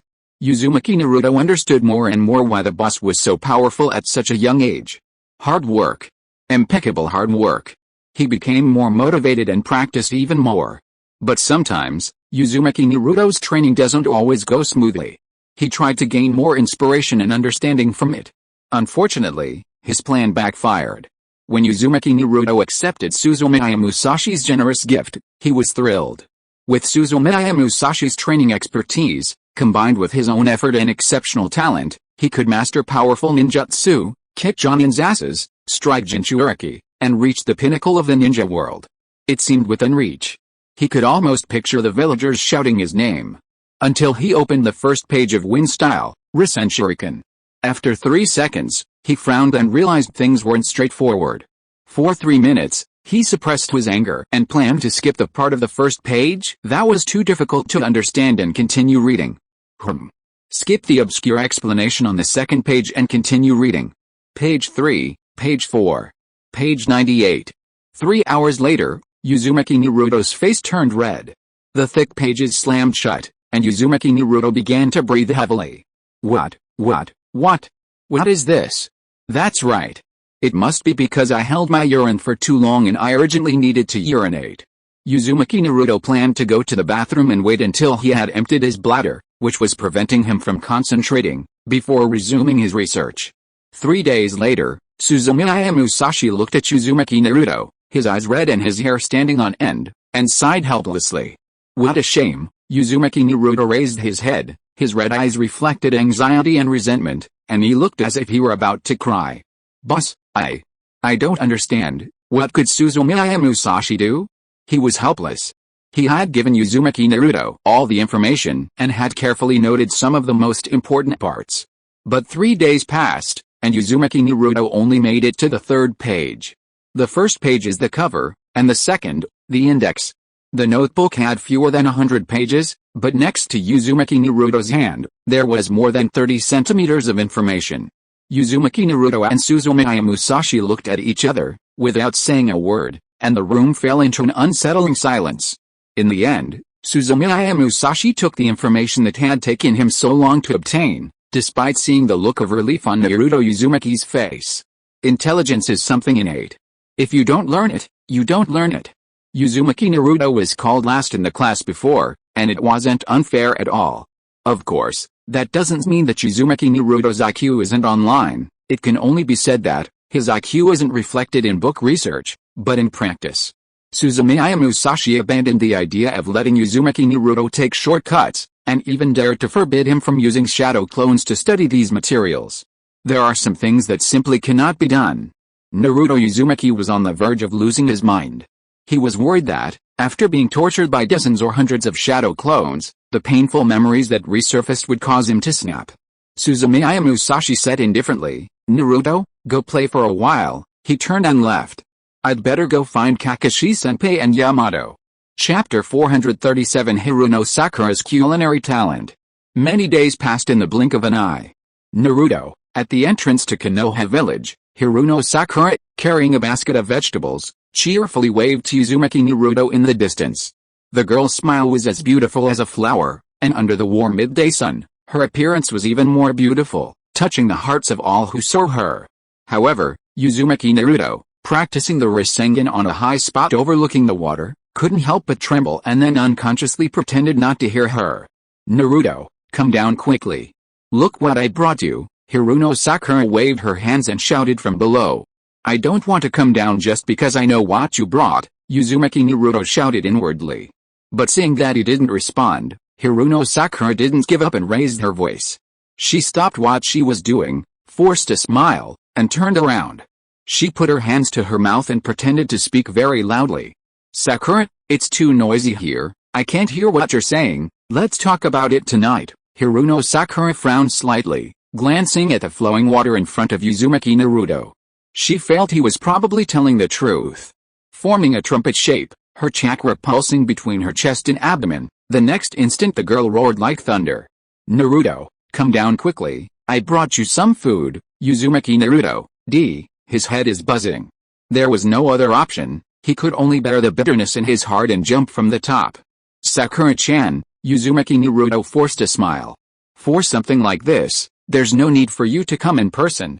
Why don't you find someone to bring it?" Hiruno Sakura exclaimed. "How is this possible? I worked so hard to prepare this for you, so of course I have to acknowledge it personally. Kakashi-sensei and Yamato-senpai have worked so hard for you, what I'm doing is nothing. By the way, I've also prepared portions for Kakashi-sensei and Yamato-senpai.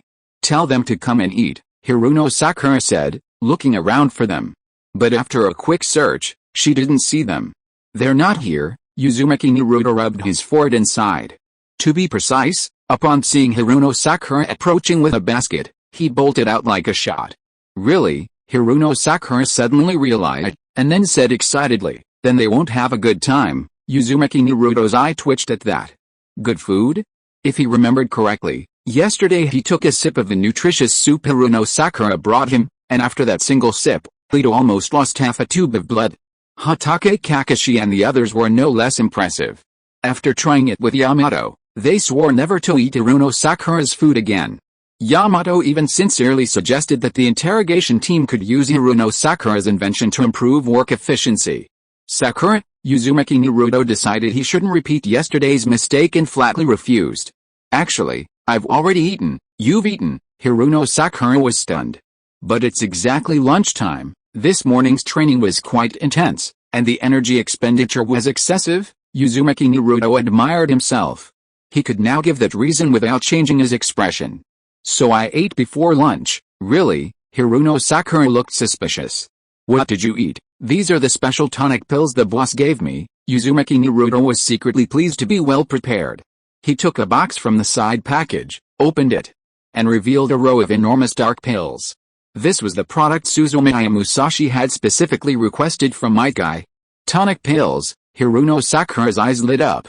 Perfect. I improved the recipe today and substituted tonic pills for the tonic soup. She lifted the lid of the basket, revealing small brown balls inside.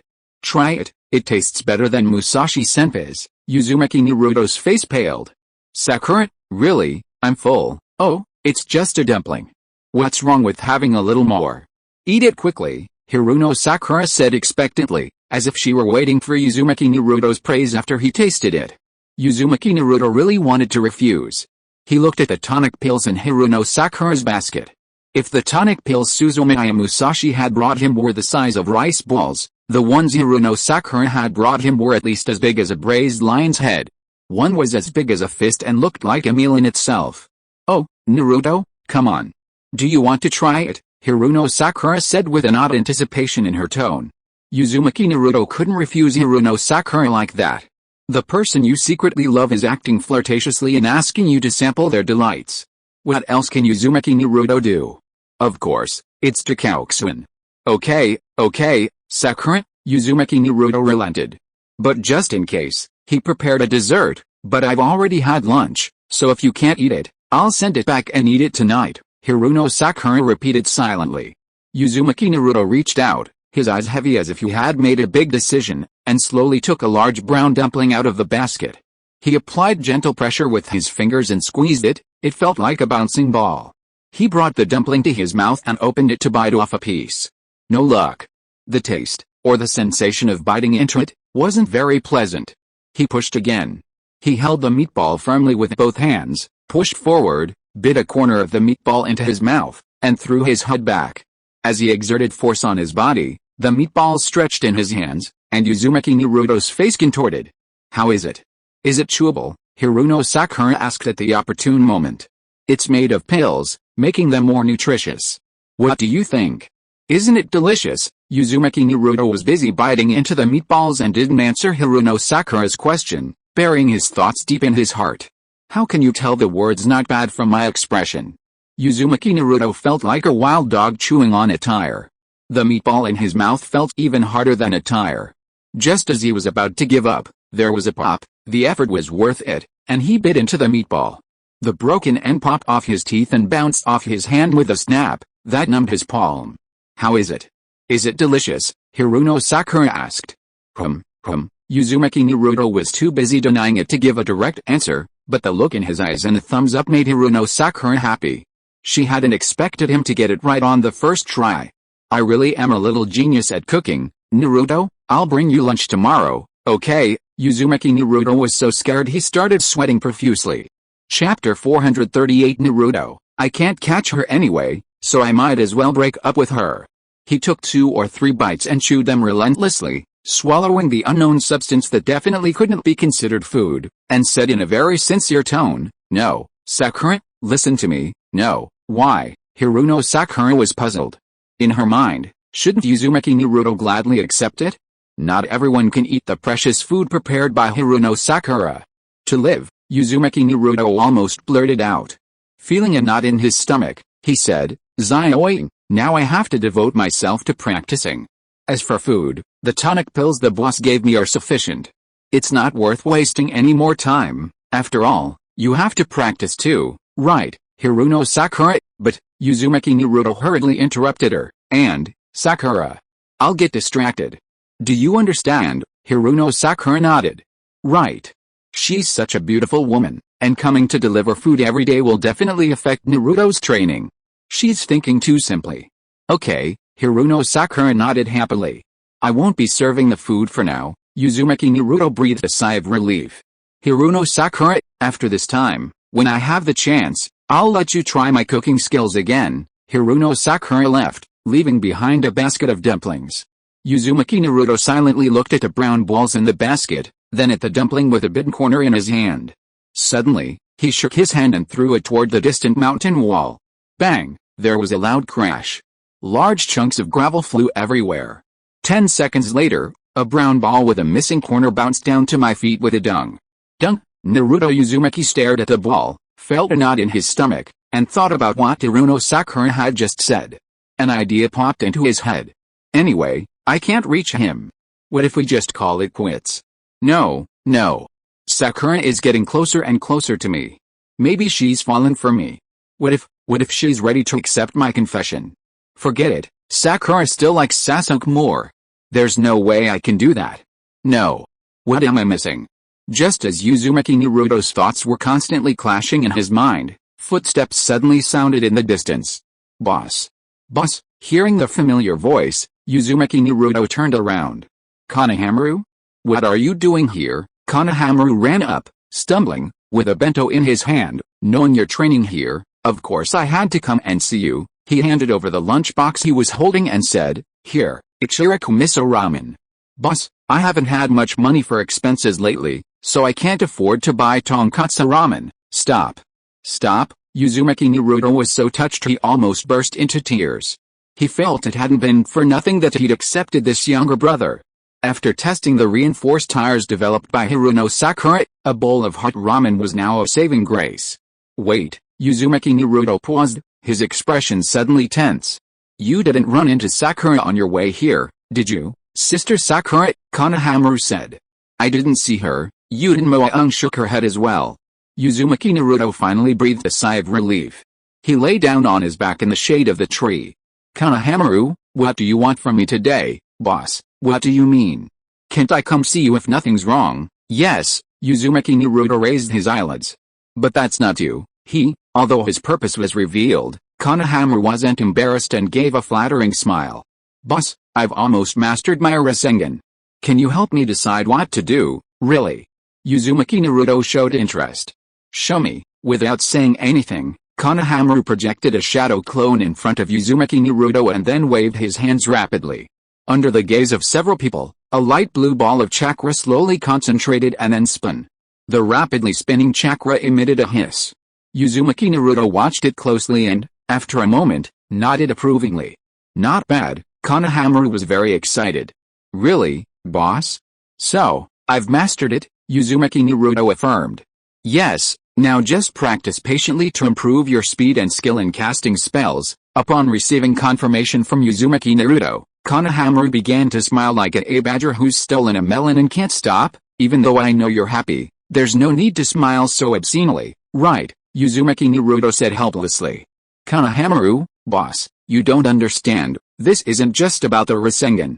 It's about my nemesis. Uzumaki Naruto was puzzled. Enemy? It's that guy, Uchiha Aoi. Konohamaru clenched his fists tightly. Before, I'd always lived in his shadow, and I was always just one step away from catching up. Meng Wang, beside him, suddenly interrupted. Just a little. Shut up. Konohamaru stopped him sadly. Anyway, all that's in the past. Now I have the Rasengan the boss gave me. This is an A-rank ninjutsu. With it, I'll never lose to Uchiha Aoi again. A-rank ninjutsu is really powerful. Yuden adjusted his glasses. But why do I always feel like I don't trust you? Konohamaru felt powerless against his two companions who were sabotaging him. The next instant, he suddenly stood up, clenched his fists, stared at the blazing sun, and spoke confidently.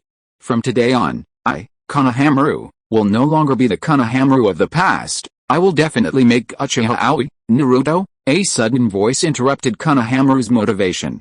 With the sound of rapidly approaching footsteps, several people turned their heads and saw that it was Hokage Kakashi and Yamato who had returned. Kakashi-sensei, Yamato-senpai. Uzumaki Naruto stood up and dusted himself off. What's wrong? Why are you in such a hurry? Yamato asked. It's an urgent mission. There's been unusual activity on the Fire Nation border. The village is short-staffed, so the Hokage asked us to investigate. Not daring to linger, he packed his things immediately. After packing his belongings, he followed them, preparing to leave. Konohamaru said anxiously, but, Chief, I still have questions about the Rasengan. Sorry, Konohamaru, Uzumaki Naruto said as he walked away. Study it yourself first. I trust you. By the way, help me return Sakura's basket. Tell her I'm on a mission and my ninja tool bag is overflowing, not to mention the lunch you brought me. Watching Uzumaki Naruto hurry off, Konohamaru scratched his head anxiously. He had barely begun his motivational speech when he felt a pang of unease. Konohamaru, brother Naruto has left, let's go back to, Yuden said. Okay. Konohamaru was picking up the basket of vegetables Uzumaki Naruto had left for him and saw a brown, elastic ball inside. He thought it was some new kind of ninja training tool, so he put it away. After everything was ready, he looked toward where Uzumaki Naruto had gone and said to himself, "Boss, wait for the good news that I will defeat Uchiha." End of this chapter. Thank you so much for reading until the end. Don't forget to give it a like. Looking for more exclusive content and immediate access? Subscribe to our Patreon. Remember, every like, subscription or donation encourages us to continue. Thank you all. See you in the next video.